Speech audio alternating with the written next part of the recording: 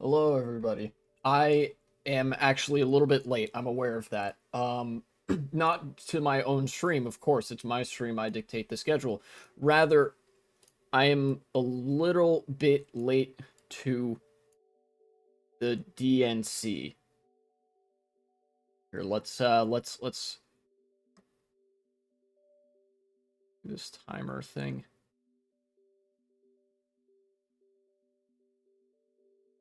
Here we go. No, don't do that. Don't. All right, whatever.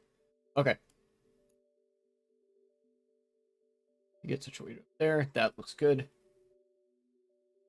Post that. Beautiful. Beautiful. Okay. So, I'm a politics guy, many such cases. So, I will be covering the Democratic National Convention. Lucky for me, public television exists, public media. Shoutouts to C-SPAN. They are doing God's work by uh oh, that's I launched the wrong thing. I didn't mean to launch CTGP there.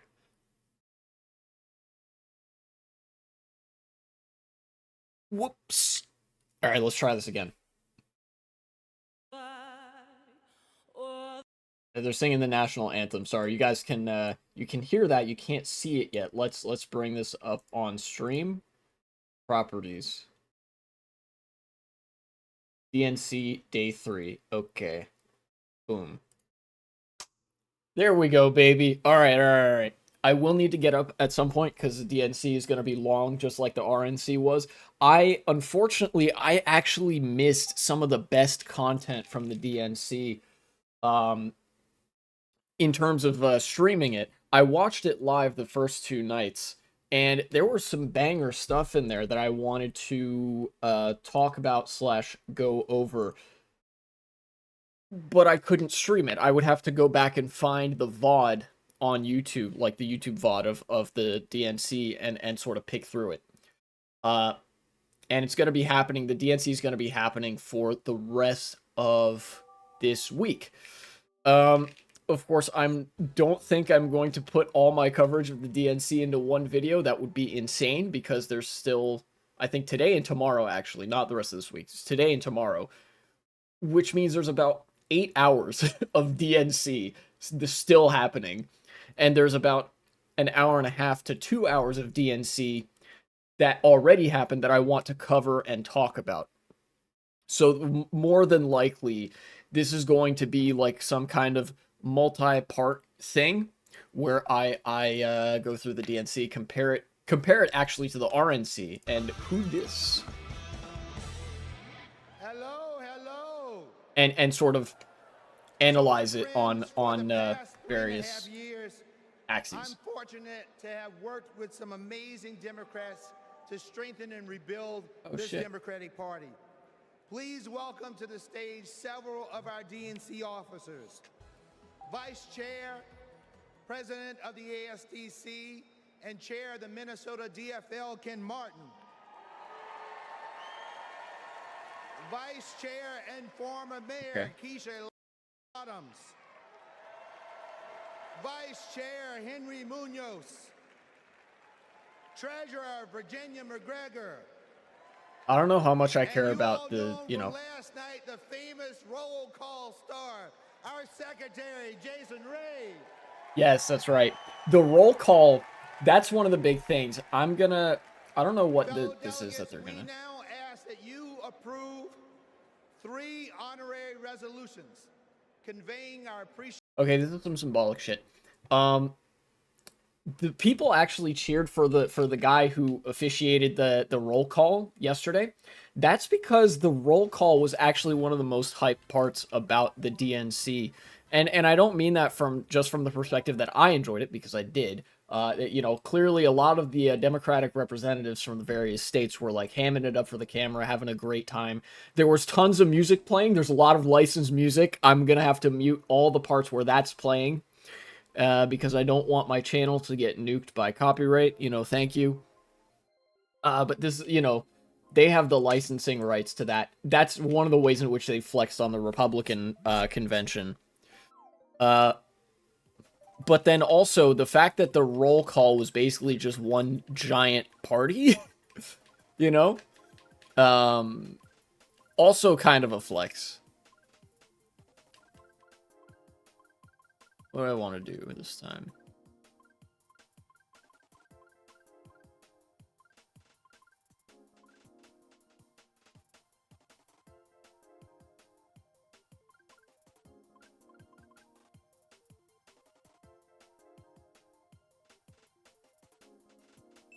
I'm thinking about it. Ah, god dang it. Whatever. I'll play as Peach. There we go. Cory Booker. I'm gonna have him on mute for a little bit, and then I'll go back to what he was saying. There's clearly so much more energy at the DNC than there was at the RNC. The RNC was like small peanuts compared to this. In fact, the Democratic National Convention yesterday had this whole venue filled up where they're holding this now, and Kamala Harris and Tim Walz did a campaign event at the stadium where the RNC was held, and they filled up that venue. They filled it up. They filled up 2 venues where the RNC couldn't even fill up one. So that's on the one front. But then on the other front, there were union officials present at the DNC. There are a lot of union officials and union leaders present at the DNC. There are a lot of protests going on. And for the most part, the DNC has actually been responding decently well to the protesters. The protesters are pro-Palestine demonstrators. And what we've heard is not talking points about Israel and its right to defend itself, but rather at various points a reaffirmation that, yes, there are people within the Democratic Party that want to see a ceasefire resolution. In fact, they mentioned a ceasefire by name. We're not quite to the point of an arms embargo over Israel being like commonly accepted politics yet, but like, you know, that's still a big ask, and the fact that we've gotten this far is pretty huge. There have been some political ads and stuff. I guess I'll try to save some of the details for when I go over that stuff, because I do want to revisit some of the segments that I think are worth going over of the DNC from day 1 and 2. Oh geez, I was just sort of absent-minded there. I didn't really mean to do that.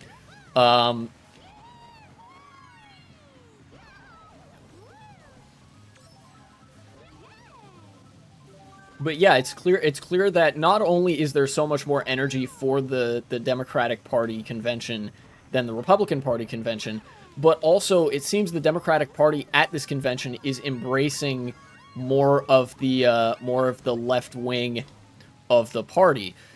In some ways, it seems to the chagrin of the Democratic Party, but either way, you know, union politics are back on the menu, and I think that's good. Anyway, who dis? Wait, that's the pause button, not the mute button. Dang it. Oh, okay. Here, let's...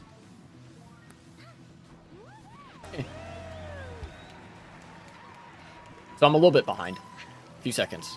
When abortion is on the ballot, we win. That's true. Yeah, it is also... worth mentioning that every state, even like deep red states where Kentucky, abortion has been on the ballot, Michigan, people vote to protect it. Montana, Ohio, and Vermont. Turn that down a little bit. There we go. A little bit better for my ears. Voters sent a message. So let's hear it for Arizona. And I believe there's also a ballot measure regarding abortion coming up this fall in like Montana or something. A relatively red, like a pretty red state, like very conservative, but you know, we're the majority. Putting that to the test is definitely going to solidify abortion protections further, which is important. And if there are two people who should You know? understand that Americans' Like the private more that lives are Republicans, none of anybody's I think, business, is the more that Republicans talk about abortion, the less they're able to get out of it. Because, you know, ever since Roe v. Wade, nobody's on the anti-abortion train. Unless they're absolutely insane. Let's Kamala Harris has her own project for 2025, restoring reproductive freedom.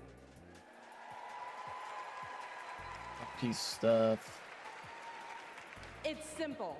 Do we want a president who said women should be punished for having abortions, or a president who trusts women? A vice president who voted against protecting fertility treatment, or a vice president who used fertility treatment to start a family? This is sort of, well, it's more of that shit that's, like, really cringe, but I guess appeals decently well to a pedestrian audience, where you engage in the sort of liberal individualism of like, oh, these people are good or bad or whatever, and like, basically, like, the fascism in one man theory, where it's like everything they say bad about the Republican Party has to be about Trump. Guys, it's not just Trump. Anybody who's like hearing, you know, anybody who's thinking about this, hearing like about Trump, and then they're like, oh, well, of course Trump is bad. It's not just Trump. The entire Republican Party is just like him. The only difference between Trump and the rest of the Republicans is that Trump had some semblance of riz. That's it. And of course the whole, like, appeal to some kind of anecdote thing, it, like, doesn't really correlate to policy making, but I guess, you know, whatever. Look, there's still obviously the way better options, and the voting record, invoking that against J.D. Vance is a good way to sort of detract from him and from his potential base of political support. Because that's, like, policy stuff. So, like, he voted to, well, ban, he voted against fertility treatments and shit like that, which is basic modern medicine.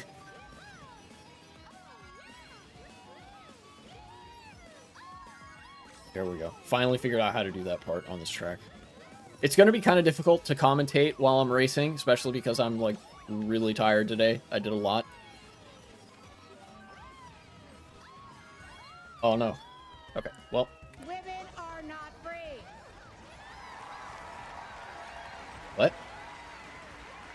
I've kind of unpaused in the middle of something. How am I getting blue shells? Hello? Of all black women live in banned states. Donald Trump wants women to be less free and pregnancy to be more dangerous. But I'm here to tell you, This is true. in no way are Donald J. Trump and J.D. Vance more qualified than doctors and women to make these decisions. We decide.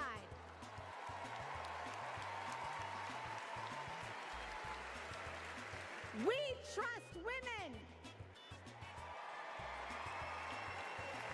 We trust doctors. We trust women? And we That is trust all. There we go. Kamala Not that last part. If you trust Kamala Harris, you're a, Harris. what's the Our term? future is on Fucking, the ballot. Our you're a dope. bodies are on the ballot, and come She's a November 5th, politician, we will decide and she's a this liberal. election. But anybody should recognize that when the choice is between Kamala Harris and Donald Trump on a ballot, Donald Trump you pick said he Kamala wants Harris. to punish women.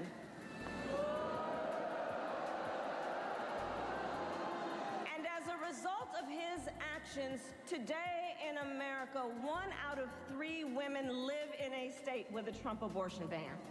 1 out of 3. Some of these bans go back to the 1800s, even before women had a right to vote. Think about that. Well, Tim and I have a message for Trump and others who want to turn back the clock on our fundamental freedoms. I know what they're about to go for. We're not going back. Great sloganeering. One tiny criticism peppered in with great sloganeering and talking points about how a lot of these abortion bans are fucking archaic and came before women had any semblance of rights in America. You know, even when women had the right to vote, a lot of the time they were still relegated to second-class citizenship. But you know, a lot of these abortion bans are very nakedly about the sort of, as fucking creepy as it sounds, this is what it is: the domestication of women, basically. The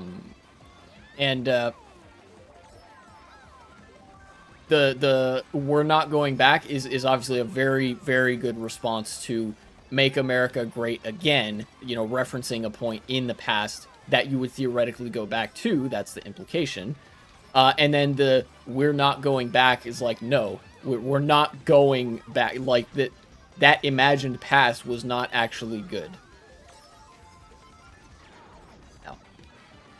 No. The one criticism is that they tied all of this abortion rhetoric, they tied all of the critique of those, like, abortion bans and stuff directly to Donald Trump.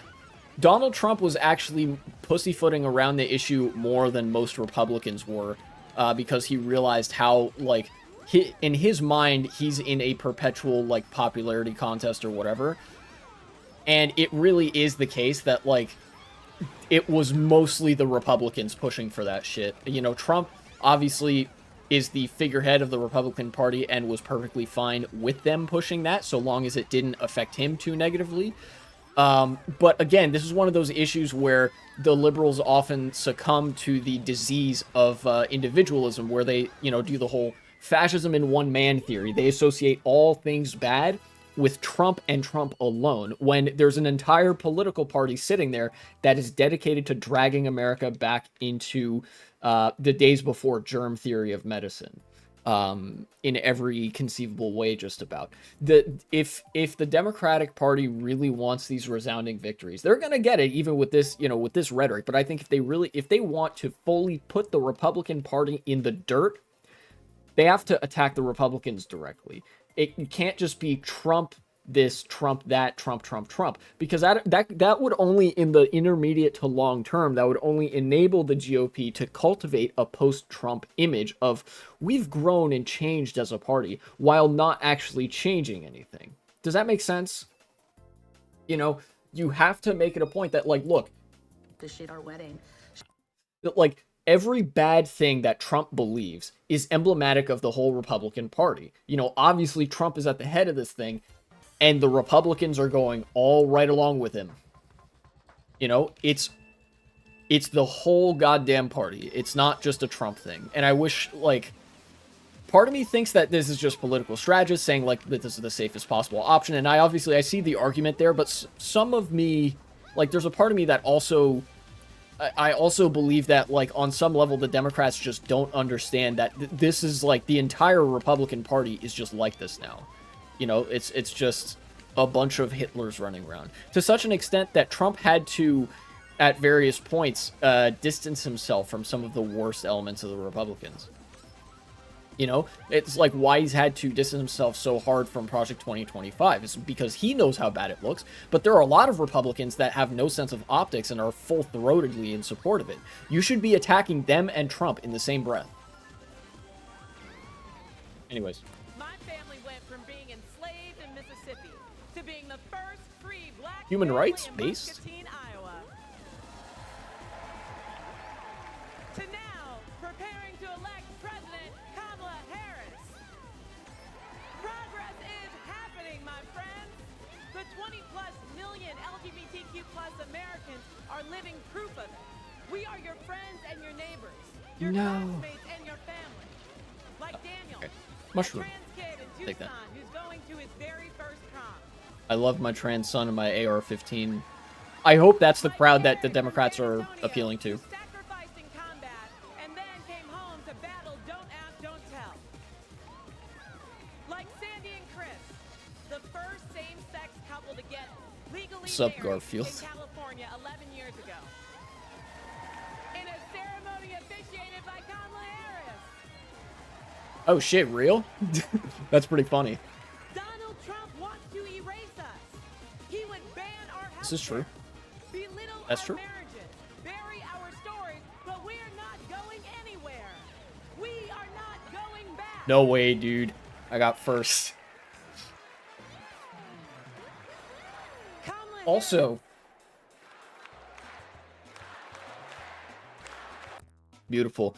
We interrupt this listening to women of color exercise to bring you talking points about how left politics is on the table, et cetera, et cetera. I think it really speaks to the difference between the kinds of coalitions that support the Democratic and Republican parties, critically or uncritically or whatever, you know, the sort of base of political support that the parties appeal to. That on the Democratic side, you have human rights activists, including Human Rights Watch. You guys saw that flag with the blue flag with the yellow equal sign. That's Human Rights Watch. They're a very well-known and well-respected international human rights org. And union officials, and, you know, obviously the typical smattering of politicians, but like activists, grassroots activists, you know, people who are part of marginalized communities and have been fighting for their own rights, for the rights of people they know. Basically, the poor, the disadvantaged, the vulnerable, like the proletariat. Meanwhile, at the Republican Party, they basically had to do a bit where they like brought out all the black people that they could find at the convention because you know, a lot of white faces in the audience, and I guarantee you that not a single human rights activist was present at the RNC because it was all about anti-immigrant rhetoric and anti-trans rhetoric, shit like that. And of course, on the class side of things, that class element, the Republican Party, the RNC was full of party insiders, and so is the DNC. But the important difference there being that at the Republican convention, these were all party elites, or business elites, excuse me. Business elites, much older on average. Like, I don't think there was a single person under the age of 30 or 40 at the RNC. Meanwhile, at the DNC, there have been delegates, actual delegates, that are younger than me. I think there was one delegate from West Virginia who was 18 years old. There's a lot of young people at the DNC, a lot of young people, a lot of working class people. You can look at the audience and kind of tell these people are not business owners, right? A lot of these people are the kinds of folks that, well, make up the labor movement. You know, a lot of union people there, a lot of working class people there, and probably, you know, there are a couple business owners at the DNC. I know this for a fact. I think some of them spoke yesterday. But I also know that probably those are so few and far between that the wealthiest people you'd probably get at this convention would be like labor aristocracy. The actual, like, the middle class that the Democratic Party won't shut the fuck up about, you know? That's the kind of people that are that compose the audience, and that's the kind of interests that are influencing the Democratic Party. Whereas at the Republican Party, it's all business owners. You know, sure, there could be some people in the audience who are not, but like those are the major interests that are being represented: business owners, white supremacists, and fucking like. Well, I mean, that's it, really. And then at the Democratic Party, you have indigenous activists, you have politicians from localities that are advocating for, like, I don't know, more funding for local projects and stuff like that. It's a much more grassroots, there's a much more grassroots feeling in the air. It's a much more diverse set of interests that aren't all incompatible with each other and that are all fundamentally compatible with human rights. Some of those interests being directly, you know, human rights campaigns. You know? As we proved that when Latinos vote, Democrats win. Identity politics, many such cases.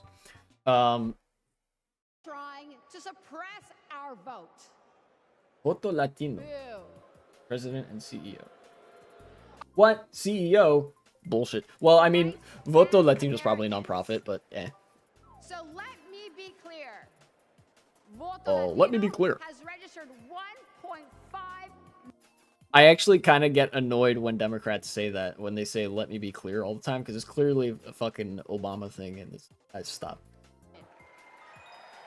Let me be clear. Indistinct rambling. Because since 2020, I think she's saying something about registering a lot of people to vote. have become eligible to vote.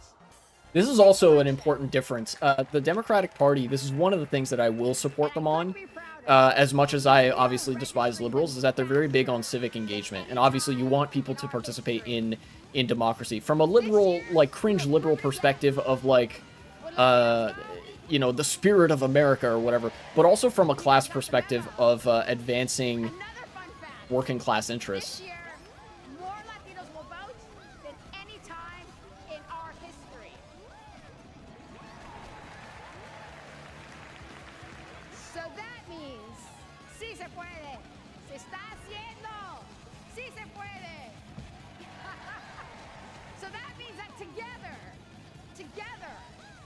we will make history and elect Kamala Harris president. Vota.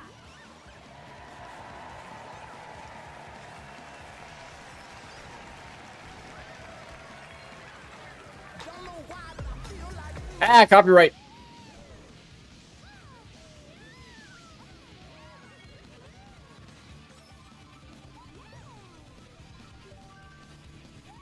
Oh wait, I think that was just like an intermission thing.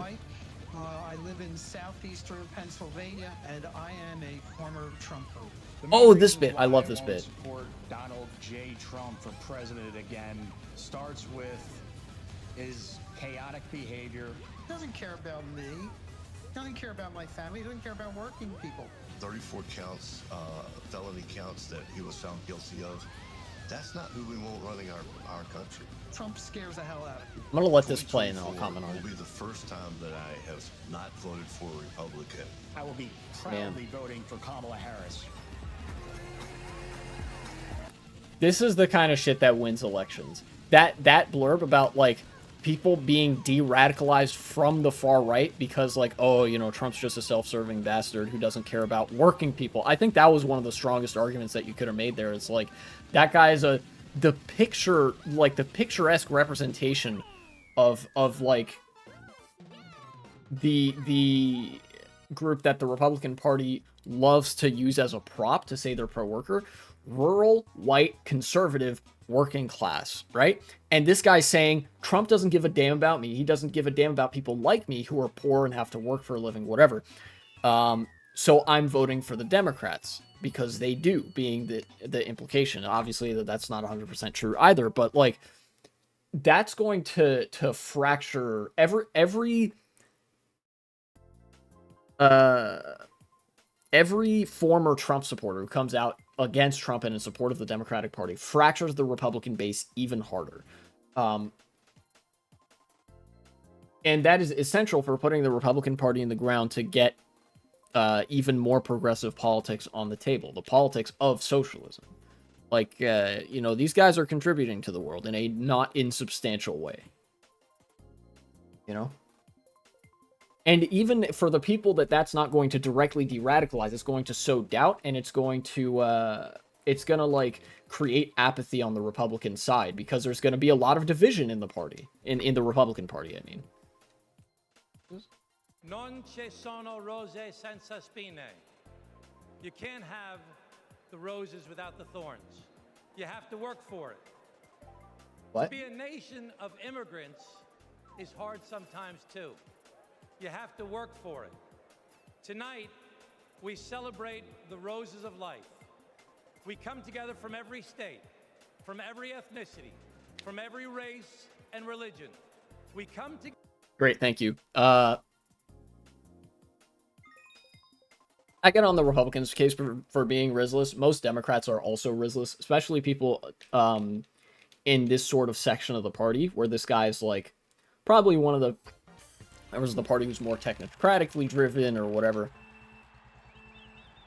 You get somebody who's a human rights activist or more like AOC or Bernie up there, they're probably gonna they'll probably show a lot more capacity to engage with the crowd, most likely.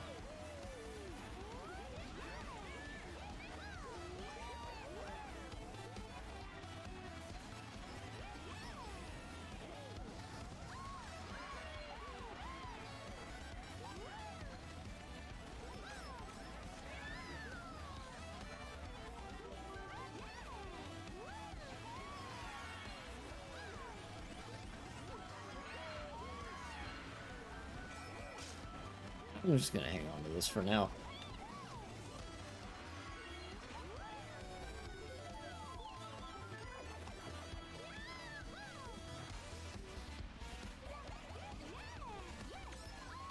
Got somebody.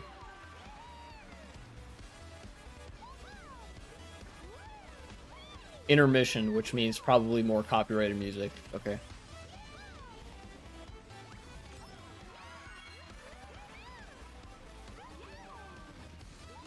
Yes, give me that star. Let's go. Ground star. You'll love to see it.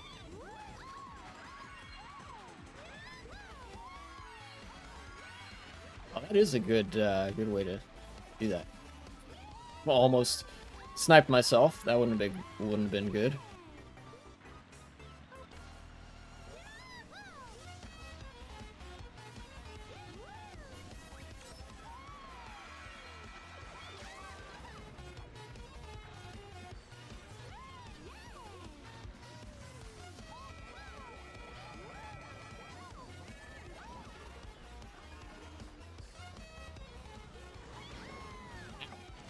Dang. Alright. Give me this box. Yeah. Ooh. Like that.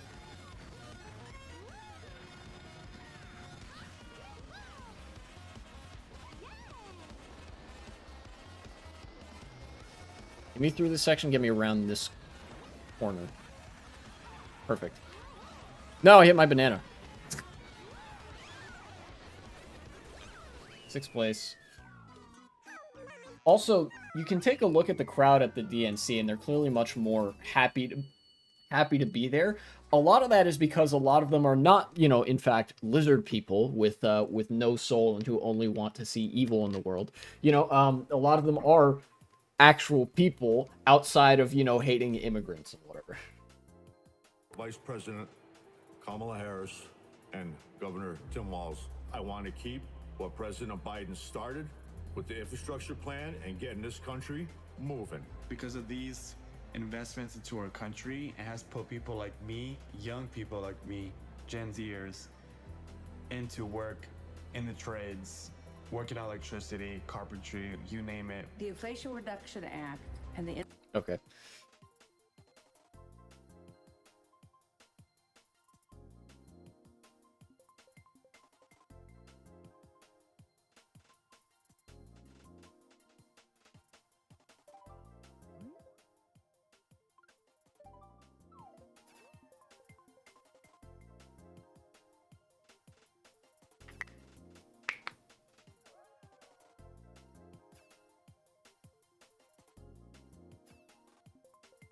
I choose freedom. That's an important thing to note as well. I'm glad that I saw that on screen. The Democrats have capitalized off of the Republicans no longer talking about freedom. I think I've mentioned this once or twice before, that Republicans do not invoke the language of freedom anymore. They're all about control now. Something like that. And the Democrats have decided, you know what? The Republicans clearly don't like freedom, so we will start to use that language, and I'm glad that they have. As a Tibetan refugee, my mom believed deeply in the promise of America. And when I was growing up, she and my dad, who is from India, taught me that when you make a promise, you keep it. For years, politicians came through my city and promised to fix the Brent Spence Bridge, which connects Ohio to Kentucky. Donald Trump was one of them. He did what they all do, press conference here, photo up there, but nothing changed until Kamala Harris and Joe Biden. Joe Biden told Cincinnatians, we're going to fix that damn bridge. And 4 months later, he signed the bipartisan infrastructure law. Yeah, I clearly got a not trick there. It gave our city the biggest infrastructure investment in history. It will stitch our communities back together, and it will fix that damn bridge once and for all. That's what leadership looks like. I didn't mean to trick there. Promises, but solid progress. Oh, Not yeah, lip something else. service, but true, honest-to-God public service. And under Kamala Harris, the progress will only continue. Okay.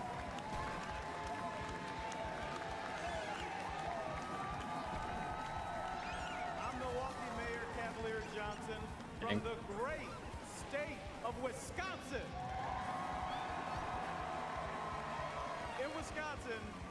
In Wisconsin, keeping promises is important. So is making amends for your mistakes. One of those mistakes happened 60 years ago in a neighborhood called Bronzeville, brimming with black music, black culture, and entrepreneurship. And then came urban renewal and the construction of Interstates 94 and 43, ripping our communities apart. 6th Street was widened and people of color were displaced. Please let this be an anti-cars talking point. That would be so fucking funny. Shuttered, all for a quicker commute. Under Kamala Harris and Joe Also, Biden, my man's channeling his best Barack Bronzeville Obama back. impression. Although he's saying more things of substance than Obama does. Bike paths and walkable streets to serve people who Yes! actually live there. Urbanism! Let's fucking go. I feel so seen by this. Culture is coming back. And thanks to the bipartisan infrastructure law, the opportunities are coming back. It's now my privilege to introduce two Milwaukeeans who know firsthand the power of reconnecting our communities. Rashawn Spivey and I really Deanna like Branch. this from a perspective of taking the Democratic Party into an overtly pro-walkable cities direction. Even if there's gonna be some hiccups with them, like not being really willing to crack down on car infrastructure as they're building up the other kinds of infrastructure, you know? My name is Deanna Branch, and I'm an advocate and mom from Milwaukee. When my Advocate for son, clean water, I see. Aiden, was 2. He was hospitalized due to high levels of lead. Environmental activists, another group that's present at the DNC that I did not mention before, in addition to the human rights people, the union people, you know the drill. And Vice President Harris passed the bipartisan infrastructure law. It's removing lead pipes from communities like ours. As president, Kamala Harris will make sure everyone can drink clean water and be, in Aiden's words, lead-free superheroes.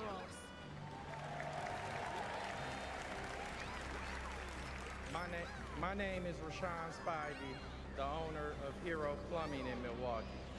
When President Biden and Vice President Harris announced their goal to replace every lead pipe in America, Hero stepped up to help make that vision a reality. We went to work replacing lead pipes that serve homes and child care communities or child care centers in our communities.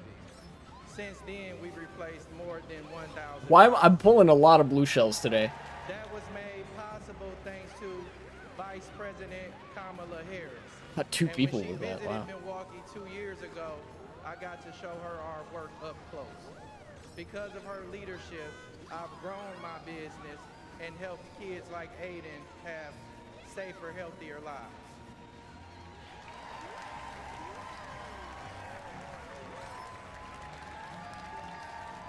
One mushroom.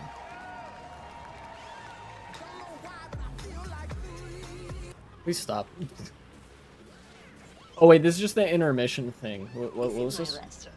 She understands immigrant-owned businesses. She understands women-owned businesses. She understands the important role of small businesses and sees business owners No. Business ownership. Okay.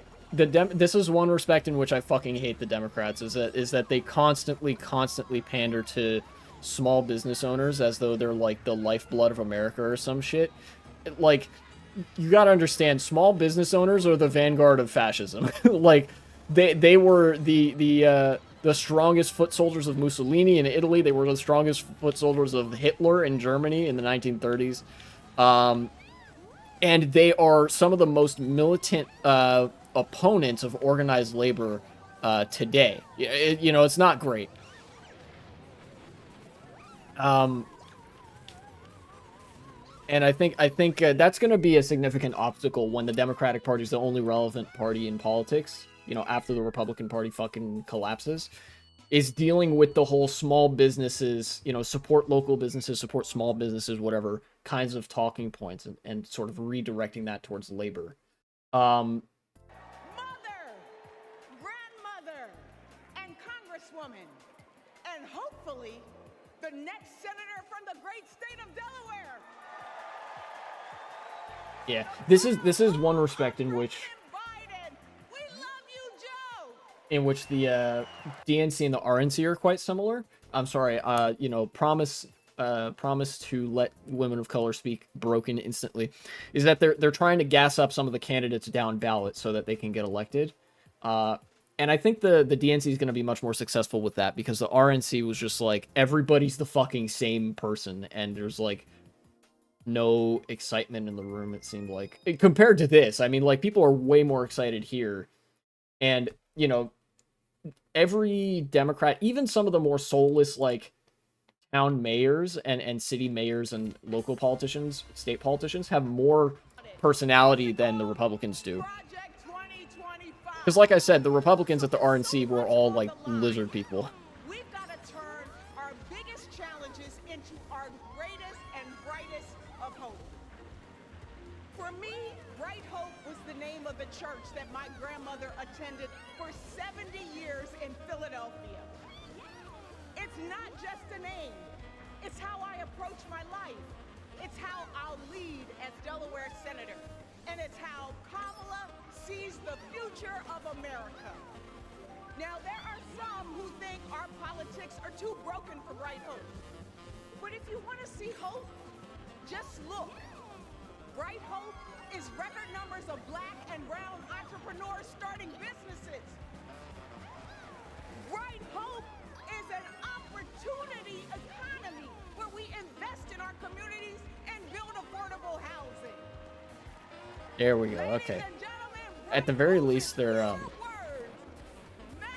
President Kamala Harris, are you ready for Bright Hope?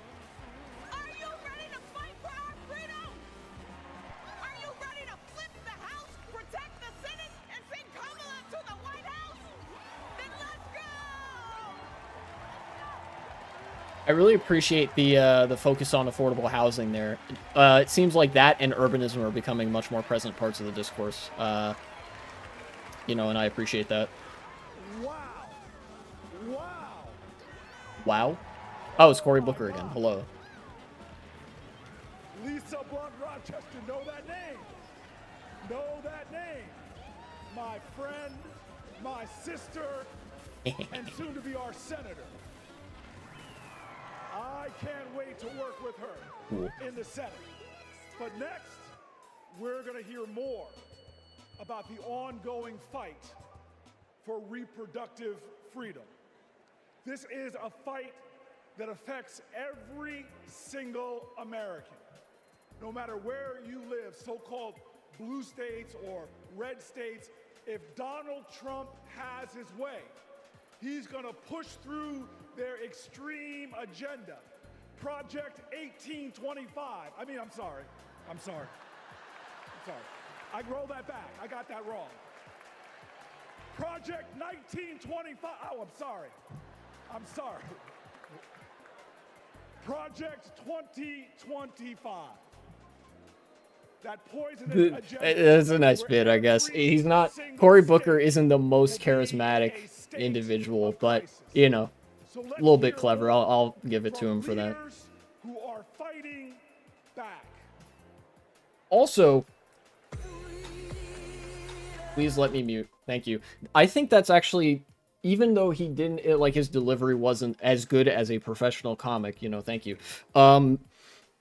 I think that is good rhetoric, actually, because by tongue-in-cheek calling it Project 1825 and then 1925 and then 2025, he's both signaling to the evilness of the Republicans and how that, like, yeah, they just fucking want to take everybody's rights away and send you, back to 1825, where women didn't have rights, where black people didn't have rights, where life was shit, where vaccines didn't exist, etc., etc. Oh boy, unions. And at the same time, he kind of makes fun of the issue. He makes fun of Republicans, by like making fun of Project 2025 for being so antiquated. And let me tell you, like, every time I hear something like that's kind of like the Republicans are the weird ones, like Republicans are fucking weird, or making fun of them, like bullying them, I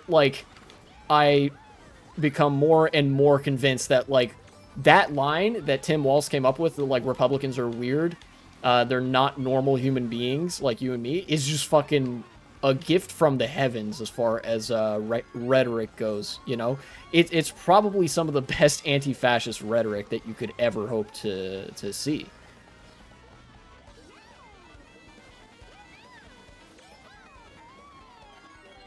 Anyway, who dis? And we have two energetic boys running around at home. Now it is our turn to take the torch for our children and grandchildren. All across our country, women are being denied life-saving health care and the right to determine their future. Got a draft just in time to get blue. Many such cases. He will not stop at banning abortion. That's true. Oh, please do that. Please talk about that. And fertility treatment at risk. Trump's plan is cruel. It's dangerous, but it is not inevitable. Tonight, we mobilize for Kamala Harris. November 5th, we move forward with Kamala Harris because we are not going back.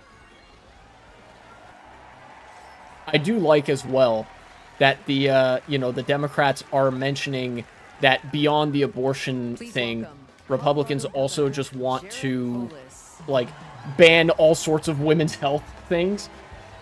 Oh, dude, he's got the Project 2025 book. Yes, I love this bit. Because the Republicans, the Republicans had kind of a tough nut to crack in the form of the abortion, like, discourse, because it's so fucking insufferable when you're talking about, like, metaphysical ethics and shit like that, it's like a non-falsifiable thing that, like, a zygote is alive, because you can define alive as a million different things, right? It's always gonna, like, you're gonna get into the weeds really quickly, but, thankfully the Republicans could not help themselves and decided to be mask off and say, like, yeah, well, we also want to ban contraception, IVF, other kinds of fertility treatments. We want to monitor pregnancies in super invasive ways. We want to basically make it so hard to get an abortion that they like, that women's lives would be put in danger, like, reliably. And, and all that. Let me move the mic, like so. There we go. Page 451 says that states have to report miscarriages to the Trump administration. Oh, yeah, that's really fucking creepy as well. Mother and father, and says the only legitimate family is a married mother and father where only the father works. You know what? Damn, fitting homophobia and misogyny into the same policy position. I'm going to put that in my pocket so I can share it with undecided voters so they better understand what's at stake this election. Project 2025 would turn the entire federal government and bureaucracy into a massive machine. It would weaponize it to control our reproductive and personal choices. Look, as a Redditor, gamer, entrepreneur, what? and Swiftie, From the free state of Colorado. Dude, this guy is everything. I'm excited by Kamala Harris. I'm so glad I unmuted this guy. And expanding our personal freedom, internet freedom, and Bro, it's fucking over for Republicans. Holy shit. welcome weird. But we're not weirdos telling families who can and can't have kids who to marry or how to live our lives. These Project 2025 people, like Trump and Vance, are not just weird, they're dangerous. They want to take us backwards. But we aren't going Bro, that's crazy. That the ever. Let's stop Project 2025 and elect Kamala Harris president this Whoa, what the fuck? I drifted the wrong way. God dang.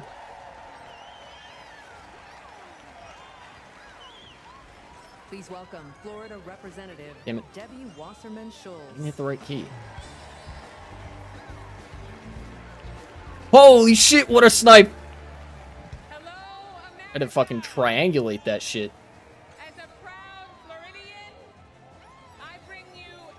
Also, my mute button is not working. I have something to say about, what's his name? Jared Polis.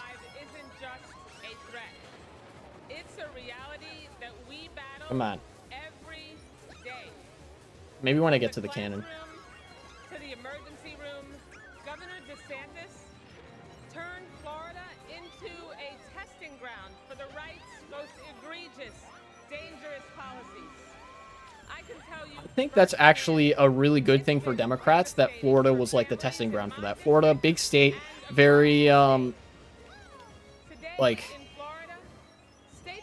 mixed politics. It's pretty representative of some features of the United States, and the fact that it was like resoundingly controlled by Republicans goes to show how fucking unpopular and horrible their agenda would actually be when they, you know, when the dog catches the car, so to speak. She just mentioned the two big things, you know, banning abortion and banning books.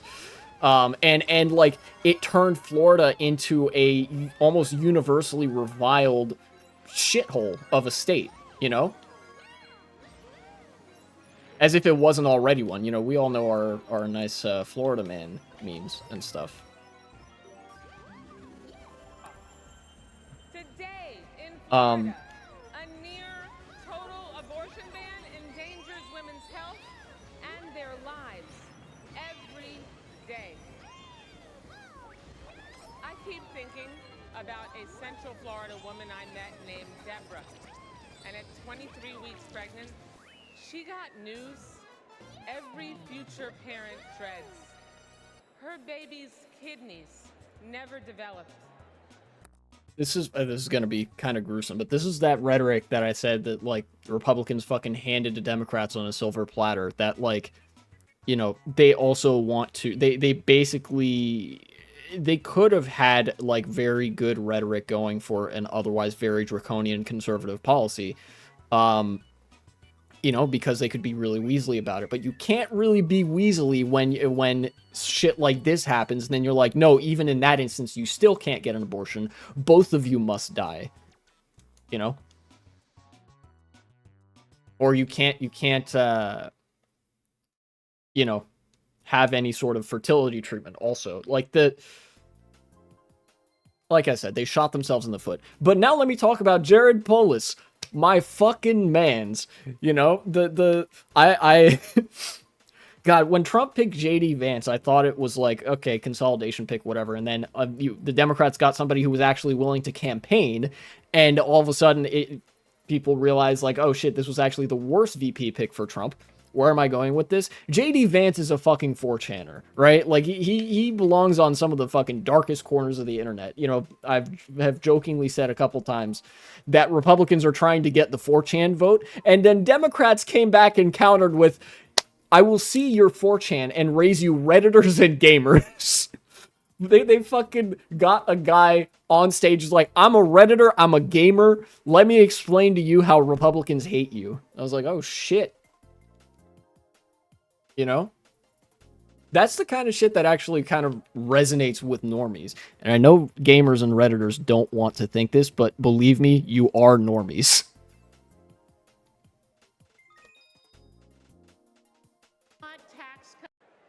other words, they don't want Republicans in charge.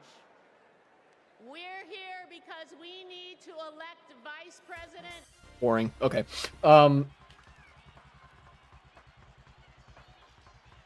But yeah, the Democrats clearly have not been pulling punches here. And they're not pulling punches in a way that, like, this is what I've talked about where, like, the Democrats just have to be fucking willing to campaign and, like, say anything. Because the Democrats don't need to lie to offer really compelling rhetoric against Republicans. Republicans need to lie, and they've even lost the sauce in their like, ability to do that much, right? Like, Republicans can't even come up with a good lie anymore.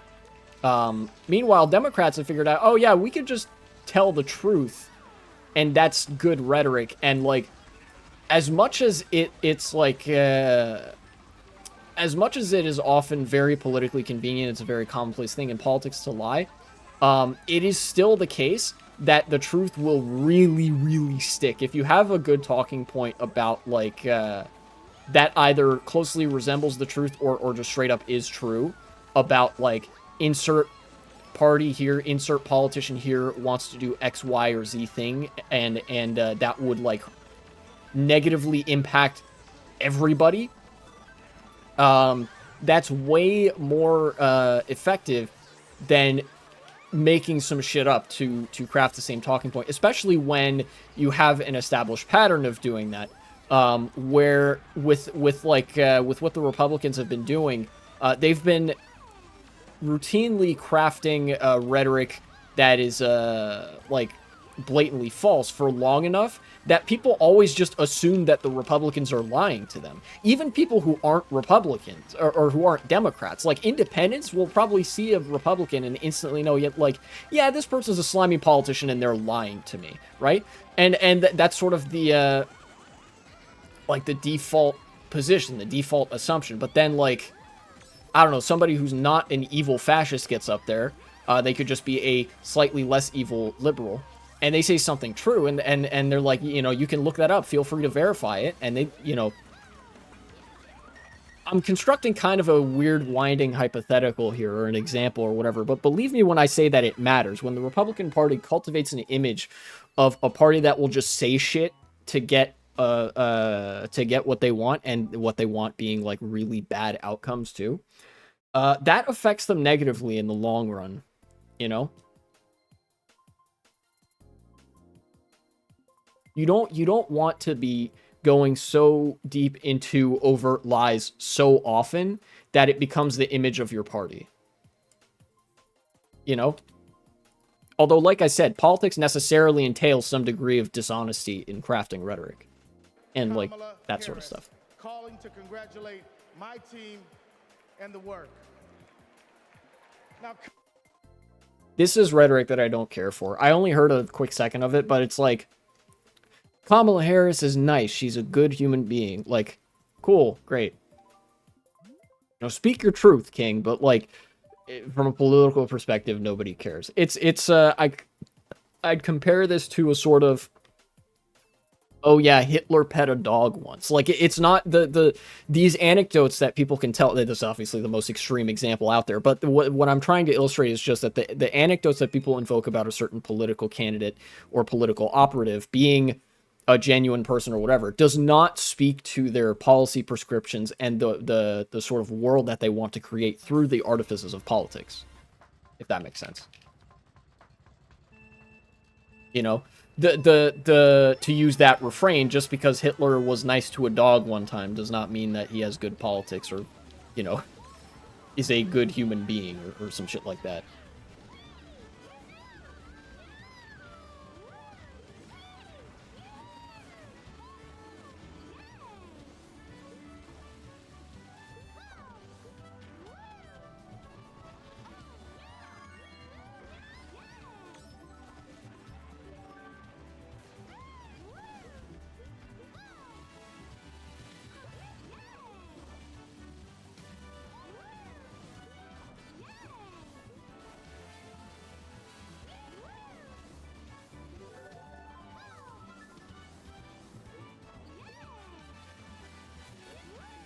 I didn't get an item. That's unfortunate.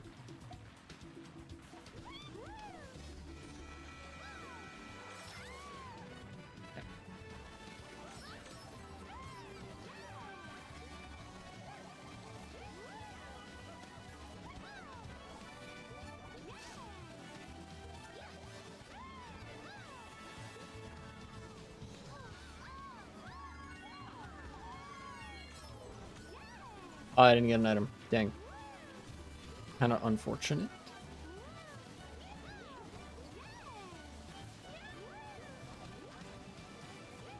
I'm trying to take slightly different lines from this guy so I don't get hit.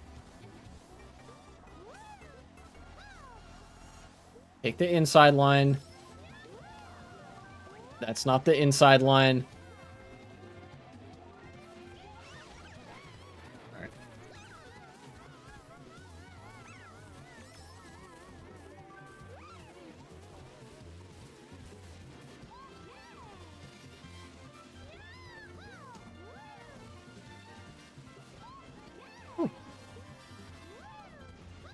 That was a much better ramp section.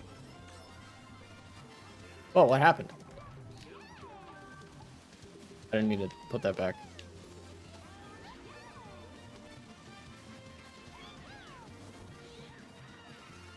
Oh, I had a mushroom? Interesting. What's this? The president or anyone at the White House ever asked or suggested that you open an investigation of anyone? Yes or no, please, sir? Seems you'd remember something like that. I don't know. Please answer the question. Senator, I think I've answered the question. No, you've not. I'm not able to be rushed this fast. It makes me nervous. Can you think of any laws that give government the power to make decisions? Oh yeah, this is a compilation of Kamala Harris grilling a bunch of Republican like stooges, or fascist stooges rather. I'm not thinking of any right now. I see. This is, as much as obviously we should all hate cops and everything they stand for, this is one example of how Kamala's experience as a prosecutor has served her very well, is that, you know, you can actually make a Senate hearing an otherwise extremely like boring moment like clippable, because she's making somebody really weaselly feel really uncomfortable.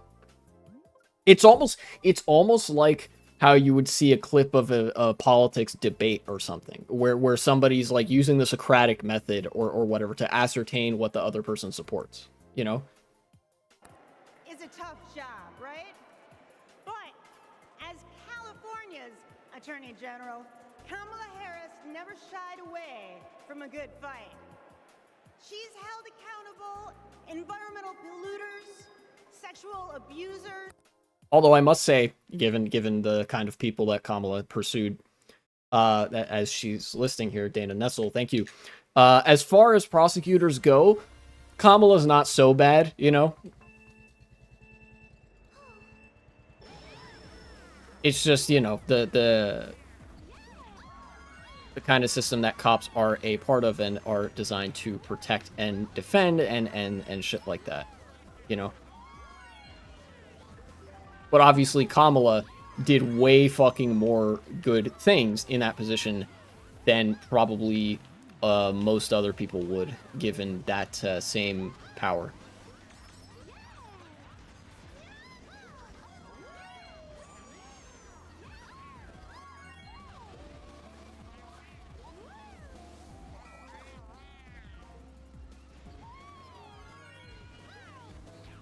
I only got Reddit right there.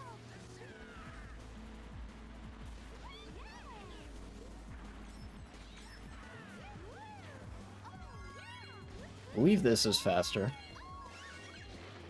Dang, lost my mushroom. Yeah, it is faster. Okay, I gained a ton of time.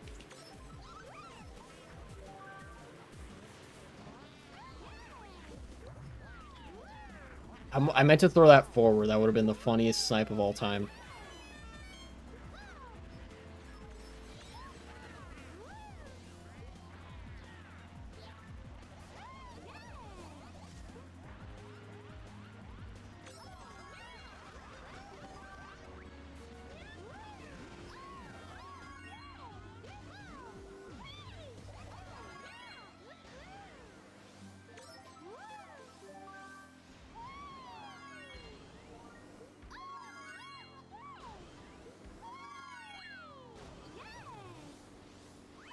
Okay, second place. Corner. Now, America. I don't know if there's going to be that much I have to say about day 3 of the DNC. I don't know who all interesting is speaking. C-SPAN's sure rolling in viewers. Yeah, we'll see. We'll see. Which real quick, there we go. Here, let me actually look up who is scheduled to speak at the DNC. DNC day 3. I know Bill Clinton is speaking. Speakers. Thank you, New York Times. Speaker lineup for night 3 of the DNC. Governor Tim Walz, of course, will deliver the closing remarks. Okay. Bill Clinton and Nancy Pelosi. I think I care about what Bill Clinton has to say, and I care about what Nancy Pelosi has to say. Other than that, I'll stick around for some union officials and stuff. Otherwise, I don't really care that much. Here, hold on. Let me word search union. No matches. Okay. So 9 p.m. is when Bill Clinton's gonna speak. When is Nancy Pelosi gonna speak?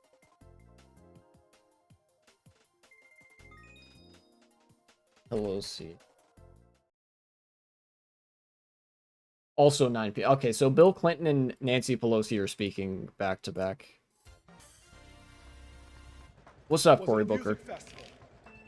When Hamas attacked, he was taken hostage, and he is still October 7th? That's crazy. I've never heard of this. an American citizen. You're just telling me about this now for the first time. John want what every parent wants: to hold their child close, to love on them, keep them safe. I'm honored to introduce the two of them tonight.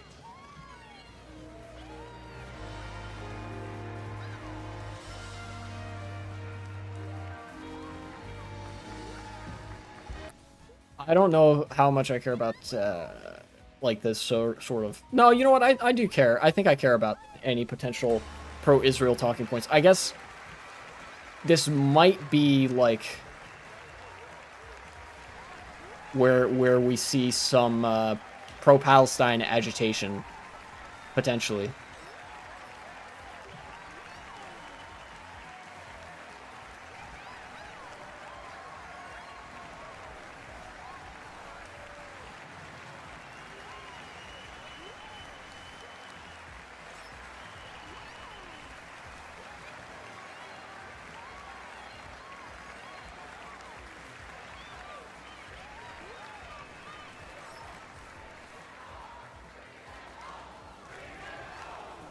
You know what?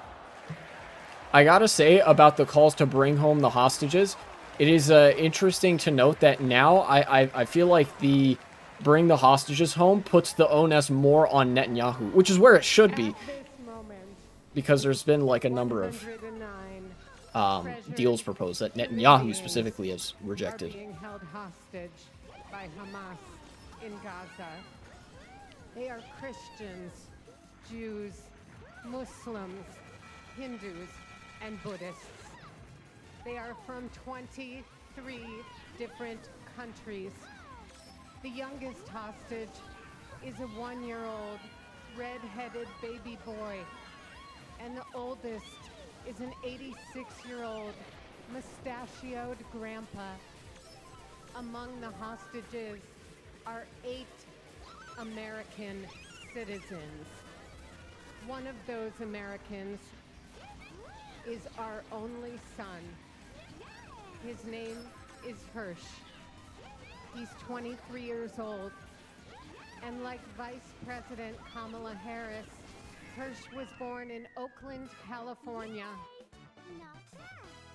Hirsch is a happy-go-lucky, laid-back, good-humored, respectful, and curious person. He is a civilian.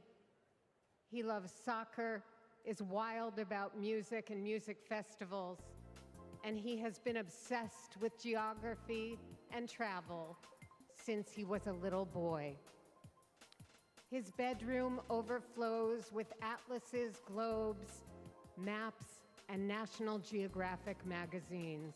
Like I said, I hope they put this on Netanyahu, because that's where the blame belongs right now. And his best friend, Honor, went to a music festival in the south of Israel. It was advertised as celebrating peace, love, and unity.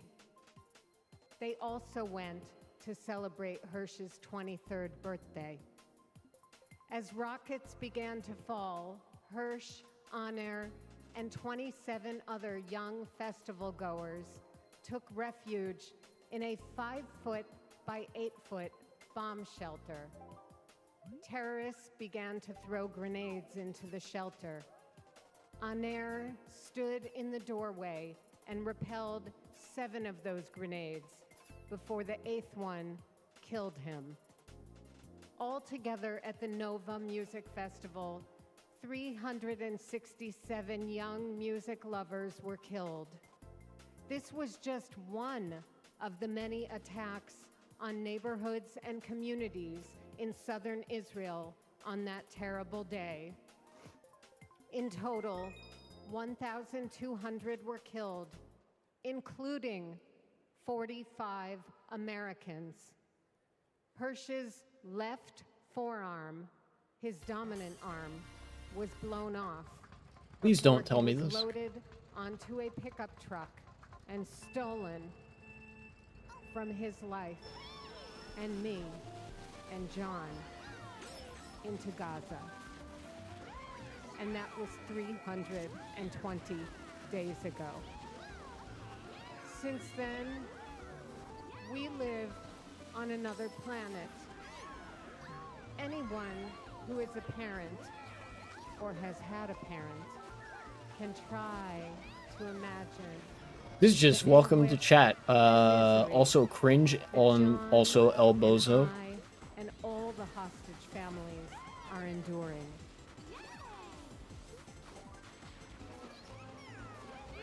And I Thanks. Yeah, no problem. to be back in our sweet home. Okay. I don't know how long they're going to talk about this. It would be just as easy for the Democrats here to be like, yeah, this is why we need to nuke all Palestinians or whatever. I don't think they will do that, but obviously if this were at the Republican convention, that's like where they would immediately take it, you know? Like, that's the typical line. What I really hope they do is what's the term?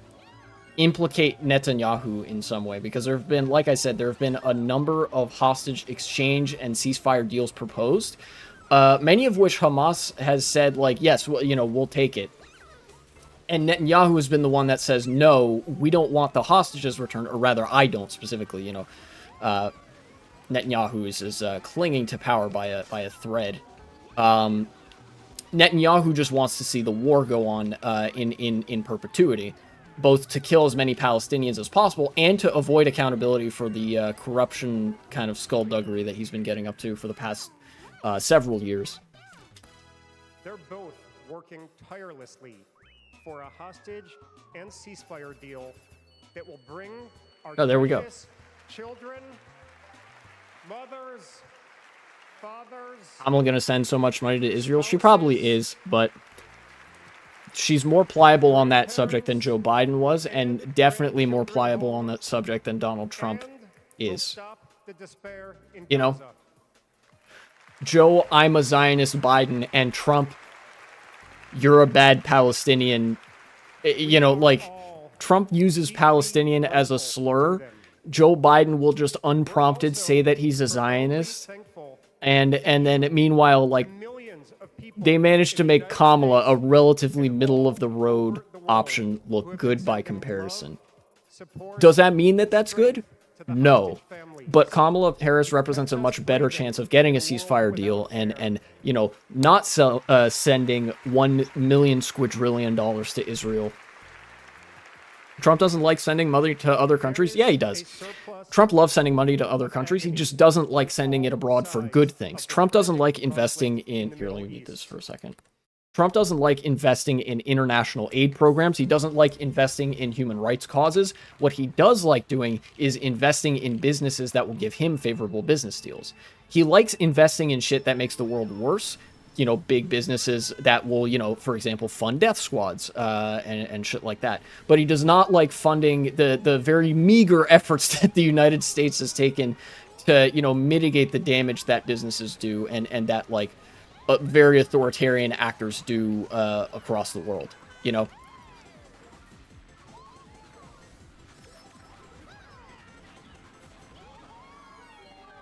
I'm dead. Okay.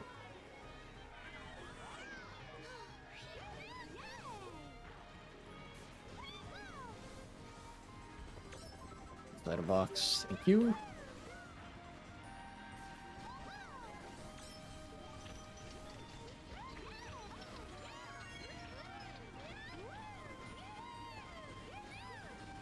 Oh, there's Ilhan Omar. I hope she has a speaking spot at the convention. I have a feeling that she'd be able to pull a lot of energy or to inspire a lot of energy in the crowd, similar to how AOC did on day one. So that'd be the day before yesterday.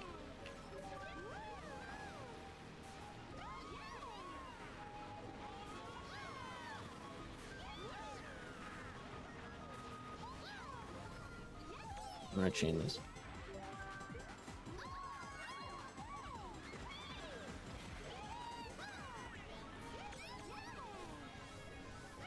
Watch this. Imagine.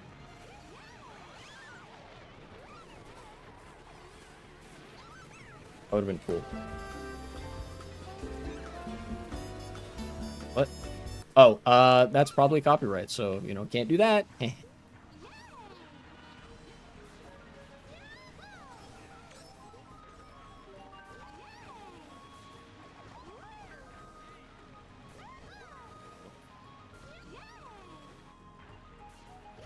That person hit a wall there. So I guess that was my question from earlier answered. I was speculating, like, I wonder what the angle of this will be. Like the family's talking about the hostages, because it's sometimes the case. It very rarely nowadays, but there was a point where, like, a lot of people sort of, I mean, rightly so, put the blame on Hamas for taking the hostages and for, well, being a far-right militant group in the Middle East, you know, Islamist militant group, many such cases. But I'm glad that the discussion about getting a hostage and ceasefire deal are now very sort of bundled together, in that they're putting the onus of the issue on Benjamin Netanyahu, because he's been the main obstacle to anything good happening there.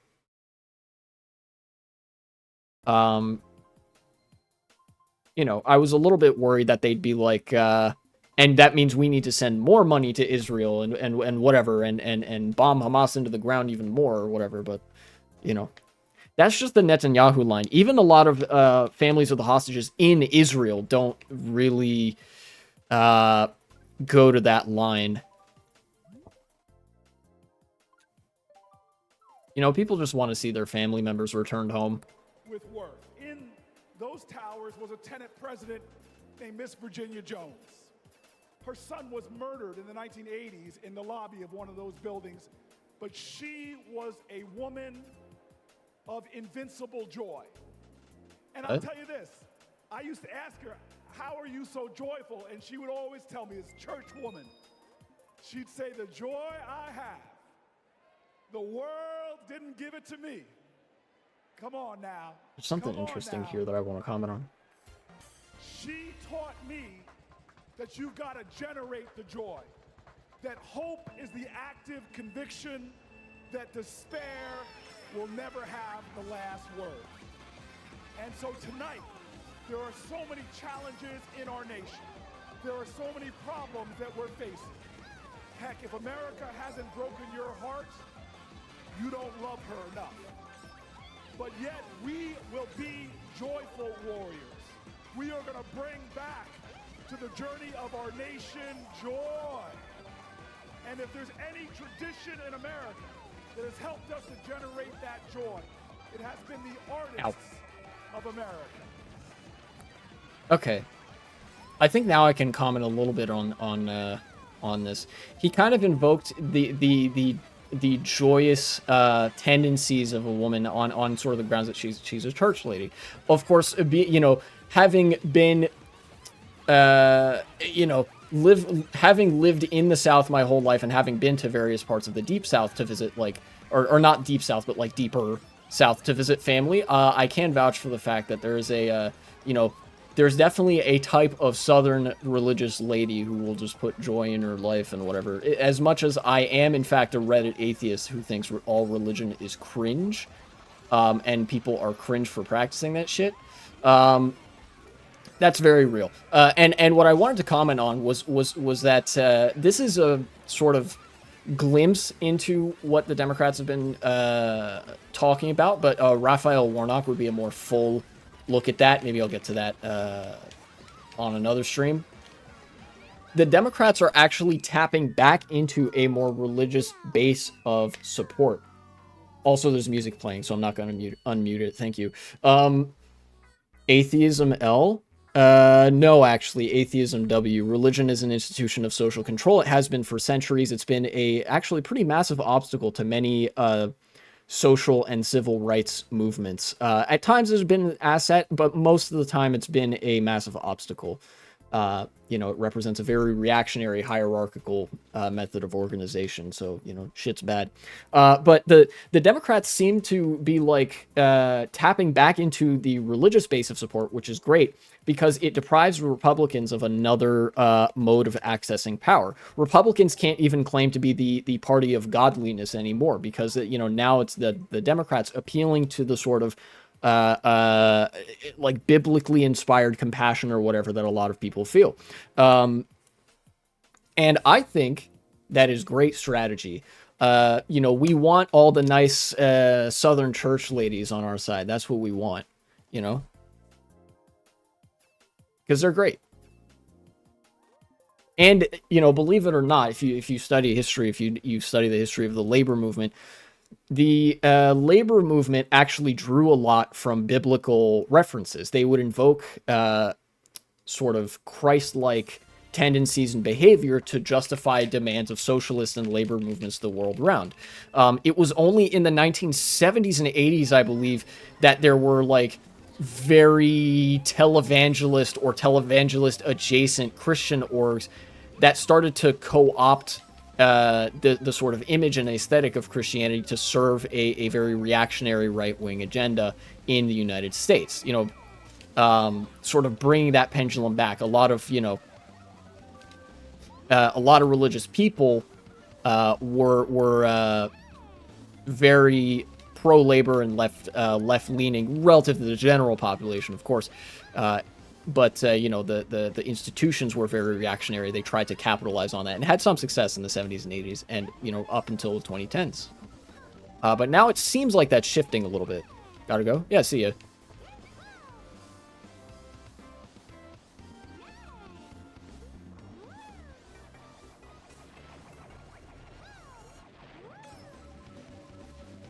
Hope you come back sometime.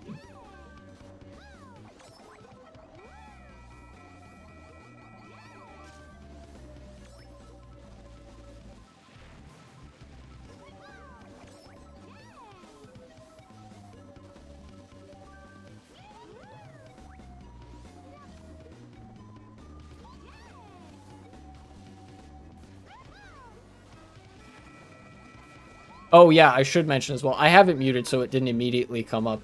It didn't immediately like cross my mind.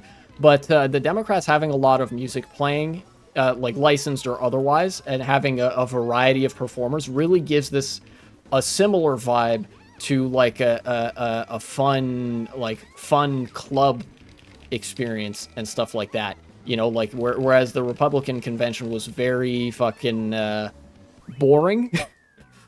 This is sort of billed as a good time for all people involved. I want you all to know tonight is about joy. American history, our common history, is a testimony to taking on the insurmountable and achieving the impossible. That should bring us joy.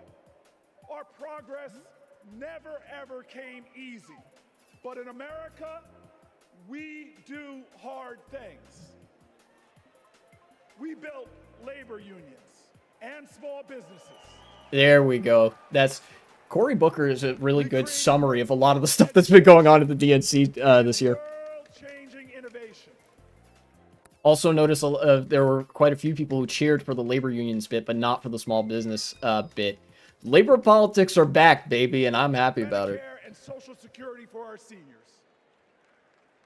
Look at who we are. Against bigotry and hate, we advanced equal rights for all Americans.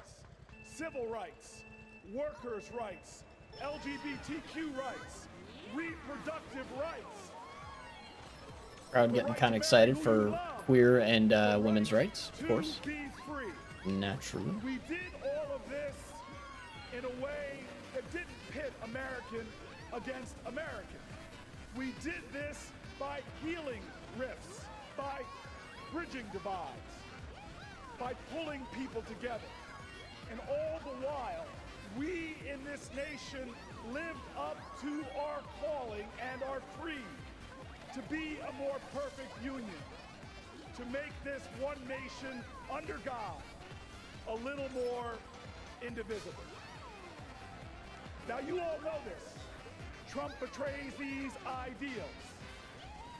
He viciously attacks Democrats and Republicans. His put-downs know no shame. John McCain's military This is something that I don't wholly disagree with, or wholly agree with, rather. People with disabilities, trans people, our veterans. He is indiscriminate in his put-downs. His is the politics of smear and fear, not inspiration and elevation. Donald Trump speaks more of American carnage than American compassion.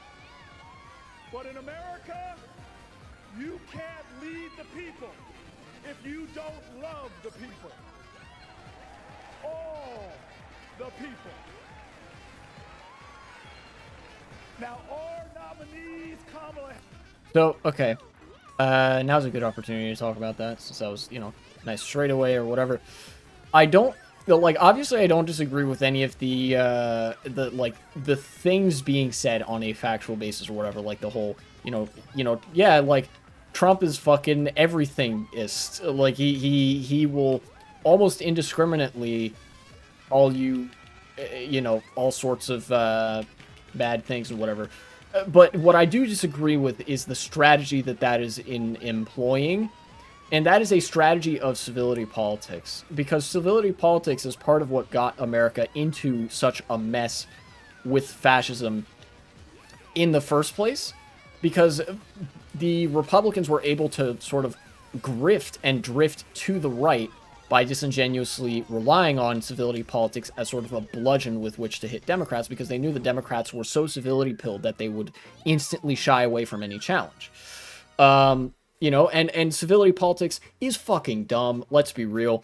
It, like, we have one side of the political aisle, the far right, who are absolute monsters and want to kill everybody. They're just, you hear the way they talk about issues like climate change and you know, like the doomsday prophecy and how they, like, link the two, and how they are so obsessed with the politics of subjugating groups they believe to inferior. They're just in a death cult, right? Like, you have the Republicans, in parentheses, death cult, and then you have the Democrats, in parentheses, not a death cult. Like, you don't need to have the sort of, like, dinner table politeness affect when you're talking with somebody that wants to see everybody who is part of a group they dislike be killed. Right? Like, it's the they go low, we go high shit. And there's history to back this up, that this strategy does not work. At least not from the sense of winning. I mean, maybe it helps some of the Democratic leadership feel good about themselves, that they are more virtuous people than the Republicans. But, you know, that's not it's not saying much when you don't have that much in the way of action, because you're too busy shooting yourself in the foot by trying to be nice to the person that wants all of you to die, or the political actors that want you to all die. In them. Say it with me now. I believe in America, because kings dare to dream the impossible dream. Because Neil Armstrong went to impossible heights. And because when we elect Kamala Harris, there is not a boy or girl in America from any creed, color, or heritage that will ever think being president of the United States is impossible again. Say it with me. I believe in America, the land of hope and That was jank, but it worked. I believe in America, the land of courage and compassion. I believe in America, where we share common ground and common cause and one common destiny. And let me tell you, if you believe in America, if you love in America, then you will work for America. And when we work together, when we stand together, when we organize together, when we vote together, I will tell you this, when we fight, I got him. we win.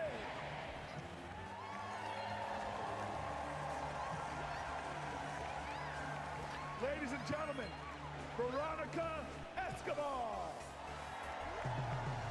Another blue shell, huh?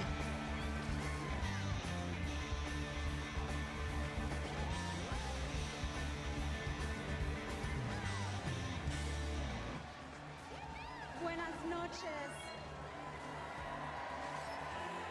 Like countless Texans, I grew up going back and forth across the border from El Paso to Ciudad Juarez. My family would Nice travel, going. have dinner, go to the doctor, pick up medicine. Watch this game remove. Oh, never mind. Is my beloved home, the place where my children grew up. Forget what you hear on the news. I'm from there. When it comes to the border, hear me when I say, Cool. you know First place. nothing, Donald Trump. He and his Republican imitators Ooh. see the I border actually wonder if this is going to be like opportunity to exploit instead of an issue to address. Congress hasn't passed comprehensive immigration reform in nearly 4 decades. The 3 times they this could be good, tried, maybe? Republicans blocked legislation Because this is as that would much have like funded border agenda security setting as and anything. created a more humane immigration system. They are not serious people. You know who is serious? Kamala Harris. Okay, they're at least alluding to not being a, you know, the God's strongest violators of human rights or whatever on the issue of immigration. She was curious. She asked questions. She listened. And she didn't care if the cameras were on. Most of all, she recognized that the situation at the border is complicated, as filled with opportunities as it is with challenges. All Republicans have to offer is demonization and bluster. Democrats have solutions. With Kamala Harris as president, we can live up to the promise of America. We can strengthen legal pathways to immigration. We can secure Okay, that's our something for borders, sure. and we can treat with dignity those who seek a better future within them.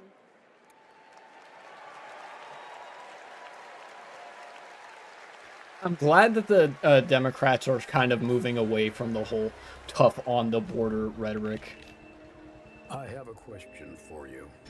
Who really wants a solution at our border? Our administration worked Very on the most relevant ad significant material, border okay. security bill in decades. Some of the most conservative Republicans in Washington, D.C. supported the bill. Even the Border Patrol endorsed it. That's not something you want to advertise, but okay. Some personnel, new technology that can detect and stop fentanyl, more judges, and faster asylum processing. For the first time in decades, a chance at a real bipartisan solution. But at the last minute, Trump directed his allies in the Senate to vote it down. Yeah, that bill. Okay, the bill that they're talking about, not a good bill, like by any stretch, because of the kind of shit that it did, like for/to the office of the presidency, you know?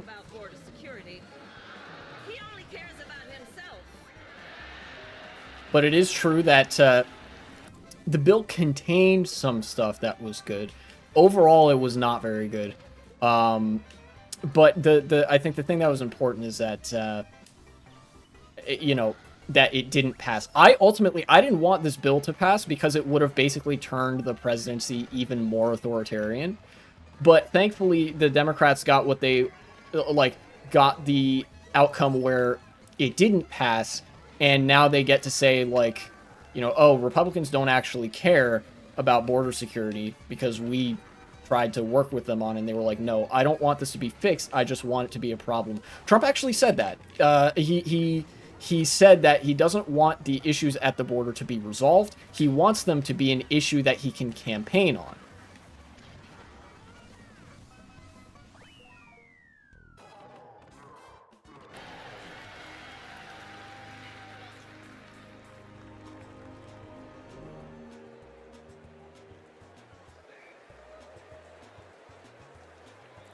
Please welcome Connecticut Senator Chris Murphy. I don't care about Chris Murphy.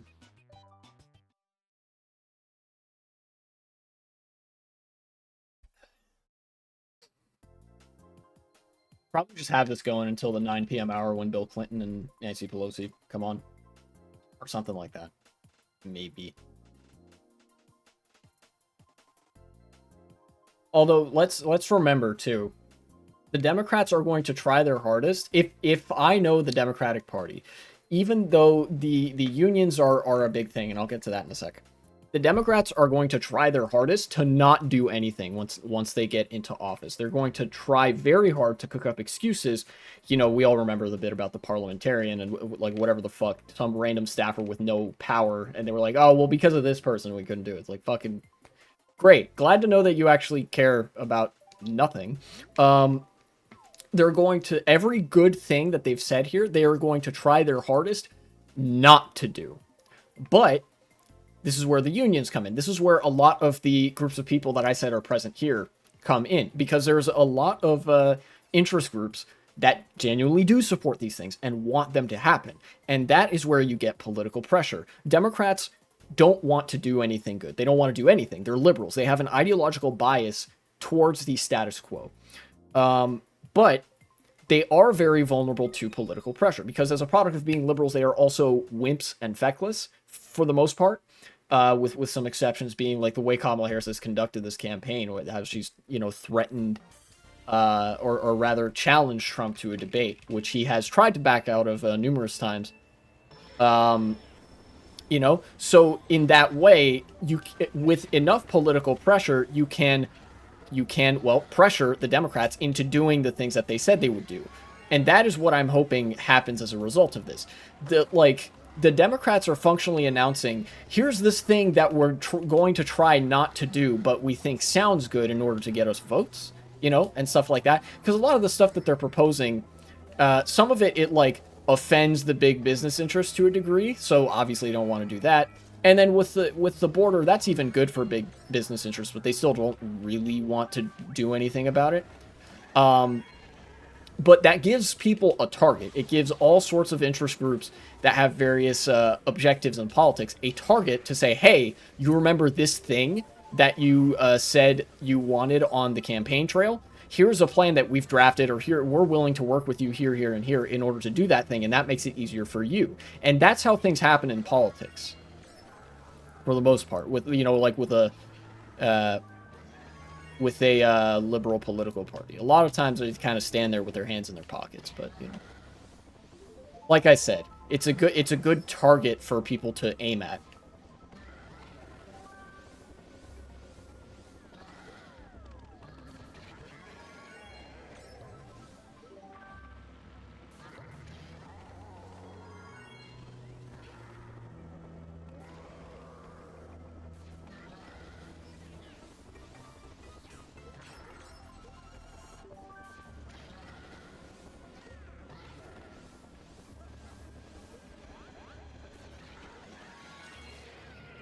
He got me that time.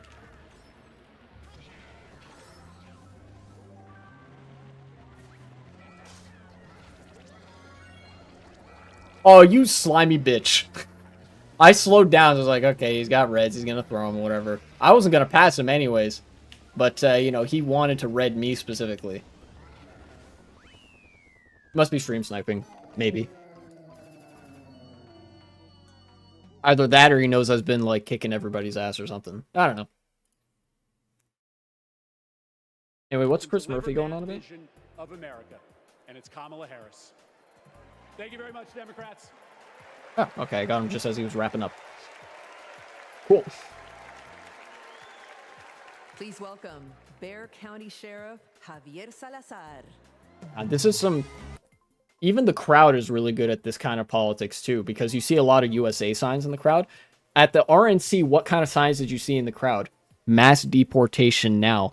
All of the politics that they were repping at the RNC were about which group of people do we target with the apparatuses of the state.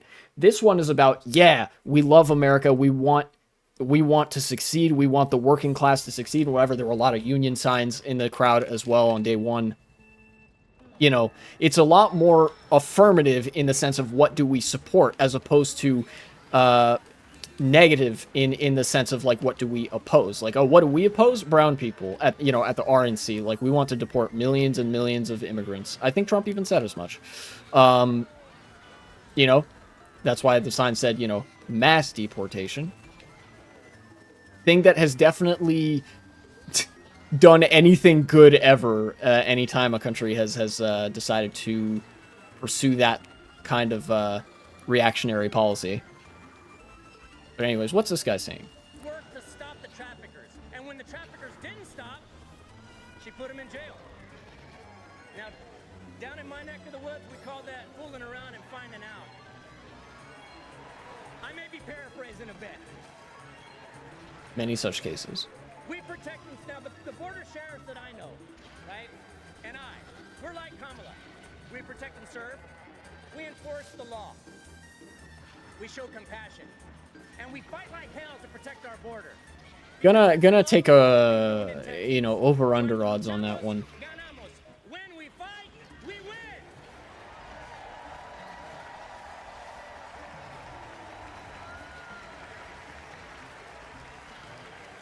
Please welcome California Representative Pete Aguilar.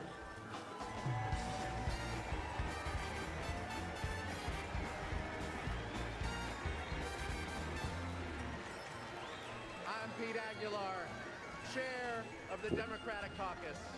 Another blue shell. For 4 generations, my family has called California home. I grew up in San Bernardino, a working class community defined by family, Working class. This is a very subtle thing, but it is significant that there are now Democrats willing to talk about the working class as opposed to just the middle class. my family's American dream possible. Dang it. The worst of all possible outcomes there. Will protect Jeez. the American dream so that every family can earn a living, own a home, and reach their full potential. This is a vision for America that Donald Trump will never understand. All he knows is chaos and division. He talks about shit. tearing American families apart, pitting neighbor against neighbor, community against I community. got second? I don't know how that works. Maybe I'm lagging a Compare bit. that to what Kamala Harris has done as vice president. Almost 500,000 people who live here and are married to a U.S. citizen can now apply for lawful permanent residence.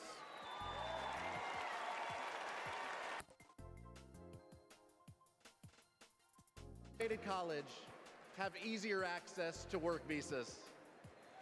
You know, this is good signaling towards like the legal pathways for immigration and stuff.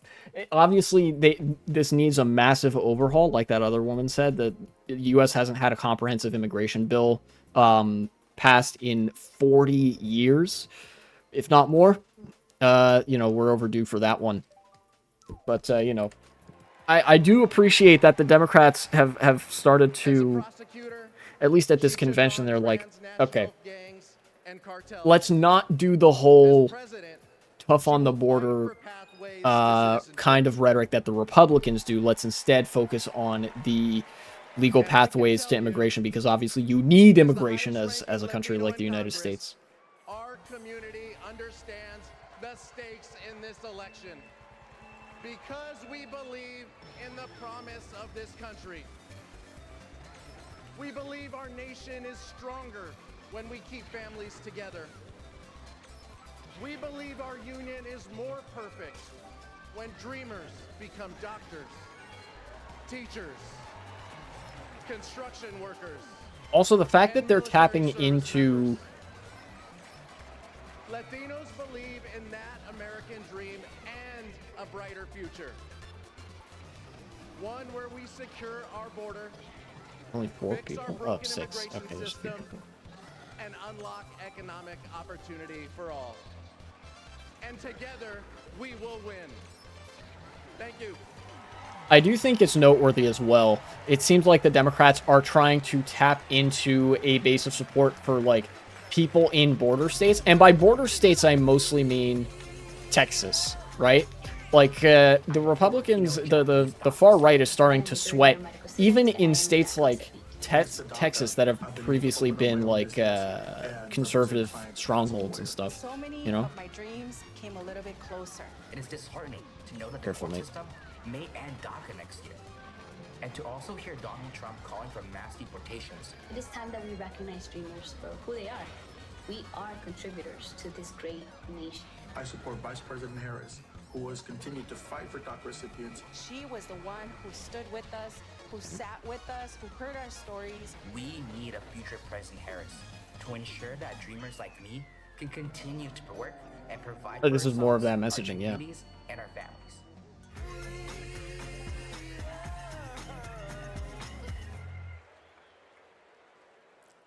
Please welcome United States Marine Corps veteran Carlos Eduardo Espina.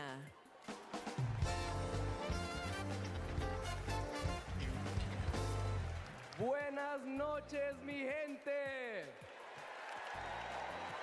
My name is Carlos Eduardo Espina.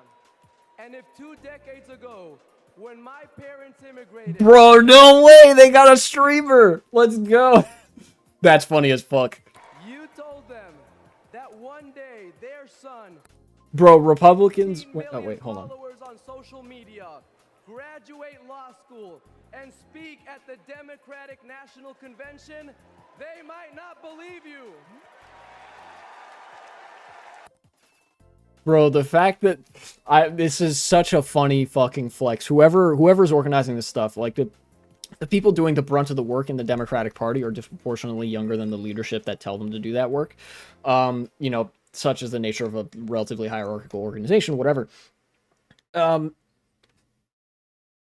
They must have, like, somebody who is chronically online, or at least a decent amount of online, knows their shit, because they saw that Republicans were going for the fucking 4chan and Twitter Nazi vote, and they were like, all right, what if we just decided to lean into the Reddit demographic, fucking gamers, and, like, Twitch degenerates? Which I guess is, at least some of those categories include me, so, you know. Basically, what I'm trying to say is I feel seen, and it is extremely funny. And also, like, pretty good political strategy.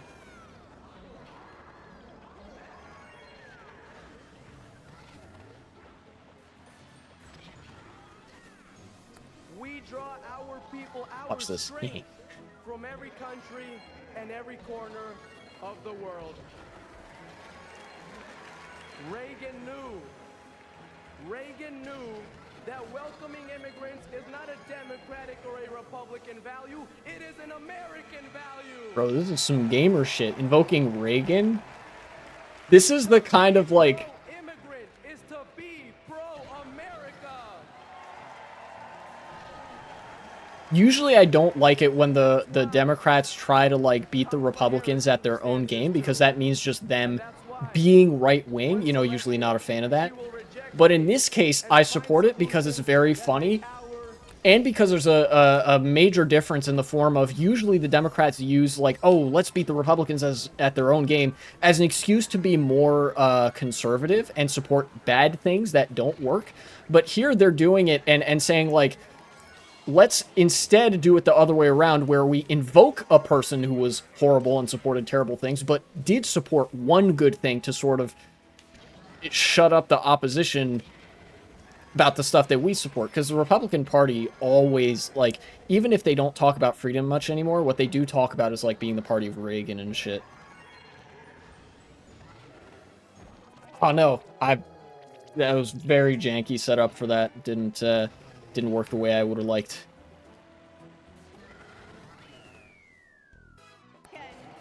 Who dreamed of working in the White House? It was a hard decision. But as an American, it was the right one. I saw how Donald Trump undermined our intelligence community, our military leaders, and ultimately our democratic process.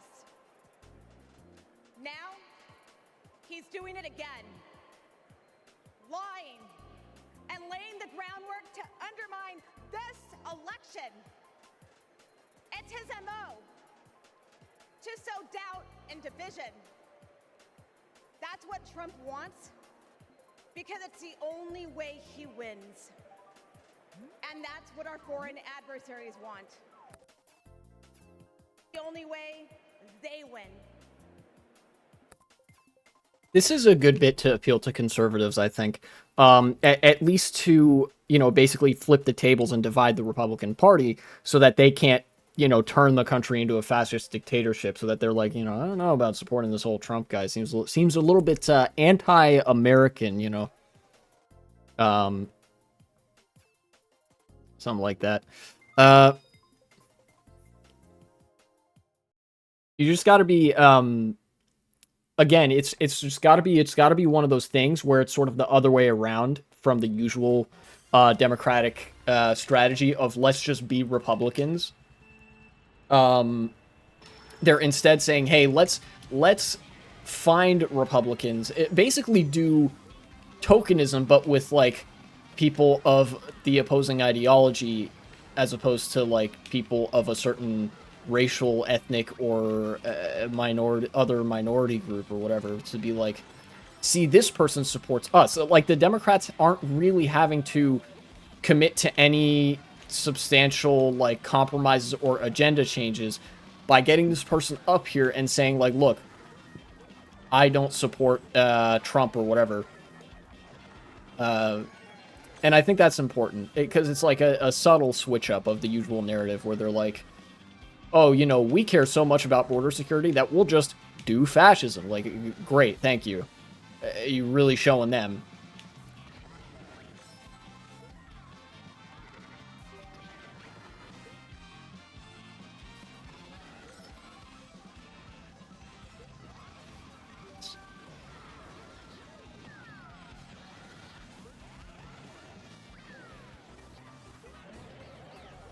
No, that's kind of tragic.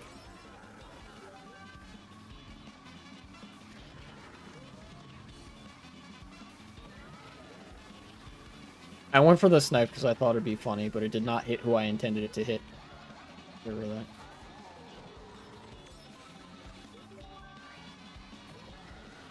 One mushroom. What does that do for me? Probably not a ton, but maybe something. Okay, third place is something, for sure. Hard part out of the way, I am a Republican. But tonight, I stand here as an American. This is more of that stuff that I think that, like, you know, the Democrats are probably pretty well served to tap into the slim base of Republicans that still do support free and fair elections, at least on principle. Basically to say, hey, look how crazy the GOP is that now Republicans are defecting to agree with us, at least sometimes. You know?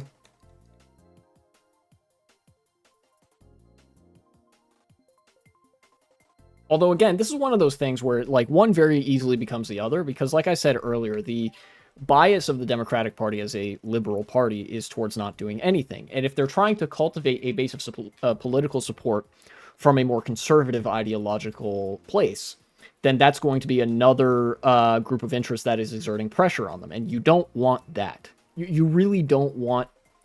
well, you don't want conservative policies, basically. Those tend to make the world worse. It's chaotic and crazy, and the only thing left to do is dump Trump. True. Can't wait for the next wave of, like, principled conservatives to basically be indistinguishable from resistance libs. It will be so funny. It's more like a cult worshiping a felonious thug. Look, you don't have to agree with every policy position of Kamala Harris. I don't. But you do have to recognize her prosecutor mindset that understands right from wrong. The prosecutor grind set. Let's go. It will bring leadership to the White House that Donald Trump could never do. Let me be clear to my Republican friends at home watching. Oh, shit. If you vote for Kamala Harris in 2024, you're not a Democrat. You're a patriot. That's good messaging. I can, like, you can almost, like, get a sense of the support for Trump, like, eroding away as the convention goes on longer and longer.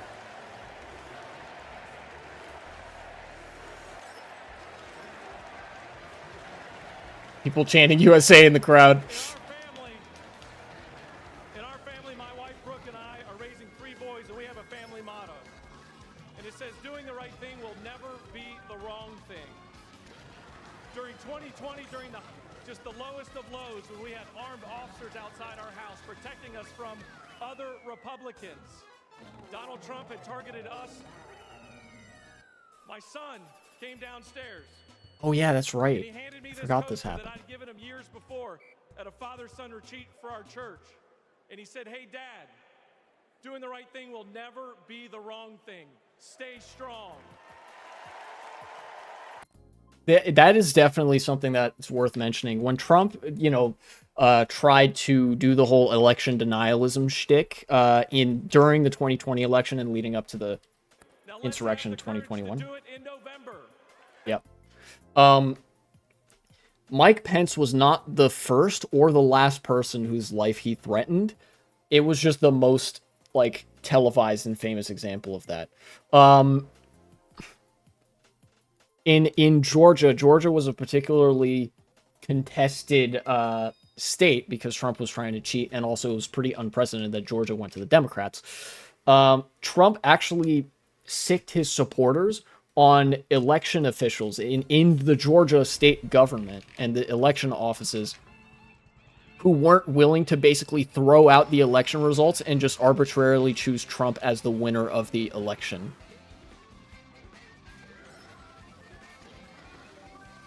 Like, genuinely psychotic stuff. And like, when this guy talks about, like, him and his family and whatever fearing for their life from other Republicans, that shit is as real as it gets, you know? That shit is so real. You know?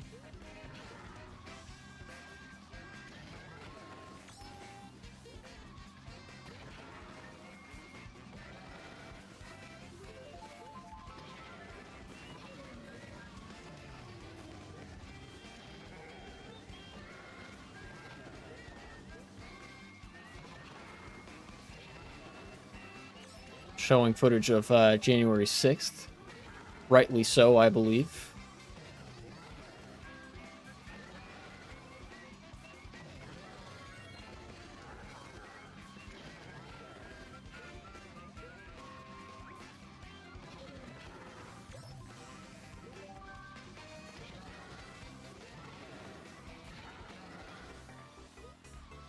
Let me shape up my driving gear.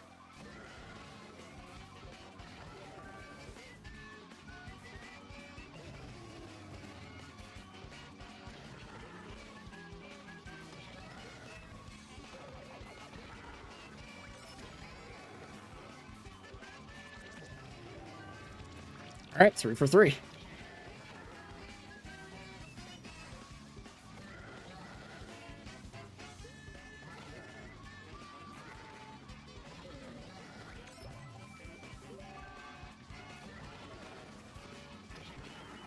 Damn, won that one by a country mile. We made them say ability to leave, so if we're going to leave, we need to do it now. We lost the line! We lost the line! All MPD, pull back! All MPD, pull back at the upper deck! ASAP! H208 with 4 members. The door's barricaded. There's people flooded the hallways outside. We have no way out. Officers still remaining on the house floor, so we can secure the members on the other side. Copy. Get them up!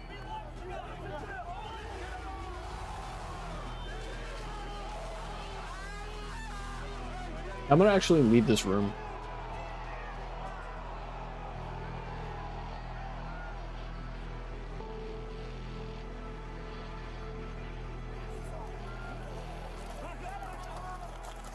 And if I win, I will be looking very, very strongly at that pardons. And I mean full Ooh, that's a pardons good one. with That's a an good line. apology to many an apology.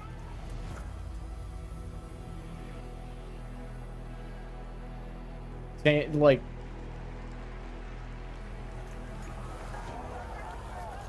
that's a good line. They were peaceful people. These were great people.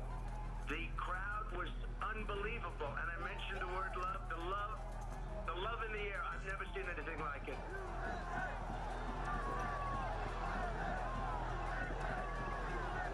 Let's try some of the 3DS courses first.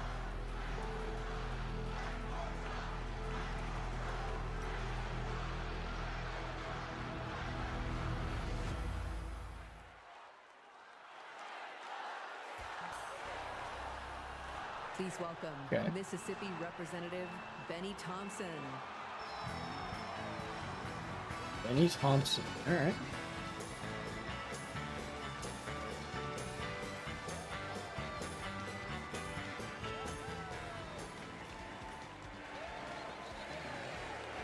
Oh shit. Okay, that's how you do that. Like most of my colleagues, I had one goal: to uphold the votes of the American people, the cornerstone of our American democracy. But as what you've just witnessed, let me remind you that the members of that violent mob had another goal. They wanted to stop the peaceful transfer of power for the first time in American democracy. Thank God they failed. Oh no. Because I fucked up the shortcut. we settle our differences at the ballot box, not through violence. Okay. They're going back to the typical line. I think this is, like, as much as it's a good line, it's kind of in some ways tainted by the fact that the Democrats did fuck all in response to January 6th. Hopefully we'll see that change during Kamala Harris's administration, at least somewhat.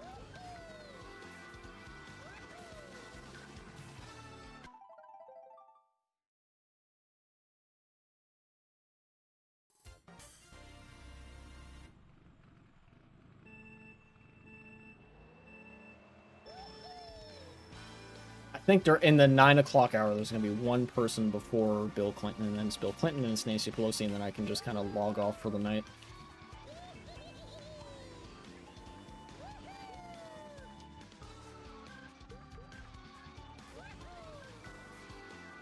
Okay, that was a lot better shortcut section.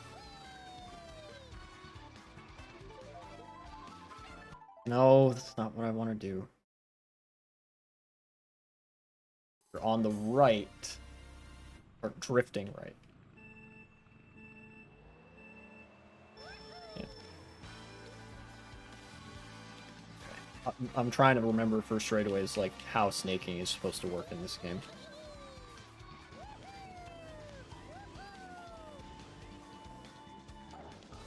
No, I clipped inside the wall there.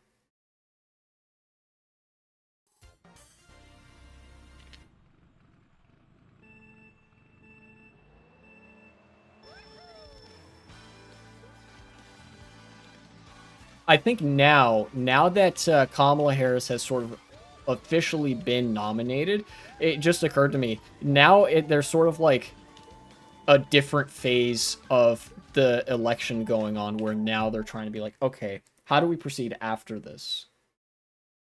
You know, like, how do you capitalize off of this kind of momentum? Like, electorally speaking. And hopefully Kamala Harris and Tim Walz strike the same tone that they have been, which is the, like, Republicans are massive weirdos line, and all the rest of that stuff, because I think they would be well served to do so. It would be a real shame if they actually moderated towards the election, because that historically, moderating your campaign message as the election nears is historically what has made the gap between presidential candidates so close, because it, like, you voluntarily, in effect, you voluntarily make yourself less compelling to the voters you're trying to draw, if that makes sense. Now, I immigrated to the U.S. from the Dominican Republic when I was 12. I became an American citizen. I was a sergeant. One of the Capitol policemen. A Capitol police officer. I had seen violence while serving in Iraq, but nothing prepared me for January 6th. We officers risked everything to protect innocent people. We were beaten and blinded. I was assaulted with a pole attached to the American flag. President Trump summoned our attackers and sided with them. He betrayed us. When I joined the army, We're drifting towards the wall that you're closer to defend the Constitution. I did so with duty in my soul, and I still feel it. To Donald Trump, I ask, why don't you?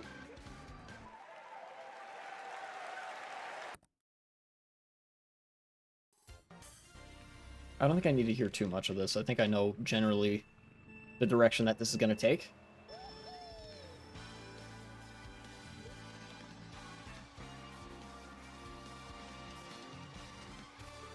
I guess if I had to offer some critique of the Democratic Party, right? Because like I said, they are liberals and I hate them.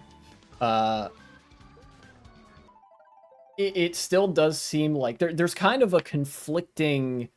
It seems like there's conflicting undertones, right? At the DNC. That's what it seems like. Conflicting undertones between the labor movement and the sort of party establishment that caters more to the middle class and to small business owners. You know, and that, like, intentionally leaves the working class out. Because believe me when I say that, like, it is intentional. When they say middle class, it is on purpose that they leave out the working class and that they leave out unions. The Democrats kind of abandoned union politics for the longest time, you know, since the 1970s and 80s. I think it starting with Carter, for the most part.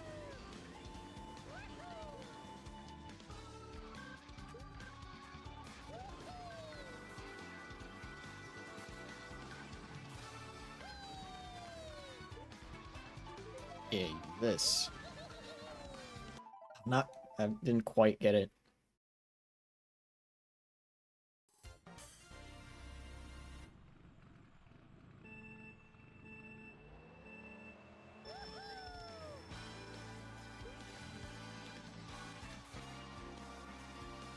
I mean, Toad Circuit is a pretty easy track to play the Mini Beast on, all things considered.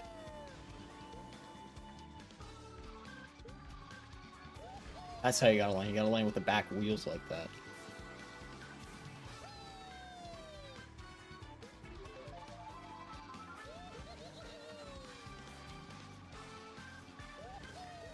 That was really close. You know what? I'm overcomplicating that straight away. I think it's just at the awkward length where I can't actually snake on it.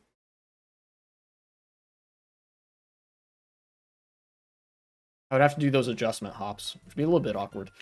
Let's go to one of the Wii U tracks. Let's go to, like... Sure, Electrodrome. Let's try one of those. Father.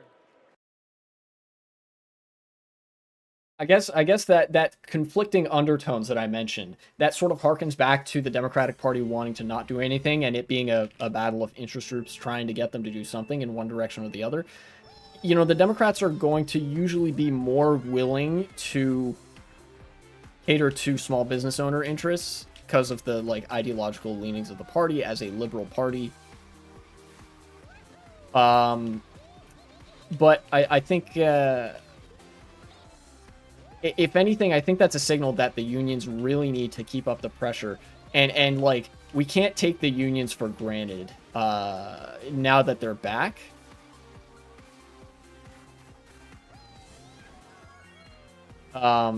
Because if we do, the Democrats are going to feel comfortable enough ignoring them again.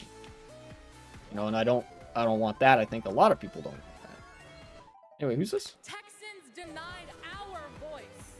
Donald Trump's Republicans are making it harder for us to vote, but we won't let them get away with it. Oh, that's true. Kamala Harris won't let them get away with it either. She's fought for our freedom. She's fought for our voice, but we will only be heard if we vote. As the saying goes, if you're not at the table, you're on the menu. So Gen Z, let's You know what? That's kind of that's true. and cast our ballots this November for Kamala Harris and Tim Walz. And now, ladies and gentlemen, American icon Stevie Wonder. Stevie Wonder. Oh shit, they got everybody for this. This is fucking most ambitious crossover event in history, you know? Okay, I think I understand generally how to race this track.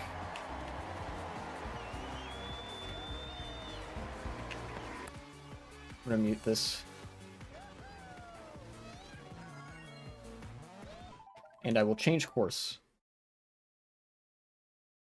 I'm learning how a cart works. Just to familiarize myself with this shit. So if I do go a cart for the funny haha in the future, I'll know what to do. Alright, sure, let's do DK Jungle. This one's a little bit more complicated.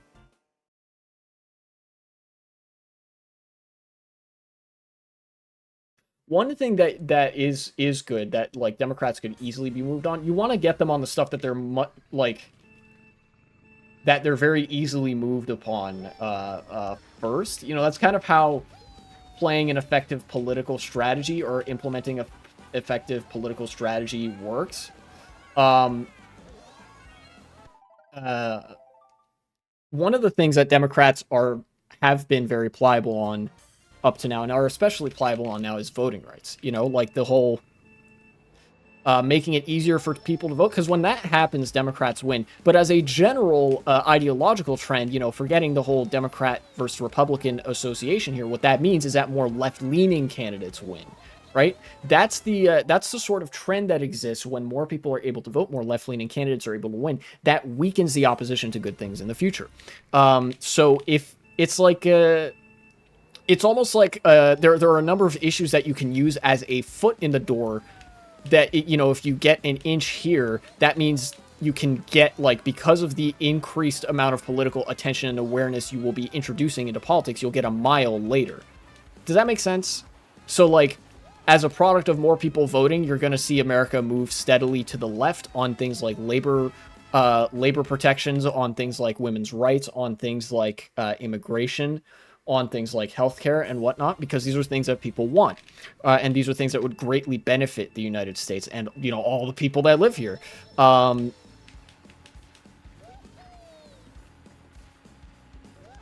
take the W's where you can get them. And you remember that the Democratic Party is not your friend. In fact, that's critical to your strategy being successful. Because if you assume that the Democratic Party's bias is not to help you or not to grant like your requests or demands or whatever in terms of like political policies that they would support or pass or whatever, then that makes it so that you're that much more vigilant in pursuing those things. You know, the Democratic Party is not a good ally, but they are the perfect opposition in that they are weak enough to sometimes give you what you want. You know, because the apparatus of government, it's like you as a political, like, act or set of interests, like as the labor movement, as the women's rights movement, as the civil rights movement, whatever it is, right? Voting rights. You want something, right? You want an advancement of rights for certain people, right? Or you want an advancement of rights for all people in a certain issue. The government wants to not give that to you. So, to weaken that natural bias of the apparatus of the state, you staff the state, you fill the state with people that are at the very least sympathetic to that cause. Not so that they will be effective allies, but so that they will be impotent opposition.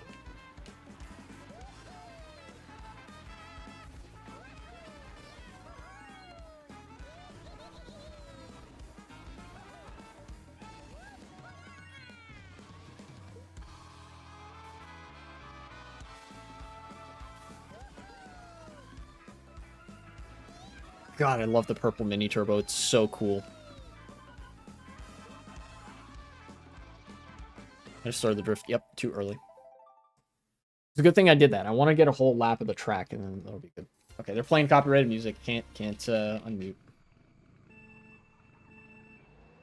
So let's take an example of what I'm talking about here. Let's go with the labor movement. The labor movement, in this case, Sean Fain, what do we want? We want communism. We want socialism. Or some shit like that, right? Like, you know, just take a set of demands like, we want the workers to own the companies where we work, or something like that. We want democracy at the company. It is the government's job to not give that to us. It's the government's job to keep everything the same and to side with the business interests, right? So... How do you deal with that? Well, you elect people to government. That's like, on the one hand, if you are sympathetic to the labor movement, you elect people to the government that at least talk the talk, knowing that they won't walk the walk, because then that becomes a lot easier for the labor unions to apply pressure and be like, hey, look, if you want our continued support, then, you know, as the government, as its own sets of interests, like, if you want to realize your interests and if you want to, like, be able to rely on our support, you have to give us some compromises and assurances and policies that you will pass, right? That further our objectives. Such as how politics works. Meanwhile, the Republicans, the reason the Republicans are so bad is because they represent a bad ally and the strongest possible opposition to good things. In fact, they are very active in the opposite direction. They are very interested in using the artifices of the state to make people's lives worse, to subjugate women to the domicile and to, like, state power by saying, we will dictate when, how, and like, if you are allowed to give birth or whatever, we will dictate whether or not you have the right to, like, what, fucking own a bank account or some shit. We will dictate whether or not you have the right to exist within a certain set of borders and territories. That's the sort of position on immigration there. You know? And so if you're the labor movement, if you're the women's rights movement, you're a voting rights movement, you know, civil rights movement, and you approach the Republican Party, well, good fucking luck, because they hate you, and they want you to die, and they are very committed to not just the government not doing anything, which is a way more pliable position than, you know, what the Republicans actually have, but they're committed to using the artifices of government against, like, everybody that isn't like a Nazi ideologue or a massive business owner.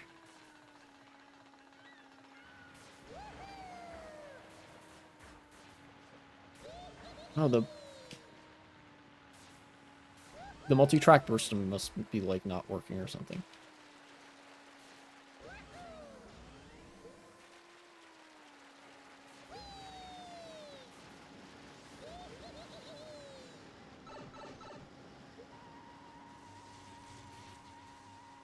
Oh, Cory Booker's back. Bro, he's like a main feature of this event. We're just getting started, y'all. And this is a segment that I am very, very excited about. Because it might be Wednesday night, and we might be in Chicago. But, It's starting to feel like something I've wanted to say my whole life. Live from New York, it's Saturday night. Please welcome Keenan Thompson. All right, I'm muting the Saturday Night Live bit. Wait, never mind. He's got the Project 2025 book. I'm unmuting it. Critical support to Saturday Night Live for doing the based and red pilled Project 2025 bit. All right. Y'all remember this big old book from before? I do remember the Colorado book. Governor Jared Polis ripped a page out of it. This is Project 2025, the Republican blueprint for a second Trump term. It is boo. It is a real document that you can read for yourself at kamalaharris.com/Project 2025.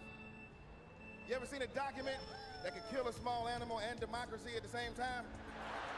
Ooh, that's very real. Here it is. You know how when you download an app and there are hundreds of pages there that you don't read, it's just the terms and conditions, and you just click agree, right? Well, these are the terms and conditions of a second Trump presidency. You vote for him, you vote for all of this. Let's take a look. He slammed the book down, but he had the mic in his hand, so it just made like a clap sound. There he is. Matt, how are you, sir? All right, Matt. Now, Matt, I understand that you work as an AV tech in Nevada, and you make a decent hourly wage. Is that right? Oh, I don't know if we can hear Matt. Can we hear Matt? So who's gonna fix it? Keep speaking, Matt, so we can hear you. Okay, that's good. I guess we're gonna move on from Matt. And this is Becky. Becky, can we hear you? Hi, Keenan. It's great to be here. Thank you. All right, good. Now, Becky, you're married, correct? I am. Me and my wife have been together for about 8 years. Oh, that's amazing. Very, very cute. Thanks. But I have got some bad news for you. You're unmarried. God damn. Project 2025 calls for the elimination of protections for LGBTQ plus Americans. True. So yeah, right back to the Stone Age. I'm afraid so. Right back to the Stone Age. That's terrible. Yeah, it is. Thank you, Becky, for being here and making that wonderful point. All right, next up, we have Nirvana. Nirvana, are you with us? And your people are with us as well? All right, good. Now, Nirvana, I understand that you are on insulin to manage your diabetes, yes? Yes, and thanks to President Biden and Vice President Harris, I only pay $35 a month for my insulin. That's like unironically one of the most base things to come out of the Biden and Harris administration is that. Great. But on page 465, Project 2025 calls for millions of people like yourself to pay more for prescription drugs like insulin. Why? Why? Well, I guess maybe to help Big Pharma make more money that they can donate to Republican politicians, I assume. Yeah. This is obviously a comedy bit, but that is the reason. It does make sense. All right, let's go to Anita. Anita, are you there? The reason for a lot of drugs being as expensive as they are is literally just because they can. Because of the inelastic demand and shit. There's no limit to what they can charge if the government doesn't say, you know, there is an implied gun to the back of your head if you charge more than this much, you know? She is an OBGYN that delivers babies. Uh-oh. Uh-oh, yeah. It's bad news, isn't it? It sure is. On page That's 459, awful. Project 2025 resurrects a law from the 1800s called the Comstock Act to ban abortion. Oh yeah, the Comstock and Act. throw healthcare providers in jail. Literally pre-Civil War law from the territory of Arizona, I believe, or something like that. Let's do one more. Is Sharia with us? Sharia, are you there? Hey, Keenan, I'm here. Yes, Sharia. I love it. All right. Let's talk to you. I understand that you work for the federal government? Yes, sir. I'm in the United States Department of Education. I'm a proud civil servant. Nice. Oh yeah, Republicans just want to straight up delete the Department of Education. No more education for you. Department of Education, and she's a proud civil servant. Well, unfortunately for you, on page 78, Project 2025 calls for President Trump to purge the civil service of everyone who isn't a MAGA loyalist. Are you a MAGA loyalist? Now, Keenan, absolutely not. I'm just asking.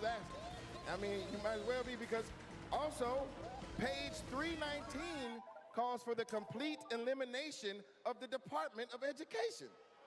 Yeah, there we go. There it is. No more Department of Ed. There's a bunch of stuff in here, but that's all we have time for at the moment. Just remember, I sincerely hope they bring up the part where they want to abolish the weather service. Like, seriously. you can read it online at kamalaharris.com/Project 2025. Ooh, Bowser And most Castle. importantly, you can stop it from ever happening by electing Kamala Harris as the next president of the United States. This bit was better than the one on the first day.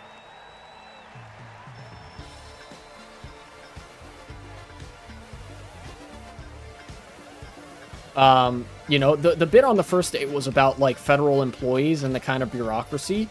That's not stuff that you can very easily gin up a crowd for. Oh, wait, this is copyright. That's not stuff that you can very easily gin up a crowd for. But when you say, like, hey, here's a page where the Republicans want to take away your rights. Here's a page where the Republicans want to take away your rights. Here's a page where Republicans want to take away your rights. And here's a page where the Republicans want to delete the entire Department of Education from existence so that nobody can get an education. Ain't that great? No? Well, then you should, you know, abandon the fucking Republican Party. You know, they're bad, I hear. National Convention. My name Oh, it's is Mindy Kaling. Mindy Kaling. Let's see. For those of you who don't know me, I am an incredibly famous Gen Z actress who That's you true. might recognize from The Office. Thank you, The Mindy Project.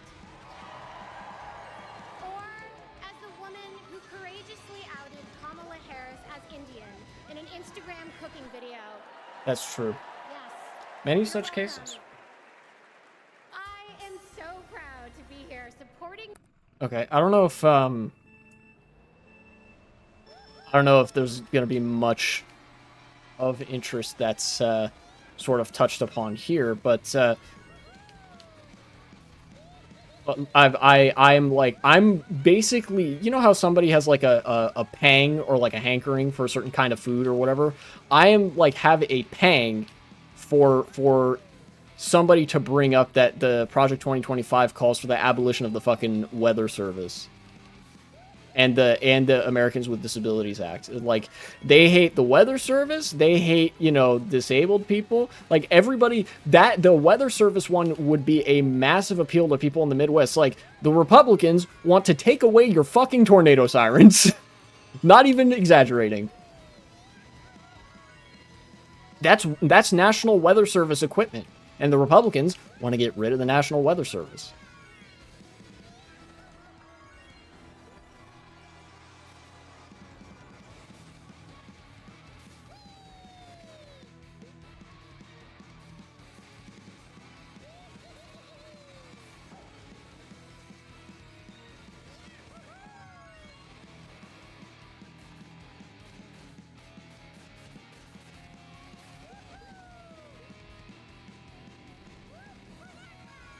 This is a good Kart track, I think.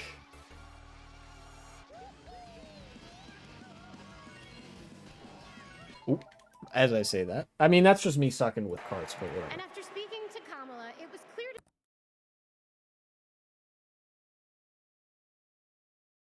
At this rate, I'm just waiting for Bill Clinton and Nancy Pelosi to show up while practicing this shit.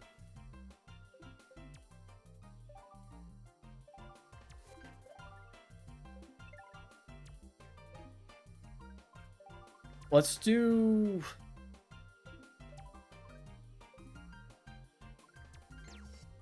I don't know, most of these tracks are... Oh, you know what? GBA Bowser Castle 2. That one's a little bit hostile to carts. You know, I mean, it's hostile to all vehicles. The tracking doesn't have a great design, but...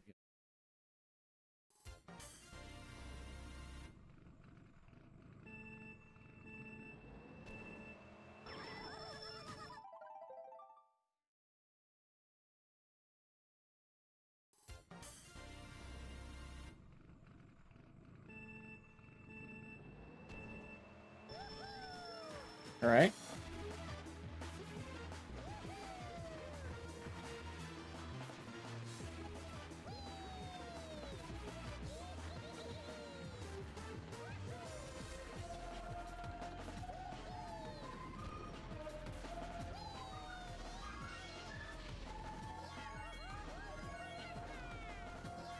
That was close.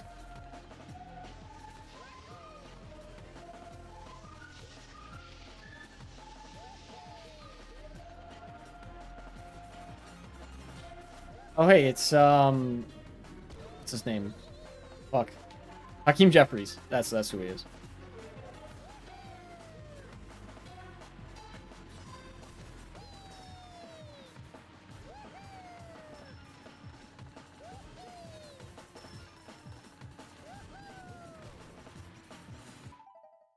Express my support for Kamala Harris and Tim Walz to be the next president and vice president of the United States. That went better. That section was better that time. Over the last few years, House Democrats have been hard at work, and we could not have asked for a better leader to partner with than President Joseph Robinette Biden, who will go down as one of the most consequential presidents of all time. You know what? As much as that's gassing up Biden, I think that's true. President Biden selflessly passed the torch to Vice President Kamala Harris. Okay, here's the thing. The passing the torch is huge. The union stuff is also huge. You know? Like, Joe Biden being a pro-union president, like, that was huge for the labor movement to come back. In as short of a time as it did, too. Like, every president since Carter has been anti-union. You know, Carter was very iffy on unions. Reagan obviously did a lot of union busting. Fucking George Bush Sr. did union busting. Bill Clinton was not even pro-union. Like, you know, Bill Clinton and Barack Obama, the two Democratic presidents before Biden, were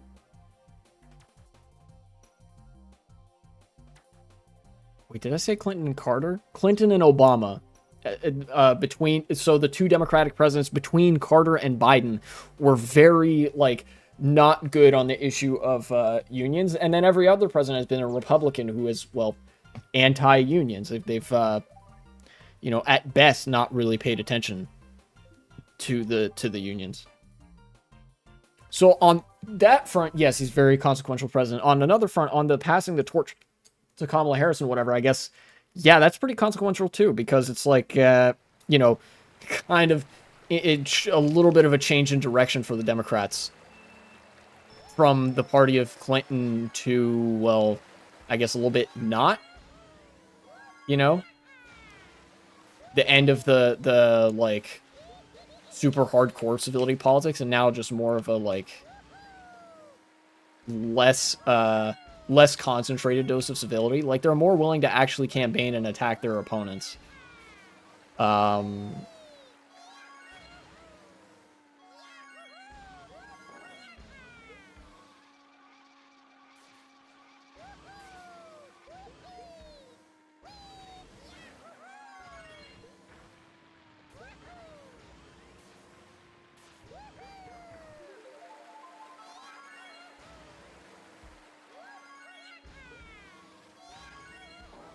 Oh, so you do get the auto load trick off that. All right, interesting. Spent the last 4 years spinning the block, trying to get back into a relationship with the American people. Although, to be honest as well, those are probably the only things that really happened in the Biden administration the past few years, right? Like the only like really historically consequential things. Because otherwise Congress has been deadlocked for most of it, and even when Joe Biden got into office and they had both the House and the Senate, they didn't do anything with it, which was very unfortunate to say the least.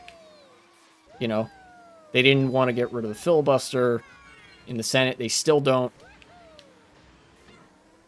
At least I don't. I guess they don't. Like the Senate has done some stuff, but you know, there are a lot of ways. For as many ways as Joe Biden has been really good, there's also been a lot of ways in which he has fumbled the ball hard. Not the least of which being on Israel and Gaza, where in prior presidential administrations, it seems like the tone had been shifting more and more towards reconciliation and a two-state solution, wherein Palestine would have legitimate statehood. Then Biden comes in and fucks all of that up almost single-handedly, to such a degree that now there's a massive protest movement about it, just for things to get back on track. So it's possible he was also consequential in maybe the wrong way. At least in that respect.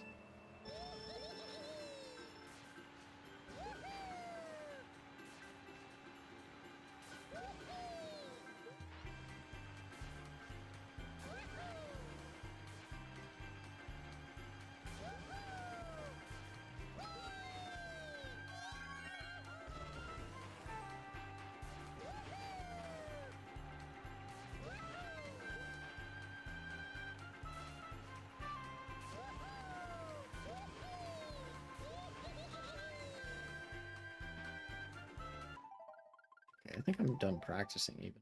I'm gonna go back to Worldwides probably.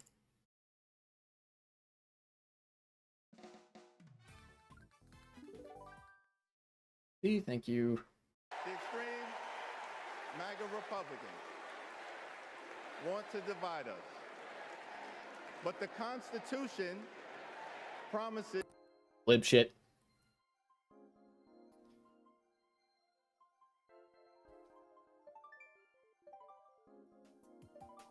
Appeals to the Constitution are some liberal shit. Hang on, I gotta write something on my schedule.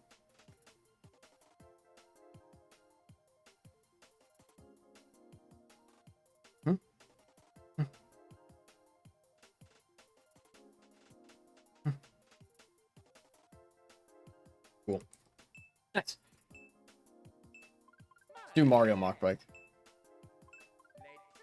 This Mario skin is fucking sick.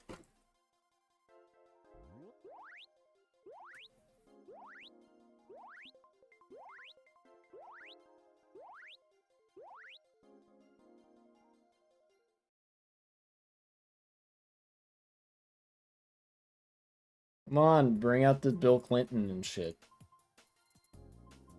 Oh, he's next. Okay, once Hakeem Jeffries is done, that's actually when Bill Clinton comes out to speak.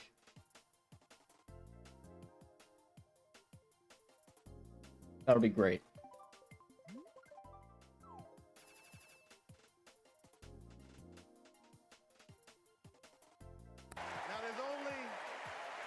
One of the Democratic presidents who really didn't have a good track record on union rights or union organizing and organized labor and shit. Or cheap island. All right. This is a good one. Democrats or Republicans, but as Americans.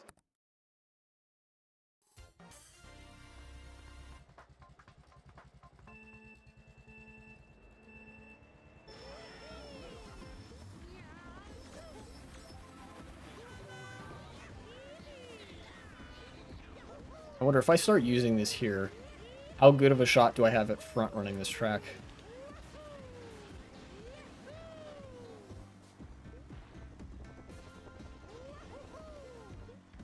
Probably not that great of a shot, but we'll see.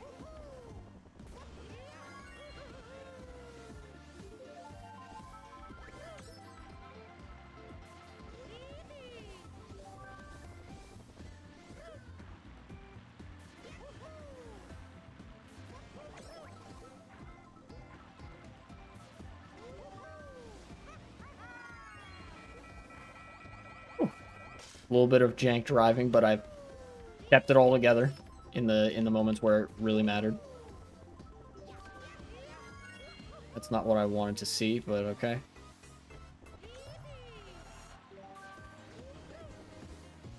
Yeah, red shells he does. Don't ask me how I can make that out from here, but I can.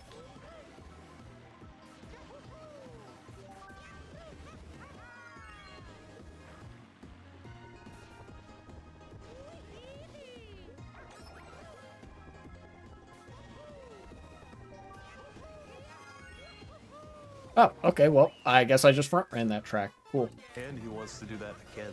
Trump talked a massive game about Oh, boy. infrastructure. What a joke. Political Insanity Democratic Edition. True. This time there's less insanity, actually. There's a lot less insanity. To get it done. Who's he looking out for? There's Not just us, not my family. some subtle You know friction. who got it done? Joe Biden and Kamala Harris. Biggest infrastructure package in history. Infrastructure is just a fancy word for jobs. Not just union workers, but for everyone. Small businesses are booming. Boo! Fuck small businesses. I guess you know, the Democrats are still a party of capital at the end of the day. They still, like, this is one such friction that I refer to, is the friction between the labor movement and the small business types. The Democrats' political inclinations are to go with the small business people as opposed to the labor movement. But with the labor movement being back in full force the way that it is, there's going to be a substantial amount of pressure on the Democrats to do pro-labor policy making. I explored this a little bit earlier, where, like, the reason that you would pick the Democrats over the Republicans is because they represent a weaker opposition to good policy objectives and good political objectives. Oh, there's Bill Clinton.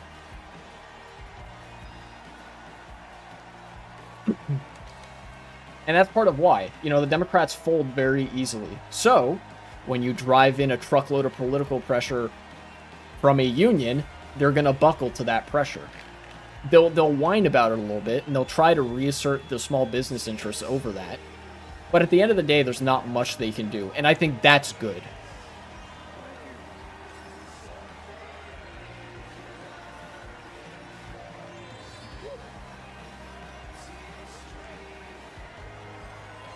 Thank you. Ow. Thank you. Whoa.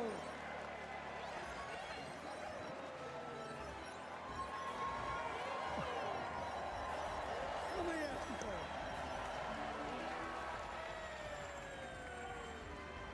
After the last 2 days, aren't you proud to be a Democrat? We'll get rid of this. And I am very grateful to the Republicans and independents that have joined us, have been up here on the stage. And I hope they feel better about it now. Because I've seen all these things that even I have to be reminded of from time to time when I get my spirits down. Okay. I love seeing the Obamas here. I love seeing President Biden. And He's kind of old now. He doesn't, like, but he's still held up, like, way better than Biden, I think. I can't believe that worked. But I love seeing all these young leaders. A bunch of them are coming up after me. They look better, they sound better, and they'll be exciting. This is another Obama-esque speech, I feel like, or it's going to be, where he, like, doesn't actually say anything. But people kind of soy out over the prospect of Bill Clinton just being there. He had an improbable turn that made him president. And we were in the middle of a pandemic and an economic crash. He healed our sick and put the rest of us back to work. And Not going in with the blooper, with the blooper in my face. I'm not that crazy. security stood up for Ukraine. Not yet, Trying anyways. desperately to get a ceasefire in the Middle East. Wait, actually, He's talking about real shit. This is way better than the Obama speech already. And then he did something that's really hard for a politician to do. He voluntarily gave up political power. And Voluntarily is, you know, a strong word, but, you know, for the purposes of crafting the narrative, sure. George Washington knew that, and he did it. That's part of the reason that the convention has been the way it is. They want to be like a, they want it to be a very ceremonial passing of the torch and stuff. And it will enhance Joe Biden's legacy. And I think they've, to a certain degree, they've successfully cultivated that image so far. And it's a stark contrast to what goes on in the other party. You got a big booty. Yes, actually, I do. For his courage, compassion. Also, Sleepy Sci fan 2, welcome to chat. It does not show the first time chatter thing, so I'm assuming you've been here before, but I don't remember. Thank you. And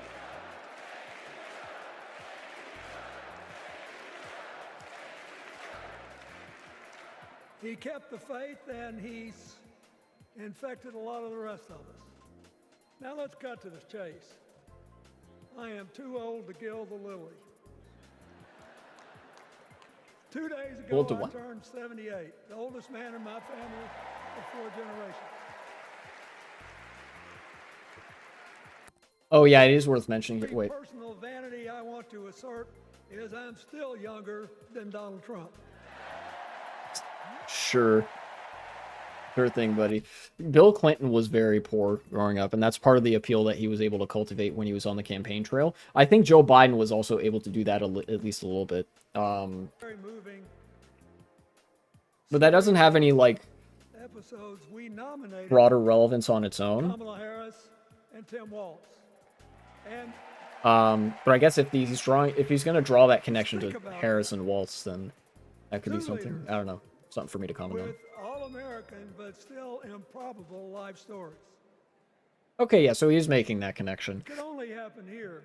Their careers, after all, started in It's interesting because Bill Clinton is taking the, like, oh, they're from a very modest working class background or whatever. They'll probably say middle class, but a good job done.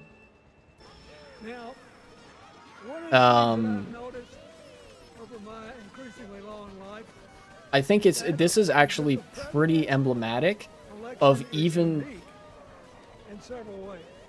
First of all, it's the greatest job interview for the greatest job in the world. Okay, that's something that I also want to tear into, but first I'm gonna talk about something else.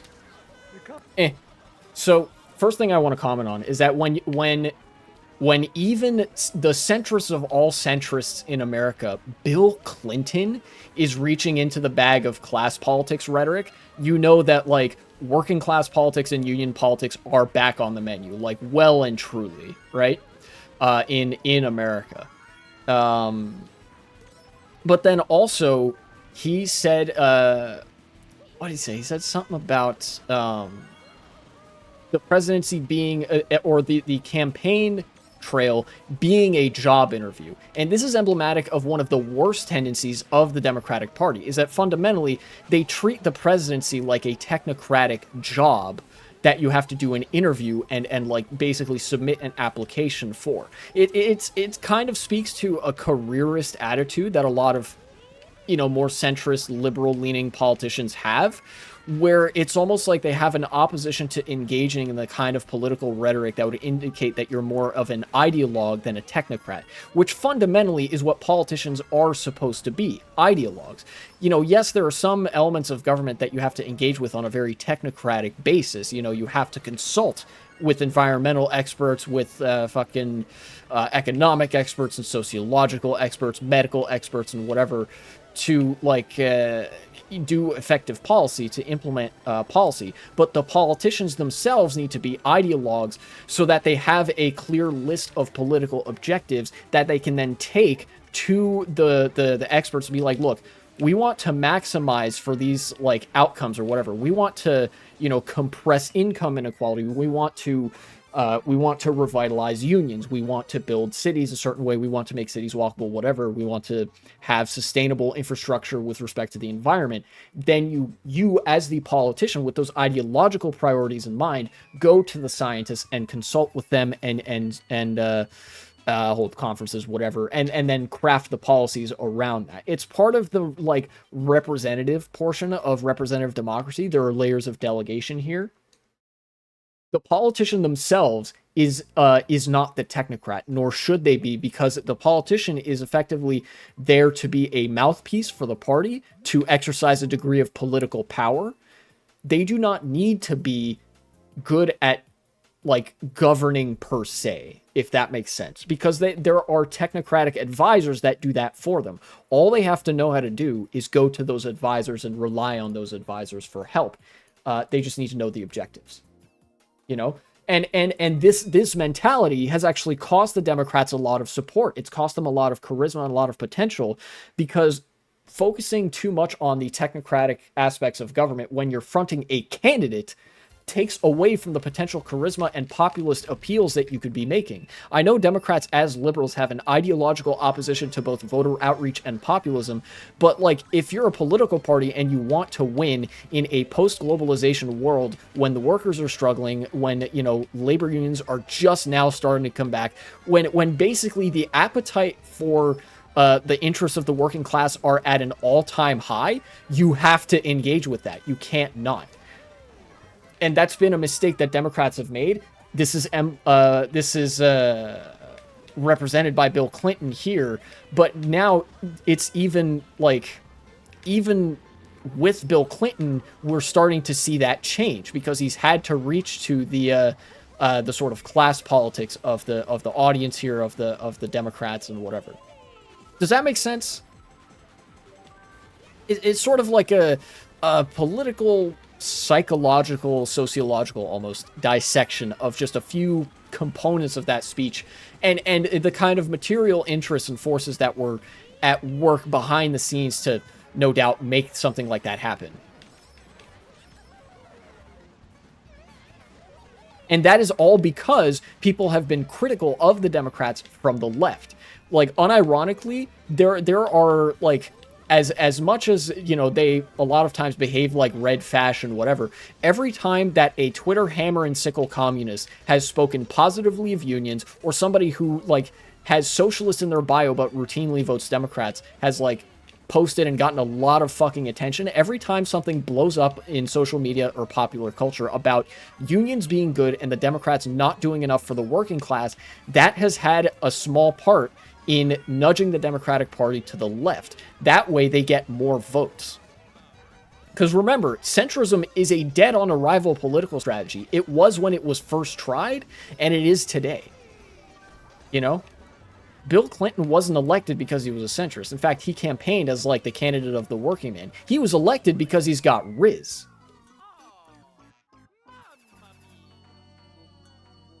Oh, there's Hillary. And J.B. Pritzker, of course. One of the reasons I love the job so much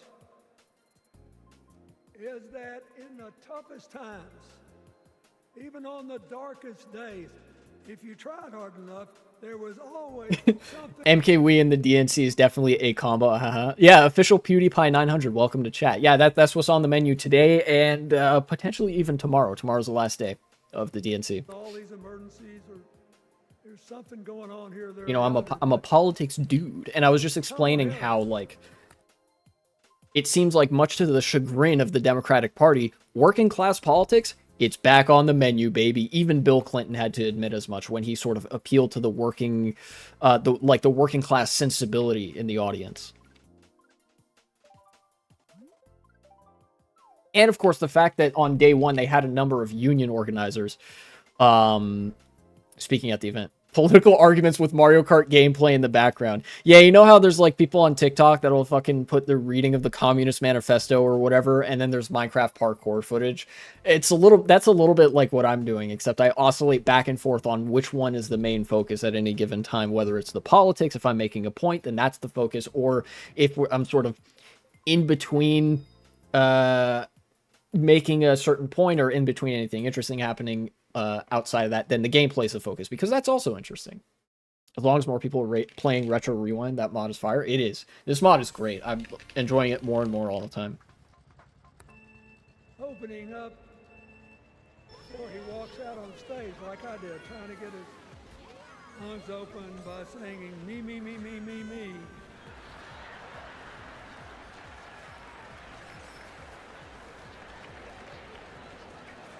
And I don't have to dust off the Wii every time I want to play custom tracks. Yeah. Yeah. You know what? I think what Bill Clinton pointed out there is an important distinction from a campaign perspective. But yeah, I'm ironically enough, I'm playing this on my Wii U because that's where I have CTGP installed. But yeah, it has been kind of a deterrent to a lot of people. You know, the Wii and the Wii U, they're old consoles now. You know, not everybody has like super easy access to that stuff.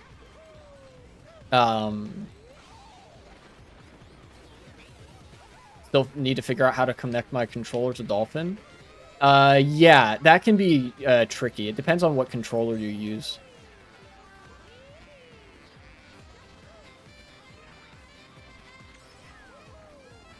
Dang, I didn't get it. I was just going for the content snipe there. But I want to speak to something Bill Clinton said about campaigning. This was a large reason why the Hillary Clinton campaign failed in 2016, is because all of her campaign material revolved around her as a person. It revolved around I'm with her and shit like that. And now the more campaigns focus on the people, I'm telling you, man, populism appeals to the people. What the people want is a winning strategy, every single time. Switch controller and GameCube adapters, both plug and play. I don't know about Xbox or PlayStation. Xbox or PlayStation, you probably have to set up as like something else. But yeah, if you have a May Flash adapter, that stuff is relatively easy to set up, at least compared to other emulators. God, compared to Fightcade, Dolphin is a fucking breeze. I had to set up like my new leverless box controller on Fightcade. That shit is a nightmare. Makes Dolphin look like chump change by comparison.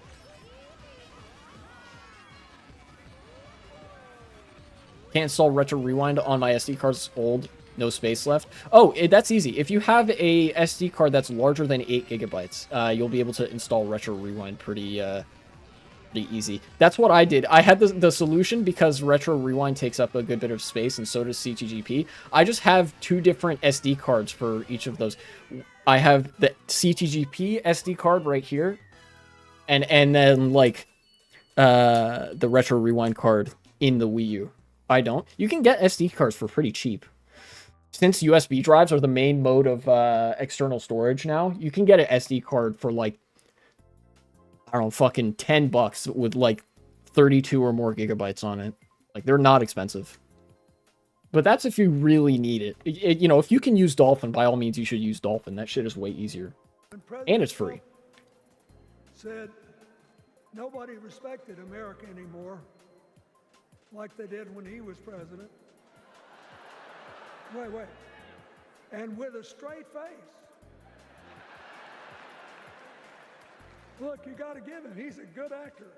With a straight face, he cited as evidence of the respect. Tried on Dolphin, won a few races with mouse and keyboard already. That's so fucking based. Holy shit. The presidents of North Korea and Russia.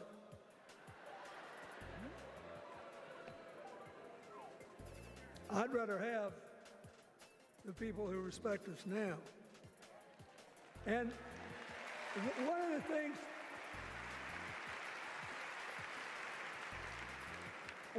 is when you send a signal to the other countries, you want them to know whether they agree with you or not, at least that you're on the level. Here's where you are and what you believe. Oh shit, my man's explaining diplomacy. To these endless tributes to the late, great Hannibal Lecter. True. Okay, this is just like more like playing around and stuff. Bill Clinton exercising his riz over the crowd. That's the, you know, very true. Like, you know.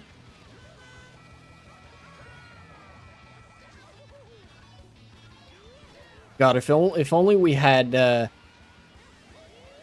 if only Bill Clinton was actually, like, pro-union, the Democrats would never fucking lose again. Like, I constantly joke about Huey Long, too, but that shit is so fucking real. You guys don't even know.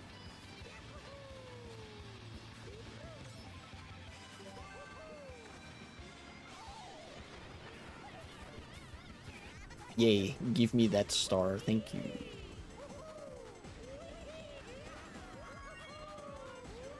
I really like this interpretation of Rock Mountain. It's pretty good. You also feel like you're going super fast in this section. It's great. I think this is the best spot to use the bullet. Yes!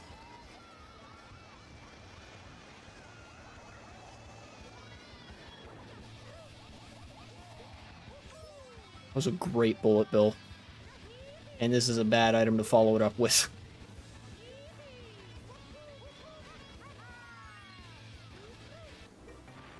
Absolutely devilish fib placement. And what? What a bounce!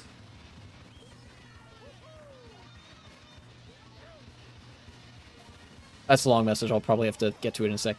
Ow. Nonpartisan analysis, so please don't get mad. I'm still shocked how badly Trump campaign has fumbled since the assassination attempt. It's okay, I'm not partisan either. I mean, I'm partisan for socialism, but I'm not partisan, like, you know, pro-Democrat all day, all the time, or whatever, you know. But you were saying, let's say, crazy how Trump fumbled post-assassination attempt. It's like they purposely chose the wrong decision at every given opportunity. Since then, Lamau, you expect them to lean into it way harder. Yeah, it's almost like the Democratic strategists were at the helm there. Jesus fucking Christ. I've never seen a campaign trip and fall so badly, except for, like, the Biden campaign. And even then, he was like, he fucking saved it by handing it over to Kamala Harris. But yeah, legitimately, like, nobody cared about the assassination attempt after it happened. And Trump has, like, actually been on... His mental decline since then has actually kind of accelerated. A lot of campaign insiders in Trump's team have been saying he's exhibiting certain signs that would be associated with, like, PTSD. You know, like rewatching the moment where he almost got shot over and over and over again. Like, these are the mark of somebody who's been, like, scarred internally as a result of that. And it's, like, drained him or something. Trump has, like, really lost his luster. You know, Trump, I've been on record saying that Trump is, like, the last supplies of Riz that the Republican Party has. They're, like, running on fumes. And now the fumes are running out, you know? Like, he's way more dour and tired and, like, rambly and doesn't make much sense anymore. Not that he did, but he's not even able to really project that he's weaving a narrative and, like, knows what he's talking about or something. We have to find a way to go forward together, where we the people make our union more perfect. So that's a good thing. But yes, it was indeed very entertaining. How could we possibly lose? Kamala Harris has fought for kids their whole life that were left out and left behind. They have to make changes faster. They're cooked. His energy is undeniably shifted. He's running out of energy, getting older, very visibly affected by what happened. Genuine toss-up now when last month it looked like he had a landslide victory. Weird how things changed. I got news for you. It's not actually a toss-up. Kamala is ahead, reliably. And there are some indicators that to me say that, like, the news is kind of underselling how much Kamala Harris is ahead by, right? I think regardless of what Trump does at this point, short of, like, dropping out, which would be really funny, like, his campaign is just cooked. You know, the Republicans are going to lose this election. The past year and a half, in fact, the past several years, have been the Republicans gradually painting themselves into a corner. I think now that it's so visible, the Republicans are starting to realize that this is a position from which there is no way out. Seriously, you have Republicans like Nikki Haley going on to network TV talking about what does the future of the Republican Party post-Trump look like. I actually don't think it's unless he changes something majorly, he's cooked. I don't think there's anything that Trump could do that would make him less cooked, you know? Like you said, it's like they've chosen a lot of really bad political decisions that got them to this point. And those are political decisions that you can't really go back on. In fact, if you go back on them, you look even worse because you look like you are unsure of yourself, flip-flopping, and don't have a coherent vision, which Republicans already don't, but that would be, like, that would worsen things for them if they were to try to, like, scramble at the last second. We'll let Trump back into this position anyways. Trump did. Trump has such a hold over the Republican base that the Republican Party, cowards that they are, don't get me wrong, you know, the Democratic Party is a different kind of coward, but the Republicans are also massive cowards. They went along with Trump because if they followed Trump, they knew that they would get power. And so that's how overnight the Republicans went from, oh, Trump is so boorish, he doesn't represent us, to supporting Trump even when it meant overtly breaking the law at every single turn. You know, the Republicans weren't exactly a stranger to skirting the law before, but like Trump captured the Republican Party in a way that no politician really has before.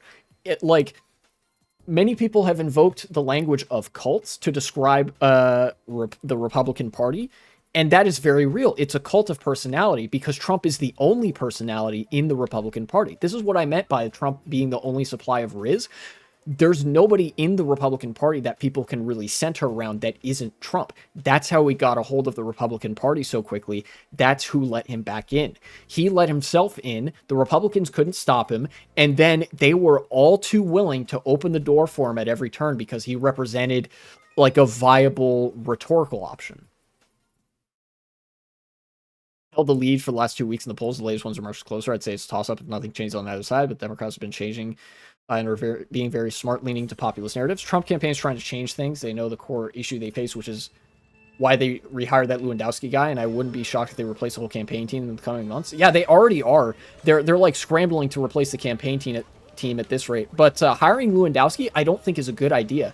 Remember, Lewandowski was the guy that Trump fired in 2016 for like, you know, partially for the assault allegations and whatnot, but also because he just wasn't running a very good campaign.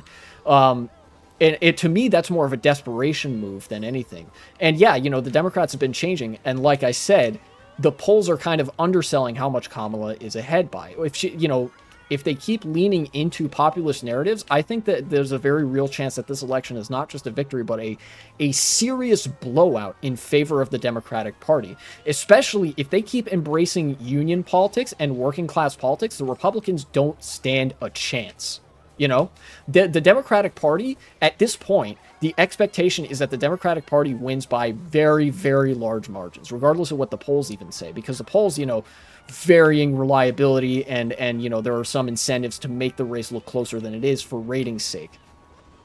At this point, it's like, it's the Democrats' race to win. They just have to not, like, fuck up so badly that they lose their entire coalition, which, you know, they've fucked it up pretty bad before, but this would be a new level for them.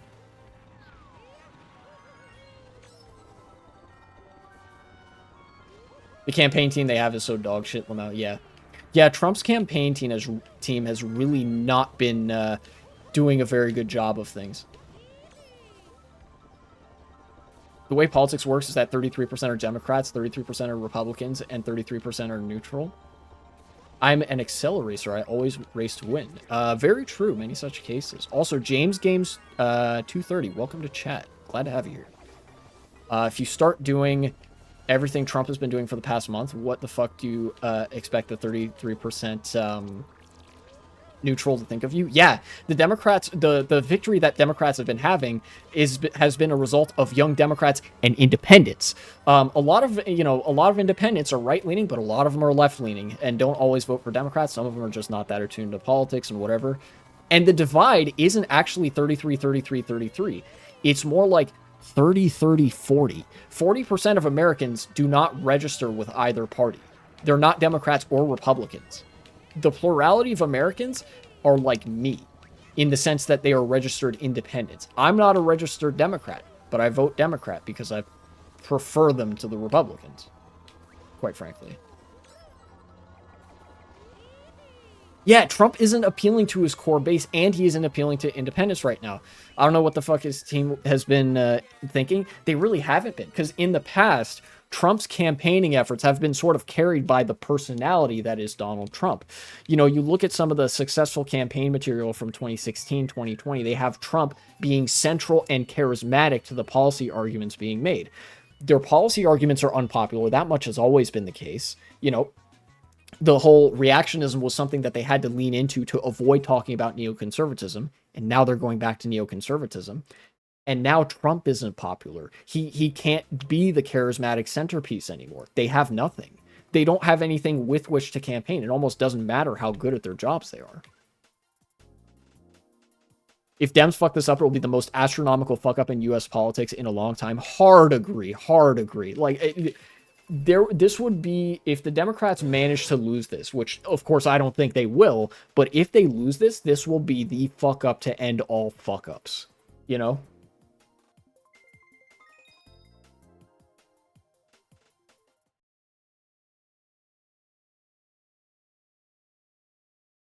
Anyways, Nancy Pelosi's gonna speak next. That's more copyrighted music.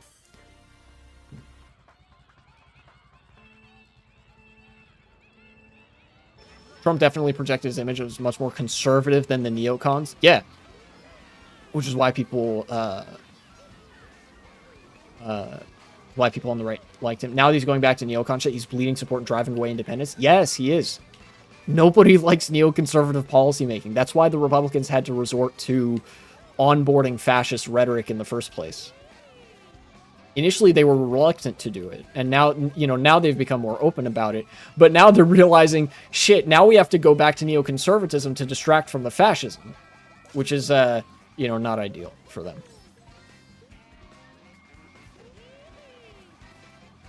My grandchildren will be learning that in 50 years if that's the case. Yes. Dude, whatever happens, you know, our grandkids, you know, if we have grandkids or whatever, are going to be learning about this shit in 50 years. Because, like, so much has happened just in the past, like, month. You know? Talk about those weeks where decades happen, right? Anyways, I am kind of interested to see what Nancy Pelosi says. Because Nancy Pelosi was, like, the main driving force behind Joe Biden stepping down from the presidential race. You know? I've joked on occasion that, like, this is like her dying moment where she takes off the training weights and, like, becomes a true revolutionary or whatever. Like, she fucking read Lenin or something. With the inauguration of Joe Biden and Kamala Harris, we established one of the most successful presidencies of modern times. And we quickly proved that Democrats deliver. Millions of jobs, stronger infrastructure and rural broadband, a Biden child tax credit, rescuing human pensions, honoring our veterans, bold climate action, lowering the cost of prescription drugs. All these are pretty good things. Again, still shocked how badly his campaign blew it since the assassination attempt. I guess all the left needed was just an ounce of any energy, which Kamala provided. She looks good and has energy. Yeah, it also didn't help Trump that the person who tried to assassinate him was a Republican. Now Trump is saying, oh, they stole the presidency from Biden. This is anti-democracy. As if any Democrat would have wanted Biden to keep running. Is he stupid? Yes. The answer is yes. He is stupid. You know what he's doing is he's like wish casting Joe Biden back into the race because he knows he will lose to Kamala Harris. I know her a person of deep faith, which is reflected in her community care and service. Officially, she is a leader of strength and wisdom and It's the reason I am interested to see what Nancy Pelosi has to say beyond just like the typical stuff is that she spent her entire political career amassing and hoarding political capital. Yeah, victim complex statement. And then now she's like Pelosi has like spent that political capital all at once. He's like, fuck it. Put on the gamer glasses. Serving with Tim for 12 years in the Congress. He united Democrats, Republicans, and independents to turn a red district blue. He showed courage when he came to Congress in voting for the Affordable Care Act, meeting the needs of his constituents despite Republicans' rise in misrepresentation.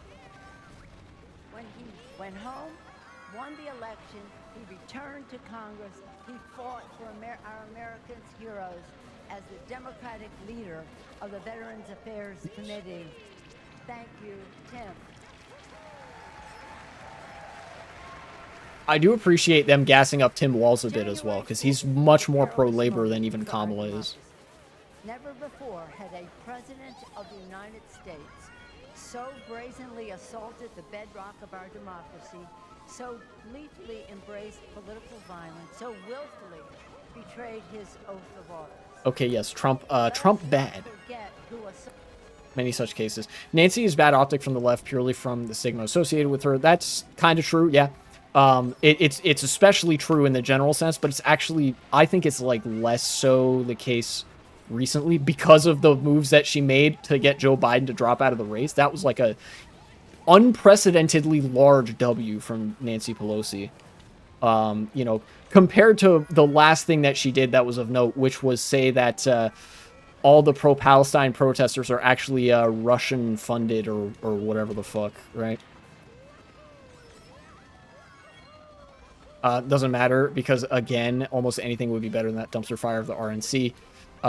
They just single-handedly destroyed Trump's post-assassination momentum. Yeah, the RNC was really bad. Yeah, I know it'll be in touch with the American people, Kid Rock. Yeah, you know what it is as well? The Republican Party is genuinely short on money. That's how the Democrats got all this cool fucking music, because they have the money to license this shit. The Republicans don't. You know, so they had to get people that were already committed to the cause, as it were, which is, you know, Kid Rock.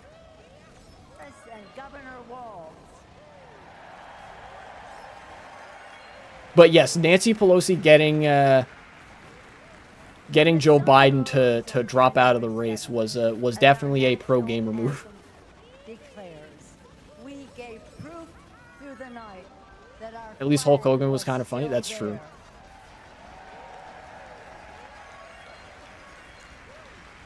Now, in this election, we are called Spelling with the most energetic person at your convention is fucking Ted Cruz. That's so true. Ted Cruz is like a lolcow on both the left and right. Haha, no money to afford music. Better be a line at the next presidential debate. I don't think it will be, but God, it would be so funny. You know? I would do that. Yeah, I could see them going with, like, your party fucking sucks at managing money, dude. Like, who's your support base? Giant billionaires and insane weirdos? Our support base is all of pop culture and the American fucking people. Like, you could make that version of the argument. I'd be such a fucking troll if I was running for president. That's so fucking based.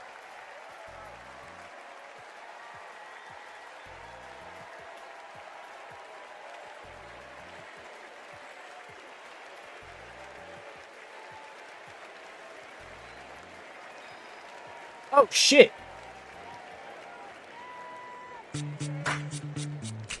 Raid? DKSC for life. Thank you for the raid, even though I did call you subhuman that one time. Molly has died. Many such cases.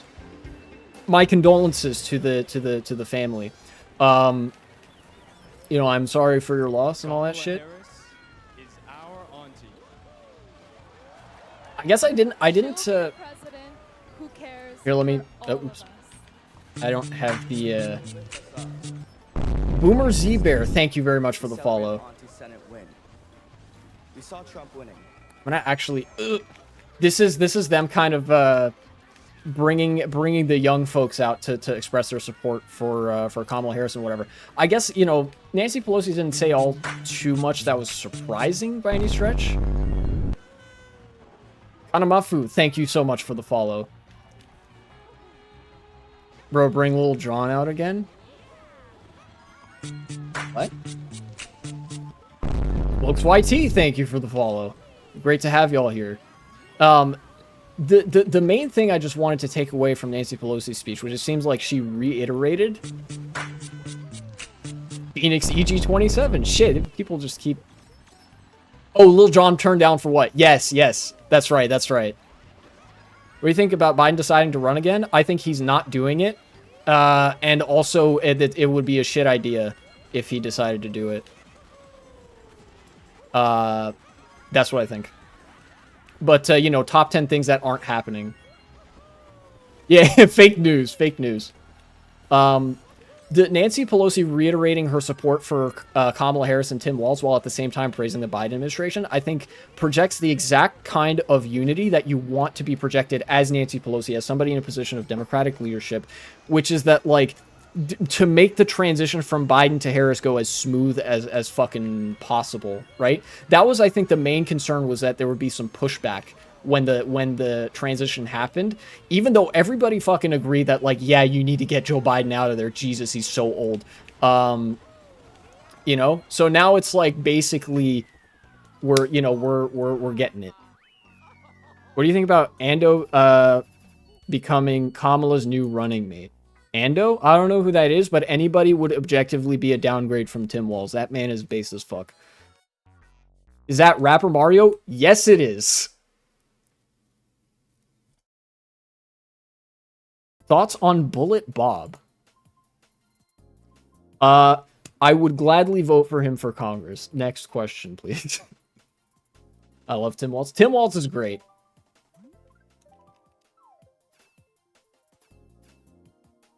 Oh, this is Nina Turner. No, it's not. Fuck. She has the same glasses, so I thought it was, and then I looked and I was like, wait, it's not. It's Minnesota's time to rule. True! It absolutely is. We're getting a fucking Minnesota-ass presidency right now. We're getting a union presidency is what we're getting. Thoughts on PewDiePie? I hear he's big. I don't care about him. That's my thoughts. Soda! Yeah, best state in the game. Gage? Yes. How did you know? Am I giving, right now? Am I giving fruity vibes right now? Am I serving that fruity cunt right now? Because if so, thank you for noticing. Why don't you care about me? No, not you, official PewDiePie 900. Obviously, I love official PewDiePie 900 because they're in my chat and watching my stream. Thank you. I don't care about the YouTuber PewDiePie because I don't watch his stuff. Thoughts on a British child stealing my world record? Shameful. I hate British. Ow. I saw that Tim Walz was picked as running mate. It was finally a Dem from the rural community. Yes, and Tim Walz is not just a Democrat from a rural community. He is a dirt road Democrat. Dirt road Democrats are a pro-worker org that specifically caters to the rural working class as a Democratic constituency. They've been doing some amazing work. And what's more, like, Tim Walz is pro unions. He's pro-union, which represents a massive opportunity for union organizers to get their foot in the door of politics again, especially because unions have had a fucking massive comeback. Yeah, libs usually don't give a shit about rural areas. RFK Jr. landslide incoming. He has a funny voice. Yeah, he's gonna get so few votes that there's gonna be a fucking integer underflow. And he's actually going to get 69 more billion votes. Yeah, trust the plan. And he's from Mankato? I don't know where in Minnesota he's from. It's like New York City compared to my town from Minnesota. No. Especially in the South, libs just see Southerners as stupid and it doesn't help their case. It really doesn't. Which is why you get somebody like Raphael Warnock on stage. This is one of the things that I really have good things to say about Raphael Warnock for, is that he's got the Southern Baptist sauce. And the fact that he's up there talking about healing the land, empowering disenfranchised communities, and bringing unions back to the South or whatever, the fact that he's talking about that and rejecting Donald Trump and basically like using the familiar religious language in the South to appeal to people in the South that feel left behind by the Democrats is fucking huge. Like, I think I was talking with my dad about this the other day, because, you know, we're two Southern boys.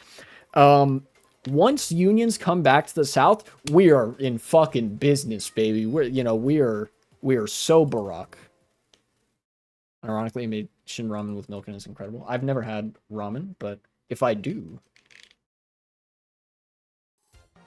maybe I'll do that as a dare. Like a cream sauce? Interesting. I don't have my mouse on that, so I just typed M in the chat for some reason. You microwave milk. Yeah, I microwave milk. If I'm making hot chocolate, that is. Blake pays $5,000 in rent, so he eats ramen. Bro, on the stovetop? That's so much fucking effort for a mug of hot chocolate that I'm going to drink in all of, like, 60 seconds. You kidding me? You know what I put on the stovetop? Burgers and chicken and chorizo.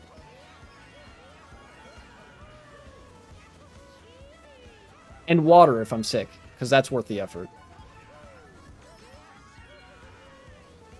Vote for GCN Luigi Circuit so everyone has to suffer the YouTube intro music. God, that's so based. I'm gonna do that.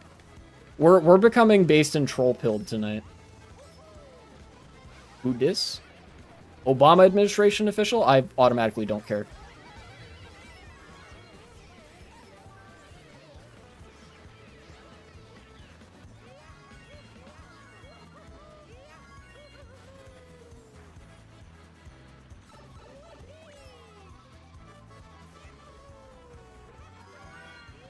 Just installed a mod yesterday. When that track got picked, I couldn't stop laughing at the custom song. I know that for most of the GCN Circuit songs, it's just like remixes of the actual GCN Circuit theme. But I wonder if it's gonna be something so recognizable as like YouTuber intro shit. That would be funny. That would be really funny. And I just ran right into that. Great, thank you. Awesome.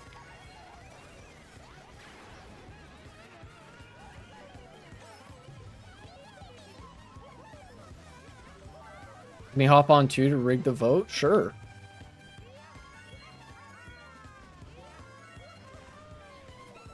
Watch this comeback. Okay, one mushroom. I can work with this, I think. Kind of. Maybe not. Fuck it, we take third. What's this guy talking about? Who'd feed those kids? So Kamala pleaded for the judge to return to the bench and to hear the matter. Oh yeah, I remembered I don't care because he was an Obama admin official. Thank you. Yeah.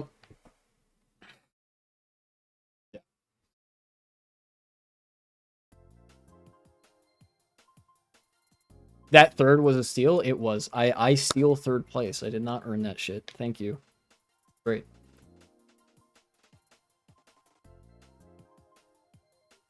Who all is left at the DNC? Like, who's gonna still speak? Okay. I gotta vote. Alright. This one's for you, official PewDiePie. Governor Josh Shapiro's gonna speak? Okay, that might be funny. We're gonna stay for that one. I'm staying on for the Josh Shapiro speech because that might be really funny. Josh Shapiro was a prospective nominee for vice president. For like, yeah, for Kamala Harris, he's gonna be so fucking mad. He's gonna be like, please don't put in the papers that I'm mad. I'm not mad. Is that the Jewish Obama? Yes, and he's worse than Obama because he doesn't believe that Palestinians are human. I'm not making that up. You can see some of the essays that he's written in college and refused to disavow. He literally says that Palestinians are like incapable of coexisting peacefully with Israel. And he also was in a massive scandal where he covered up the murder of a woman, like 38 stab wounds, ruled as suicide or some shit. Like that would have been terrible if he was the pick. So can't wait to see how he's gonna react to Tim Walz being the guy. Would have been funny for like 2 minutes. What, the Josh Shapiro as the Democratic VP pick? Yeah. You know what? It would have yikes, that would have been bad. Yeah, it would have basically been the Democratic Party trying to secure a short-term electoral victory at the cost of their coalition, which, believe it or not, is sort of the same strategy that they had been going through with in the 90s and 2000s with Clinton and Obama. That was kind of the strategy: short-term electoral victory, capitalize on the current trend of like moderate conservatism and appealing to the Republican sensibilities, but at the same time that results in you pissing off your entire political base of support, because your political base of support is progressives and people on the left, people who care about like union organization, Palestinian rights, and all the rest. And you know, Josh Shapiro is a massive slap in the face to that. You know? Yeah, why appeal to people who will never vote for you ever? You know, and that's what Josh Shapiro represents. He represents, funnily enough, the mindset in the Democratic Party that I think they are slowly but surely starting to like leave behind. Which is like, look, this is not me arguing that the Democratic Party is going to become a socialist party or anything. It's just that the strategy that they are employing is a little bit different than what they're used to doing, what I've seen them do, what they usually like want. VP candidate Ben Shapiro. True. God, that would be so fucking funny. I would support that purely on the grounds of it being funny. Because then you know that like the right wing, look, the right wing could like do a bunch of stuff about Josh Shapiro, of him being like, you know, covering up a murder or whatever. And stuff like that. They can sell that. But if it was Ben Shapiro up there, conservatives online are so mad at Ben Shapiro that they would have a hard time doing anything other than calling him Jewish. You know?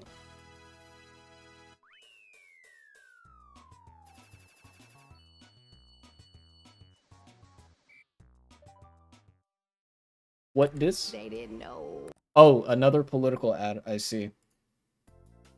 But yeah, the tears of Josh Shapiro will be very delicious, as were the tears of Hillary Clinton when she spoke. They actually, it was super funny. Politics? Yes. On the first day of the DNC, they had Sean Fain, the president of the United Auto Workers, and AOC speaking back to back. Absolute fucking firebrand speeches that appealed directly to the working class and genuinely gave me a lot of optimism for the future of American politics on a materialist basis, because now there are pro-working class people with a lot of fucking pull in the Democratic Party. And then immediately after that, as like the in-between big players appetizer, you know, the kind of no-name speech, they had Hillary Clinton as like the side character, basically. And she went out there and it was so clear, like, she's having to give a speech at the DNC to support Kamala Harris, who will hopefully be the first female president of the United States, something that Hillary so fucking badly wanted for herself. And it's the same, like, please don't put in the papers that I'm mad. How do we appeal to the working class? Ah, yes, of course.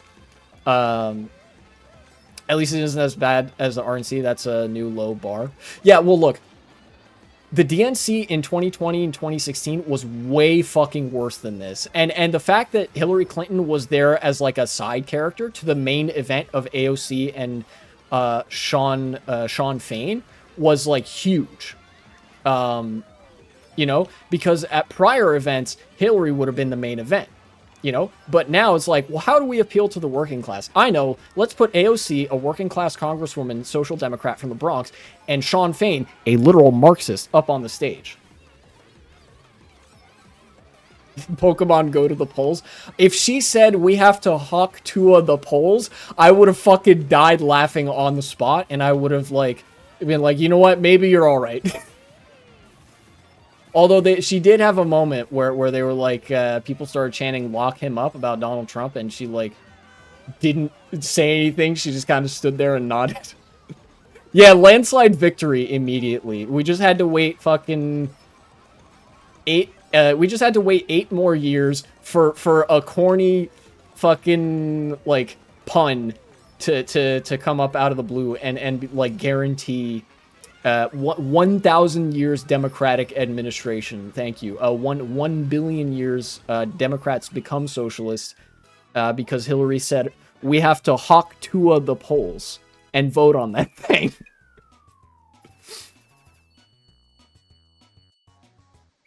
God, that would have been based.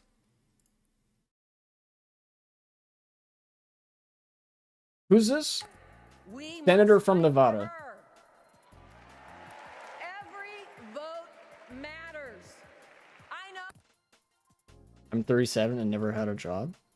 Wish I had a job. You and me both, mate. I'm not 37. I'm 24, but, you know, I wish I had a job, too. I've been looking. I'm voting for Luigi Circuit again. Walk into businesses, hand them a hard copy of your resume, work for James Ramsey, I think. As stupid as it sounds, that works better than applying online. The vast majority of jobs you have to apply online, but if you walk into a place of employment and you hand them a physical copy of your resume, you physically showing up matters a lot in the job application process. And thank you for making it very easy to identify who I need to ban. Palomo Street. No solicitations allowed. Fuck you. Is the guy without a job telling us how to get a job? Yes, I guide others to a treasure I cannot possess. I'm sorry. But yeah, that shit matters. Like, if you can do it, if it's like not too inconvenient to do it, it's worth a shot.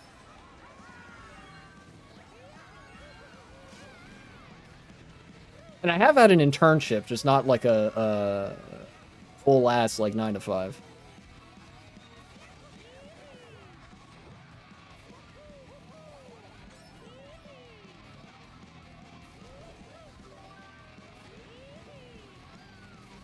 You know how there's like a fucking stat hex or whatever? All my intelligence points in the stat hex went into politics. I can't, like, I have a hard time, genuinely have a hard time engaging with the job market.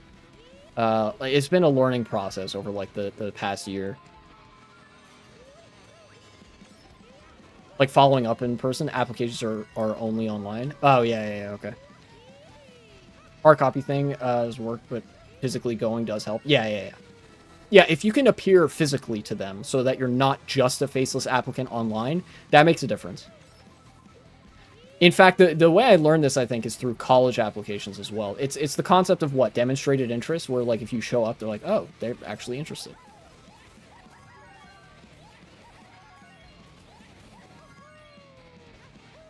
And I do know a lot about the college applications process just from an objective point of view, both theoretically and from personal experience. Wait, fuck, Josh Shapiro speaking. God damn it. You guys. Devilish. You have distracted me. Making progress. Donald Trump, Here we go. a man with no guardrails, wants to take away our rights and our freedoms.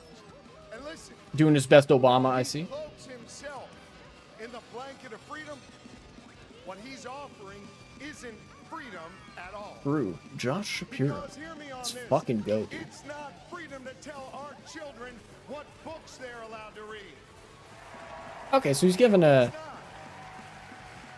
Were you running the mill stump speech? Freedom to tell women what they can do with their bodies.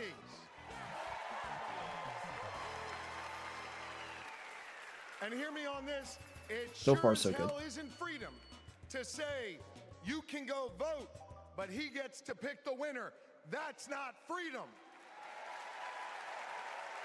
But you know what? Boo women rights. We are the party. Turn this off. W. Freedom. Fuck yeah. That's right. Yeah, ratio this man. My man does not respect women. Ratio his ass. When that child has a great public school with an awesome teacher because we believe in her future. I actually wonder if Josh Shapiro is going to mention Israel or if he has the self-control to not do that. Switch to the newest Mr. Beast video immediately. And get home safely to her mama. Real freedom that comes when she can join a union, marry who she loves, start a family on her Interesting. own terms, breathe clean Even Josh Shapiro is signaling to the pro-union politics. and live a life of Huh. purpose where she is respected for who Ow. she is.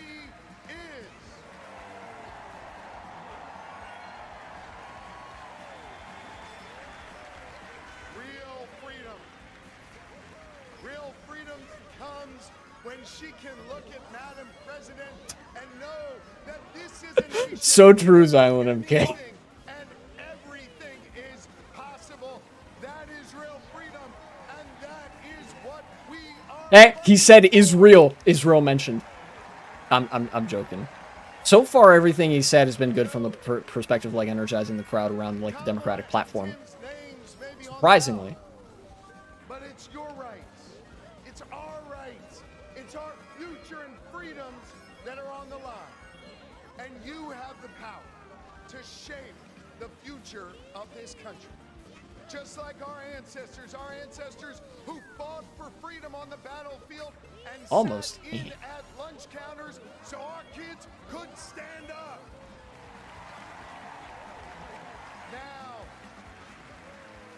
Now it's on us. It's on us, my friends, to organize in our communities and on our For You pages around three basic American principles. That's surprisingly politically illiterate. We cherish our democracy and we love this country. Yeah, the For You page. And that's I'm surprised to hear somebody with the political literacy to know that, like, what's on the For You page and what's on people's social media feeds, that is the public discourse. You know? Like, legitimately, as Kamala's killing the TikTok game, oh, she absolutely is. She's killing it on TikTok, on Twitter, like, everywhere. I have never been more hopeful because I see in all of you the enduring promise of America. E pluribus unum, out of many one. Does Kamala have a Truth Social account? Sadly, no. God, that would be funny. You just gave the funniest idea of all time. Imagine the Kamala Harris campaign creates a Truth Social account. They start campaigning there. Just fucking talking about, like, felon-ass website. Like, goofy, felon-owned website. Or some shit. Trump's online campaign is bizarre. It is. The next chapter in our American story. So are you ready to protect our rights? Are you ready to secure It's been the Trump campaign, from what I've seen online, has been a lot of just, yeah, the Aiden Ross interview, the Elon Musk interview, like random social media ads where he has like a persecution complex, and then like what? That's basically it. Like some weird ass TikToks. I did a review of the Aiden Ross Donald Trump interview, by the way. It's up on my channel. Thank you. It was so cringe. Yes, it was. In fact, that's even... I fucking put that in the thumbnail. It was so cringe. Yeah, Truth Social, but with a V.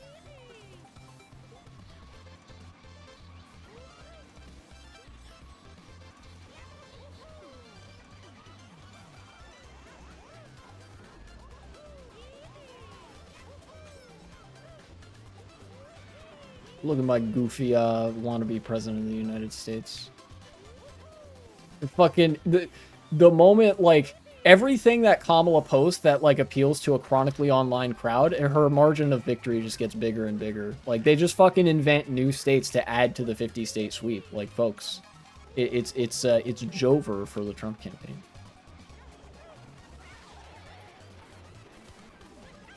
That Logan Paul just threw the entire redemption arc era out the window. Yeah, true. Who knew that online super grifty online celebrities have a preference for other super grifty online celebrities and might have an inclination to tell a very gullible, politically and media illiterate audience to vote for Donald Trump, somebody that is objectively a con man. I hated hearing about the Logan Paul scam shit.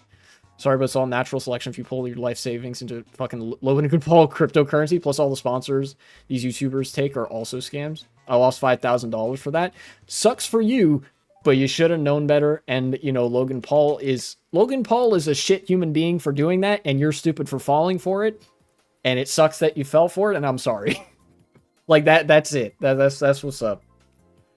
And ultimately, though, that is fraud. So, you know, people should be entitled to some fucking reimbursement or whatever. He's doing well for a while. I think he was good at cultivating that image. But I don't think he actually, like... People like Logan Paul and Jake Paul and some of those other, like, really prominent, like, e-celebs actually just don't have, like, values. Yeah, late spring 2021 was when crypto scamming was a thing. Basically, you can tell anybody who was on that trend, who tried to, like, get people to invest in crypto, basically just grifters not to be trusted, right? FaZe K, Aiden Ross, and Logan Paul were the three biggest names who did that. How's the Crackers for Kamala convention going? Pretty good, actually. Welcome back to chat, Woke CIA Drone Pilot. Oh, actually, since you're here, I wanted to reach out a little bit of an olive branch. I've been talking about this a little bit this stream, is that, you know, even though obviously Kamala Harris and Tim Walz are better than Trump by a fucking country mile and then some, they are still liberals, and that is still cringe. Kamala especially, because, you know, what was it, the homeowner stipend or whatever? Like, I've read up on affordable housing policy. Encouraging home ownership as opposed to bringing down rent prices, absolutely shit idea from the perspective of making housing permanently more affordable, because that just entrenches housing as a commodity that can be bought and sold and speculated on, and that's always just going to raise the price of housing. The housing bubble is created by the fact that there's this wacko cycle where somebody buys a house for fucking their whole life savings, and then the house gets like twice as valuable over the time that they're living there, and then they sell it for twice as much, and that exists for every house in the country.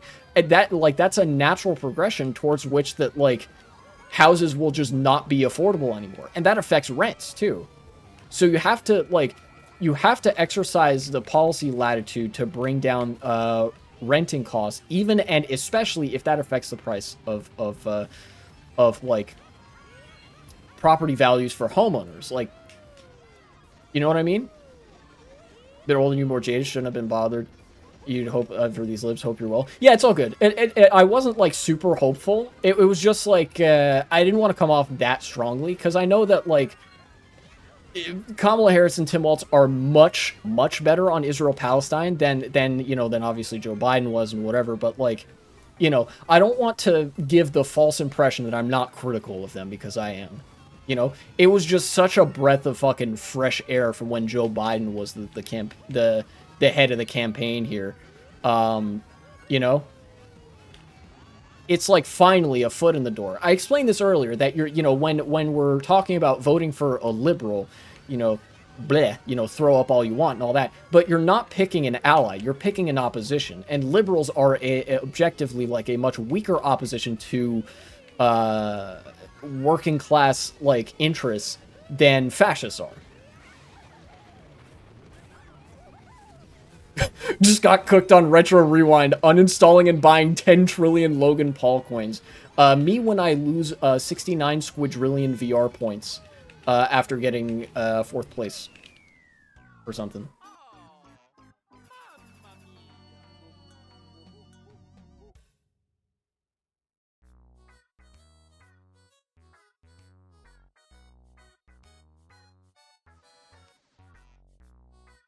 Here we go. Back to that. What are they talking about imbued here? in me these qualities that you just really have to care about. You could then cook by items, many such cases. Many such cases indeed. You know, it's many are saying this. Having opportunity to go to college if you want to, having opportunity to get. Don't forget Austin McBroom did crypto scams to pay Bryce Hall after the fight, in which he still wasn't paid. I don't know who either of those are. But okay. Do whatever you want to do. TikTok drama? Okay, okay. I don't know about drama in the most proximal of circumstances, but I especially don't know about TikTok drama. I forget when Critical promoted a predatory loan company targeted at broke people. Nobody cared. I hate YouTubers. Yeah.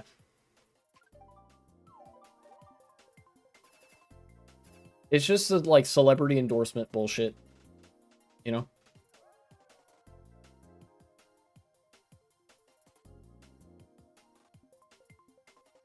A lot of YouTubers do this, Squeaky Bee. I think it was like, if I'm guessing right, I think it was Rocket Money.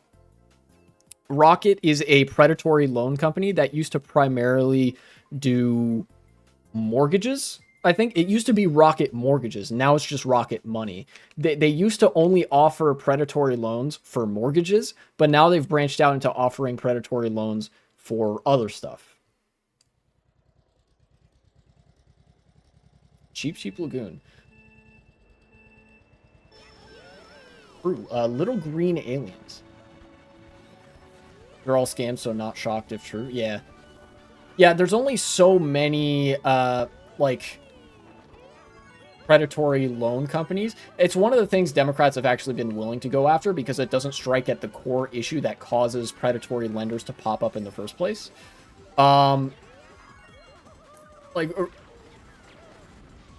These are illegal little green aliens. Well, they're welcome in my chat because they are benefiting to the economy, you see. Also, I shouldn't have believed DKSC on the RNC stream. I should not have believed them when they said that they weren't trolling. You got me good. You got me good.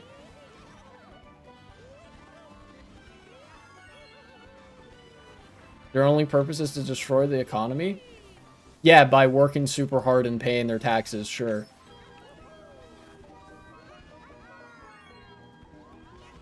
You know, like, the retardation of right-wingers knows so few limits that it sometimes is genuinely hard to tell when somebody's doing a caricature or when they're not, because it's, like, indistinguishable.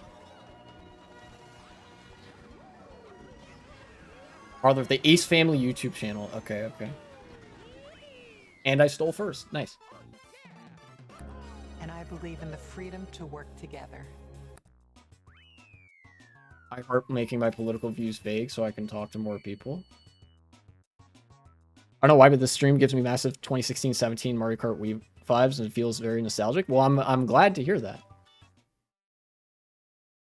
Who dis? Bouncy Bunny. True. Same guy that sent 10 million on a house had it foreclosed on in summer 2021. I don't know who any of these people are. I'm not in that corner of the online space to know. Remember Alt WC? I think so. Cyrus the Goat. Welcome to chat, by the way, Cyrus. Cyrus the Yoshi.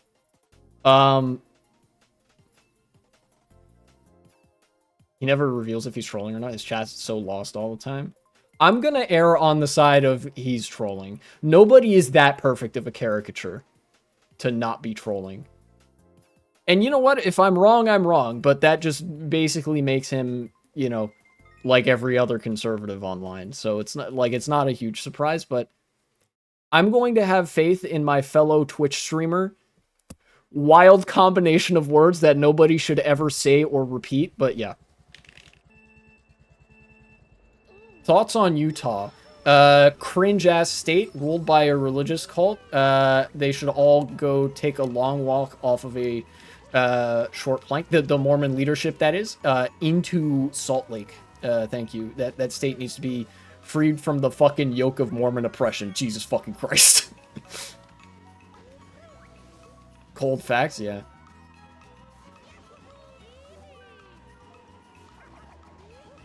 I clicked because I thought it was combo DNC and Mario Kart was funny.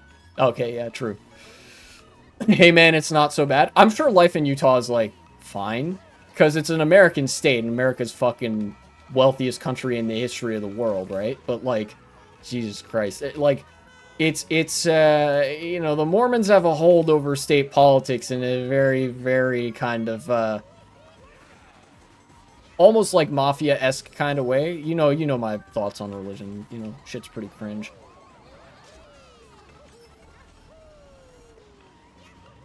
I heard they have frisbee golf courses there. We have frisbee golf courses here, too. In fact, I prefer that to regular golf courses because frisbee golf is usually, yeah, let's find a clearing in the forest. All right, put a little bin there, you know, throw the frisbee at the bin, and that's frisbee golf. Like, that's it. So, you know, our one blemish. No, I got fucking, I fucked up the last turn. Thoughts on Ohio? Yeah. Also home of JD Vance, so cringe, but JD Vance is so fucking weird that he's single-handedly pushing Ohio away from conservatism, so that's based, but, you know, mostly gyat.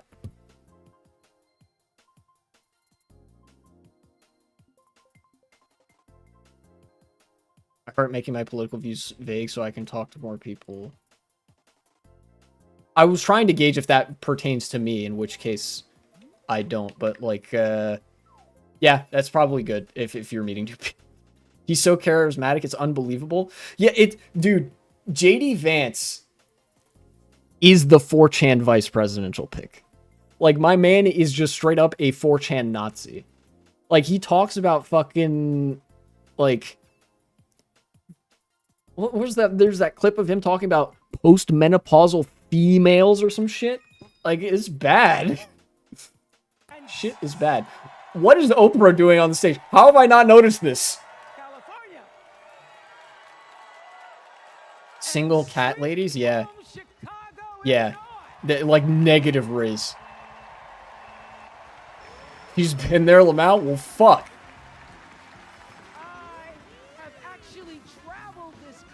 Dude, everybody's at this convention or some shit. Josh Beck is going to run her over any moment. Car just fucking comes in from the left. At times, I've been on the receiving end of it. But more often than not, what I've witnessed and experienced are You get union benefits! You get union benefits! I'm sorry, I had to. who may not agree with each other, but who'd still help you in a heartbeat if you were in trouble. These are the people who make me proud to say that I am. Well, I'm in 6th, and I got green shelled. But what if? They are the best of America. And despite what some would have you Oh, okay, bullet bill. Is that the lady from the shitty Wrinkle in Time movie remake? Yes. Without knowing that movie or its cast, yes. We don't wonder who their partner is or how they voted. No. We just try to Oh, baby. Best item. Can't wait to get shocked right here. to belong to a childless cat lady. Am I gonna steal first place? Let's fucking go. The least earned first place of all time. Didn't the real Oprah die years ago? Yes, this is actually her clone and or body double that simply uses the same exact matter and also has the same set of memories, functionally making it the Oprah of Theseus. Which one is the real one? Both are, and neither of them are. You will never know, nor will I. It's all Mandela effect. That are designed to distract us from what Up next, Avril Lavigne.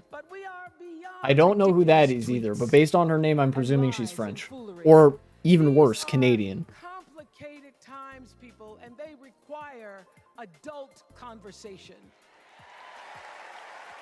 This is a hologram of her recorded years ago. She already knew, thanks to time travel, that Kamala is a Democratic candidate. Even worse? Yes. Sorry, as Island MK, I pulled no punches. they're like the French, but without the like massive union mobilization. Over the last couple of nights, Sorry. we have all seen brave people walk onto the stage and share their most private pain. Amanda and Josh, Caitlin, Hadley, they told us their stories of rape and incest. Oh, what's up, ZPL? Welcome to chat. Not gonna lie, did not expect to see Retro Rewind and the DNC on the same stream, but damn, I'm all for it. Yeah, I'm covering this because I covered the RNC last month and incurred brain damage. Thus far, I have incurred less brain damage covering the DNC for various reasons. Cyrus the Yoshi, thank you very much for the follow.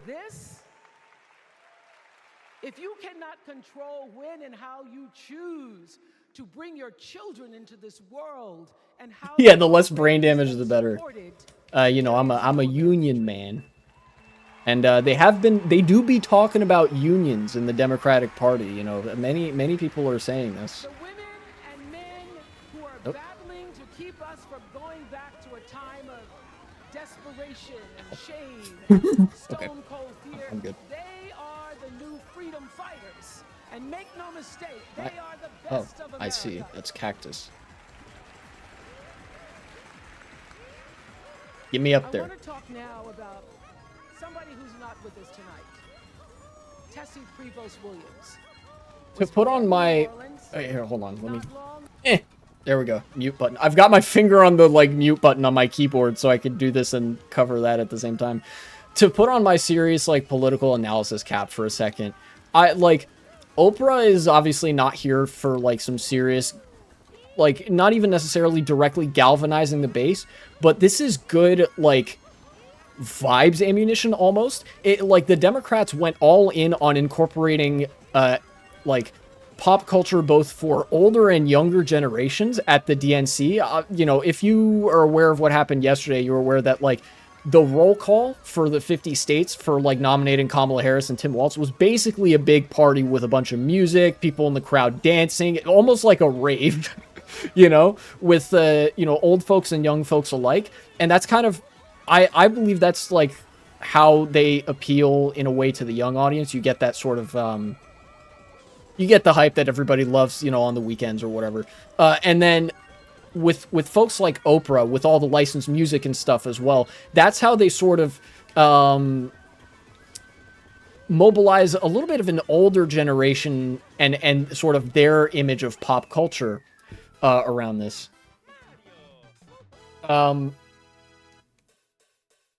And I think it really feeds into the whole, the whole Republicans are really weird narrative, because it paints the Democrats as the exact opposite, as comparatively much more normal and like real human beings who enjoy things and are all about the positive side of life and stuff like that. It's good campaigning for sure, you know. Thank you very much for the follow, ZPL. Glad to have you here. You know, and so I think that like I will have my critiques of anything said by these people on stage, and whether it's like milk toast or whatever, but I think it serves a purpose. Like most of it does serve some kind of purpose to varying degrees, but I think it's like the cherry on top of like Oprah Winfrey being kind of the cherry on top of like, we're the party of mass appeal and pop culture. I think that's like a big selling point, you know?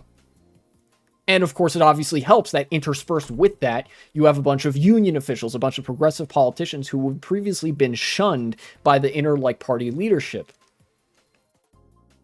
Ellen DeGeneres speech incoming. Trust the plan. They should have had her at the RNC. You know, she would have fit right in with who is it? Kristi Noem. She's the governor that shot a puppy, right? Thoughts on Stone Cold stunning Trump at WrestleMania 23? I don't know what you're talking about necessarily. Maybe I have an idea. I didn't watch WrestleMania, but my thoughts are that's based actually. One of the few based things that Trump did is be on pro wrestling, because that shit is funny. But it's also kind of cringe because you know, Jesse Ventura and Hulk Hogan were the same era of pro wrestler, and Hulk Hogan fucking ratted out Jesse Ventura for trying to start a union. So, you know, the pro wrestling world, pretty cringe. but being on pro wrestling based and extremely funny. Chris Tyson doing a speech at the RNC in 2028. It's coming. You joke, but there's a legitimate pipeline of disgraced slash like sexual abuse accused social media influencer to far right pipeline. That's a real thing that exists. So the chances of that are low, but not zero. Most wrestling fans don't even know that. Well, I know because I am a true-blooded politics appreciator. And Jesse Ventura was the governor of Minnesota before, not immediately before Tim Walz, but before Tim Walz. And I think one of the reasons that he was elected, well, one of the reasons was obviously because he was a pro wrestler, but then another reason being that, like, in Minnesota, the Democratic and Republican parties are not called the Democratic and Republican Party of Minnesota. They're called Democrat Farmer Labor, or Democratic Farmer Labor, and Republican Farmer Labor. The union connections run deep. And I think, you know, Jesse Ventura's reputation as a union man probably got him the governorship there. And also, Jesse Ventura has been on TV to talk about this. You know, a lot of people now know that Jesse Ventura left pro wrestling because Hulk Hogan got him fired. He did interviews about this on news television, talking about, like, the resurgence of unions.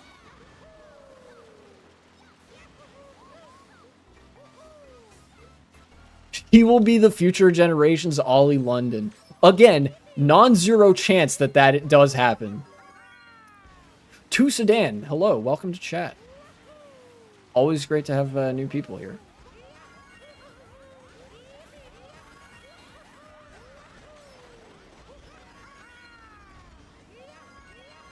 Two sedan? That's better than one sedan. That's two whole sedans. You know how much luggage you can fit in there? You know how many clothes you could pack for vacation in two whole sedans? That's a lot. I got bombed. That one commentary video can make 10,000 RNC videos if Chris Tyson thing happens. Trust the plan. Yeah, that's true. My brother is 3 sedan? Bro, what a family. That's crazy. Next, you're going to tell me that you have an older brother, and his name is 1 sedan. Folks, they keep making it crazier and crazier, you know. Promise of tomorrow over the bitter return to yesterday. We won't go back. We won't be set back. Bop, bop. Gummy bears? That's based as fuck. And they're gay gummy bears too? That's even better. Even better. Give me Luigi Circuit.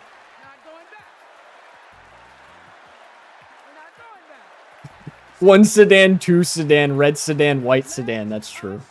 No, no. What? Let us choose truth.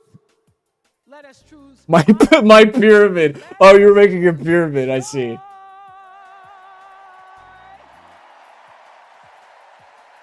They're so well organized. Because that's the best of America. Why is she singing? Let us choose freedom. Whimsy. I don't know. The Democrats really have, like, embraced the whimsy in this campaign. It is an interesting brand of, like, futurism that the Democrats have started to lean back into. We must all join in and rig the vote for GCN Luigi Circuit. The song is very bad. That's true. The song is bad, but the track is good. And it's especially good for me because I'm on the mock bike, baby. And that turn at the end is a mock bike-ass turn. All right, so she's finished with her speech. I think that it's very interesting that Democrats are like using this energy to appeal to a message of hope again, because it, like, COVID and post-COVID left people at, like, an all-time high of being disaffected. It's either just now abandoning the when they go ho, we go high, Lamau. Yeah, and I think that's, like, I mean, it's long overdue, but it's a smart political decision to, like, do that finally. Bullet bill. No. Give me. Yes. Player, I'm sorry, but I've wanted it. Just be reaffected. What, the Sigma? Yeah, true. skill issue. The right has been like, they're so obsessed with us. Bro, have you seen your guy? That's true. Trump and Biden have the most old man Yowie relationship in all of American politics, except for maybe Thomas Jefferson and fucking, who was it? John Adams? Who were the two guys who were like the two presidents that died on the same fucking day? Like, one of them died, and then the other one learned that they died, and then immediately also died because they were like... That's Trump for Joe Biden, but it's only one way. You know, kind of sad when you think about it. Bro, who's ready for me to steal first place again? Fuck yes. No, I only got second. Oh, no, wait, first? Sick. Do you have a favorite book? That's actually a really difficult question. Yeah, W netcode. Ain't no way. This is the most ain't no way race of all time. Favorite book. That's actually kind of difficult. The two top contenders come to mind for me. Last year I read 1984 for the first time. Phenomenal book. Love George Orwell's writing. And then The Works of Rosa Luxemburg is up there as well. I'm a huge fucking nerd, and I like academic texts. Rosa Luxemburg's stuff is actually extremely foundational to the way that I think now about like politics and the way I analyze things. And then George Orwell's book is also very base and materialist analysis pilled. You know, very overtly socialist too, more so than people give it credit for.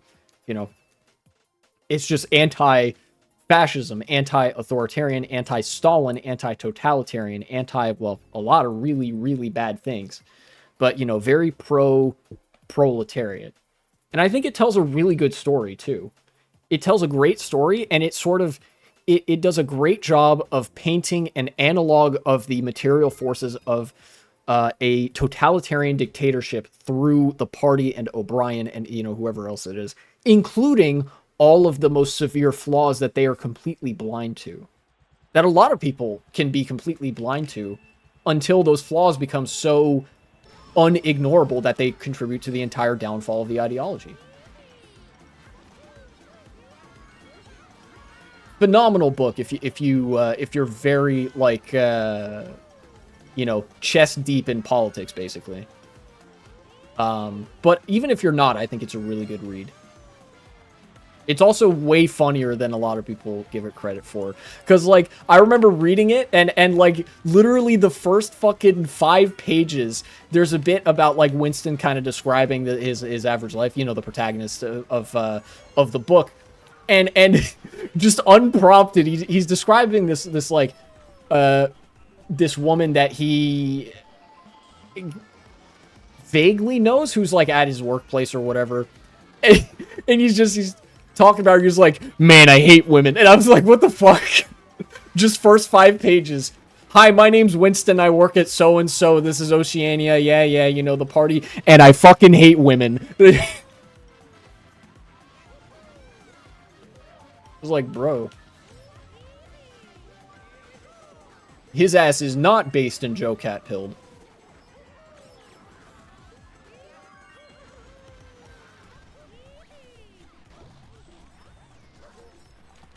The Stranger? Is that a book? Something? Okay. We're good. Bro is saying he's a virgin with pride. Yeah, true. You know what's crazy, though? It's kind of funny that, like, everybody in the world of 1984, there's, like, state compulsory virginity or some shit. It's like an incel state or some shit like that. It's like, oh, yeah, the party hates when people have sex and enjoy it. Like, that's an actual plot point. It's extremely funny. And I'm asking that you join us in the work. Anything else? Making America great doesn't mean telling people you're... Like, apart from those? Yeah. I do like Animal Farm. I read that in high school. And Fahrenheit 451, also high school. I read that. It was really good. All I remember is that the main character shot someone because he felt like it. And it starts with his mom dying, but he doesn't care. Oh, The Stranger. Yeah. Dude, that sounds like a wacky-ass book. Those are two books I also like. I'm a very heavy reader, so I'll only read once in a while, but it's like really fucking thick-ass, like dense-ass books. What's something more recently? Yeah, in college, I read this book, for freshman year. There's like a freshman reading assignment that I had to do for college. And for me, it was something called Just Mercy. It was about like this guy who was a civil rights attorney for people on death row and stuff like that. Worked predominantly with black people in underprivileged communities, just because that was kind of the nature of being on death row in the South. Is that like the Jim Crow South really fucking, you know, flippant with just giving the death penalty to black people, you know? And that book on its own was pretty good, but the real kicker for me was the book that I read after that, when one of the people that this lawyer helped in his book came to speak at my college. He said, you know, I wrote a book about my time on death row. This guy spent 30 fucking years on, not just in prison, but on death row, waiting to be executed by the state for a crime that he did not commit and was convicted for by a jury of like almost exclusively white supremacists. I'm not sub to Nick, sorry. Oh yeah, true. I'm not either. I'm not sub to anybody, I think, on Twitch. And so this book was chronicling his life, how so much of his life was like so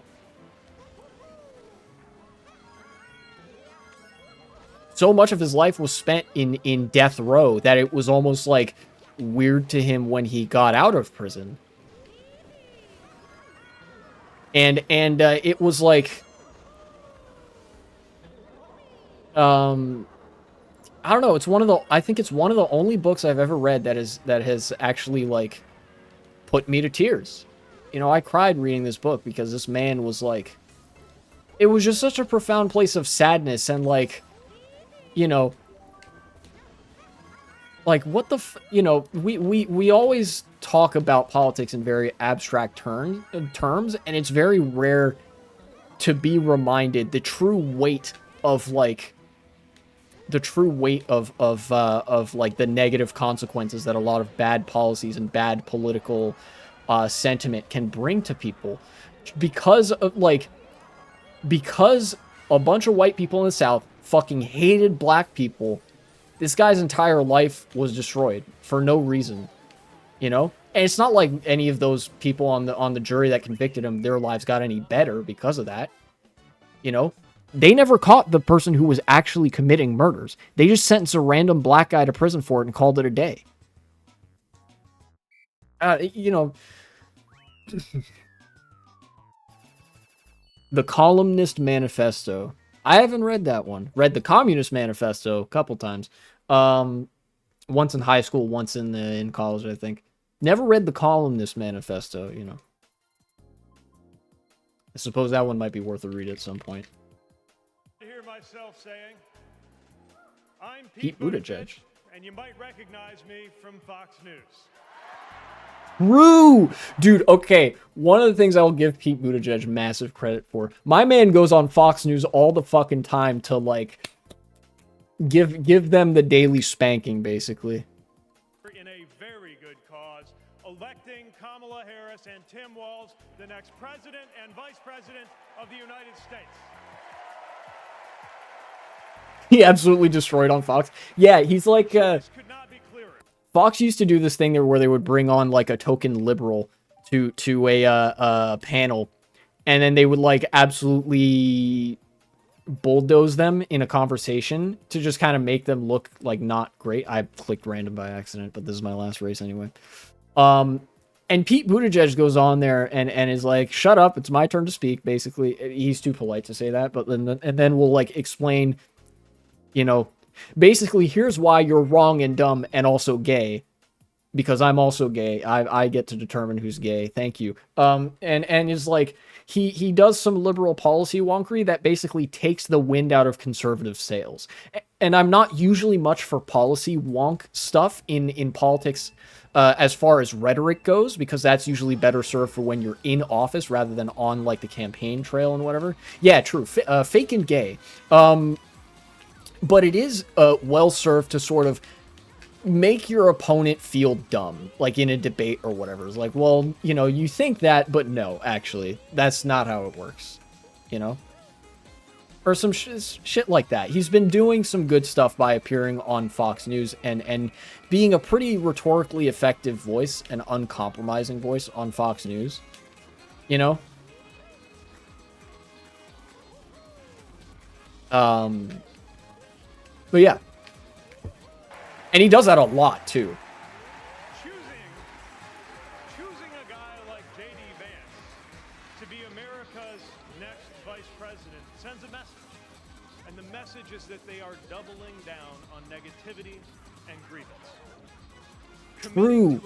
I've yet to... Best summed up in one word: darkness. Darkness is what they are selling. The thing is, I just don't believe that America today is in the market for darkness.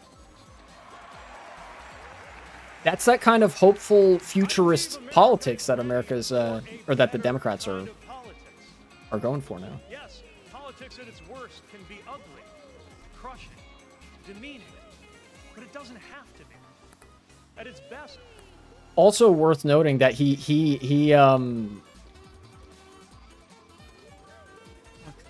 there was something that made me think that Pete Buttigieg was like actually capable of appealing to an online audience. Something he said about JD Vance. Grievance, there we go. The politics of grievance, right? Like I've yet to hear Democrats talk that much about how Republicans just care about the politics of grievance. Like and what that means is basically the logic of, I don't want this to be fixed. I just want it to be something that I can complain about. You know, talking about immigrants, talking about black people, 1350, some shit. They don't even do that much anymore. And like trans people in the bathroom, whatever. They don't want a resolution to that in many cases because it's not a problem. They just want it to be something they can complain about and like make a fuss over. You know, a lot of the politics of grievance revolves around like not actually caring. And just wanting to like be able to blame your problems on another individual person or some shit. There's plenty of shit that people can blame problems in their lives on. How the fuck do you front run in these sweaty ass lobbies and not go back any places once? Because the secret to not having a skill issue in game is to not be a sweat lord. All the sweat lords are sweating because they're not actually that good at the game. Sorry to break it to you, all the folks that are doing those clan wars, they're not that good at Mario Kart. They're just good at a technical string of execution tests. That's why CGGP turned out the way it is. I have very strong reactionaries cannot exist if things happen that they like. Well, now, true. Yeah, the real secret to the sauce there, the secret sauce of why I can front run in sweaty ass lobbies as fucking Mario Mockbike. First of all, is because I firmly believe that Mockbike is in some ways carrying me. Mockbike has so much more control and gains so much time on the flame runners on turns. If you get in first on the Mockbike, you could have a very easy time staying in first if you know what you're doing. And I think another component of the secret sauce is that I just have very strong racing fundamentals. A lot of the sweats do their practice on time trials. I don't play Mario Kart time trials. What you see, that's about all the Mario Kart Wii that I play. I'm playing online routinely. That's my practice. So I've learned there's a lot of social cues that you can read in the race to sort of dictate the pace. When you're in first, you just have to make sure that you have red shell protections and you will be able to get ahead reliably. Now, if you're concerned about a blue shell, stay in second. That way, first place is your meat shield. There are certain fundamental things like take the turns reasonably tight, focus on just driving well and not making mistakes. If you can do that in first, guaranteed win. because everybody behind you is going to be desperate enough that they are going to start making mistakes when they're driving. Third place is going after second. Fourth place is going after third. Everyone in the back spots is trying to use their power items, and everybody's going to be running into each other on a track like Shroom Ridge. There's going to be a million cars that you get hit by. And as long as I'm making the turns, just don't get hit by the cars, just don't run into items, just, you know, make sure you mini turbo and wheelie, etc., you know, have a banana behind you or whatever. You win. And that's like a very solid core of gameplay. And then, you know, when you're in the middle of the pack, back of the pack, whatever, I'm really just not worried about it that much. I just want to be able to drive in a way that indicates that I know how to play the game and be able to interact with chat. Part of the reason I'm so good at Mario Kart Wii is because this is the format in which I primarily play it. I never usually just play looking at the screen. I'm talking to chat and playing at the same time. So it's like, I can play Mario Kart Wii like it's the back of my fucking hand, dude. But anyways, that's been me tooting my own horn. That's so real doesn't make the sweating any less annoying, but true. Yeah, it's all about approaching the game with a critical eye. The way that the sweat, you know, really sweaty people are approaching the game is through grinding. They're not fundamentally learning anything new about the game. They're just like they're playing to their strengths. They're sharpening their strengths so hard that like they can get out a win. But they're not sort of building on their fundamentals. They're not learning the fundamentals, you know? Like those stat hacks. I would be, I guess you could consider me like jack of all trades, master of none, but a lot of like really sweaty players don't have some very basic skills that would apply to online Mario Kart. Seriously, there are some guys that I recognize from Mario Kart Wii videos and like clan wars and stuff that I've been in lobbies with, and I've reliably been able to just see that they're behind me, swerve, wheelie bump them, they get sent off, and now I have a 10-second lead. They're not that good at the fundamentals. And that comes from practicing online in lobbies with other people. It's like they're overthinking it is what's really going on. You know, you just gotta drive, and that's it. Guess I just haven't played for 2 years before downloading this mod, and that's fine. Look, before coming back to streaming for Mario Kart, I had actually taken a 2 or 3 year long break. And then, you know, up to now, I've been playing it consistently. I just have no awareness at all. I've been getting wheelie bumped way more than I used to the last few days. That's okay. It'll eventually come back, right? It's going to eventually come back to you. And you know, as simple as it sounds, as much as like you want to go fast, you want to be in a wheelie, sometimes the trick to wheelie bumping is just not wheeling, you know? If there's, you know, there's a really basic flow chart that you can employ, like very fundamental skill. If you see that there's 1 or 2 people around you, don't wheelie, especially if you're in the middle of the pack. If you're in first and there's 1 person around you, maybe. But like if you're in third or lower and there's 1 to 2 people around you, that likely means that there's more people coming up behind you. And now I'm pretty prolific with using the rear view mirror, but even so, you don't have to. You just got to be aware, like, okay, this person's right next to me, not going to wheelie, you know, and audio cues are a big part of it too. But it's like, you know, if you don't want to get wheelie bumped, you just have to look for the opportunity to wheelie. You have to be specifically looking for a spot where you're not going to get wheelie bumped. Because the assumption is in online, there's, you know, it's like bumper cars. Everybody's bumping around. Anyways. I've seen, I think, all I wanted to see from the DNC today. Given the way this has been going, I'm actually super happy with how the stream turned out. I'm going to come back tomorrow, I think. The best type of wheelie bump IMO is when another racer's on a different ping. I can take the same line as they are, but barely ahead of on my screen. So I don't get bumped on their screen, they get bumped. That's most frequently the type of wheelie bump I get, where I didn't touch them on their screen, or on my screen, but they get bumped on their screen. Because, you know, as somebody said earlier, W netcode. You know, I have the best netcode. Lag switch. Anyways. These guys are having a great time bump clean over some guy's bullet bill. I'm goated. Nice. I think that's enough React Andy for today. I've seen all I want to see. I know Comrade Walls will be speaking at the end of this, but I think there's not much I can really take from what he would say that I haven't already, like, explored in what other people have said, you know, when they're speaking up at the DNC. The most I do to mitigate wheelie bumps is not wheelie for the first, like, 10 seconds of the race. And that's a good start. When the race starts, everybody's real close together. It helps to not wheelie there. You know?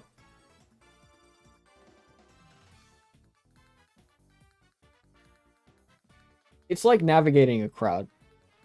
Funnily enough, if you're good at navigating a crowd in real life, you're going to be able to pick that up a lot quicker. So anyways.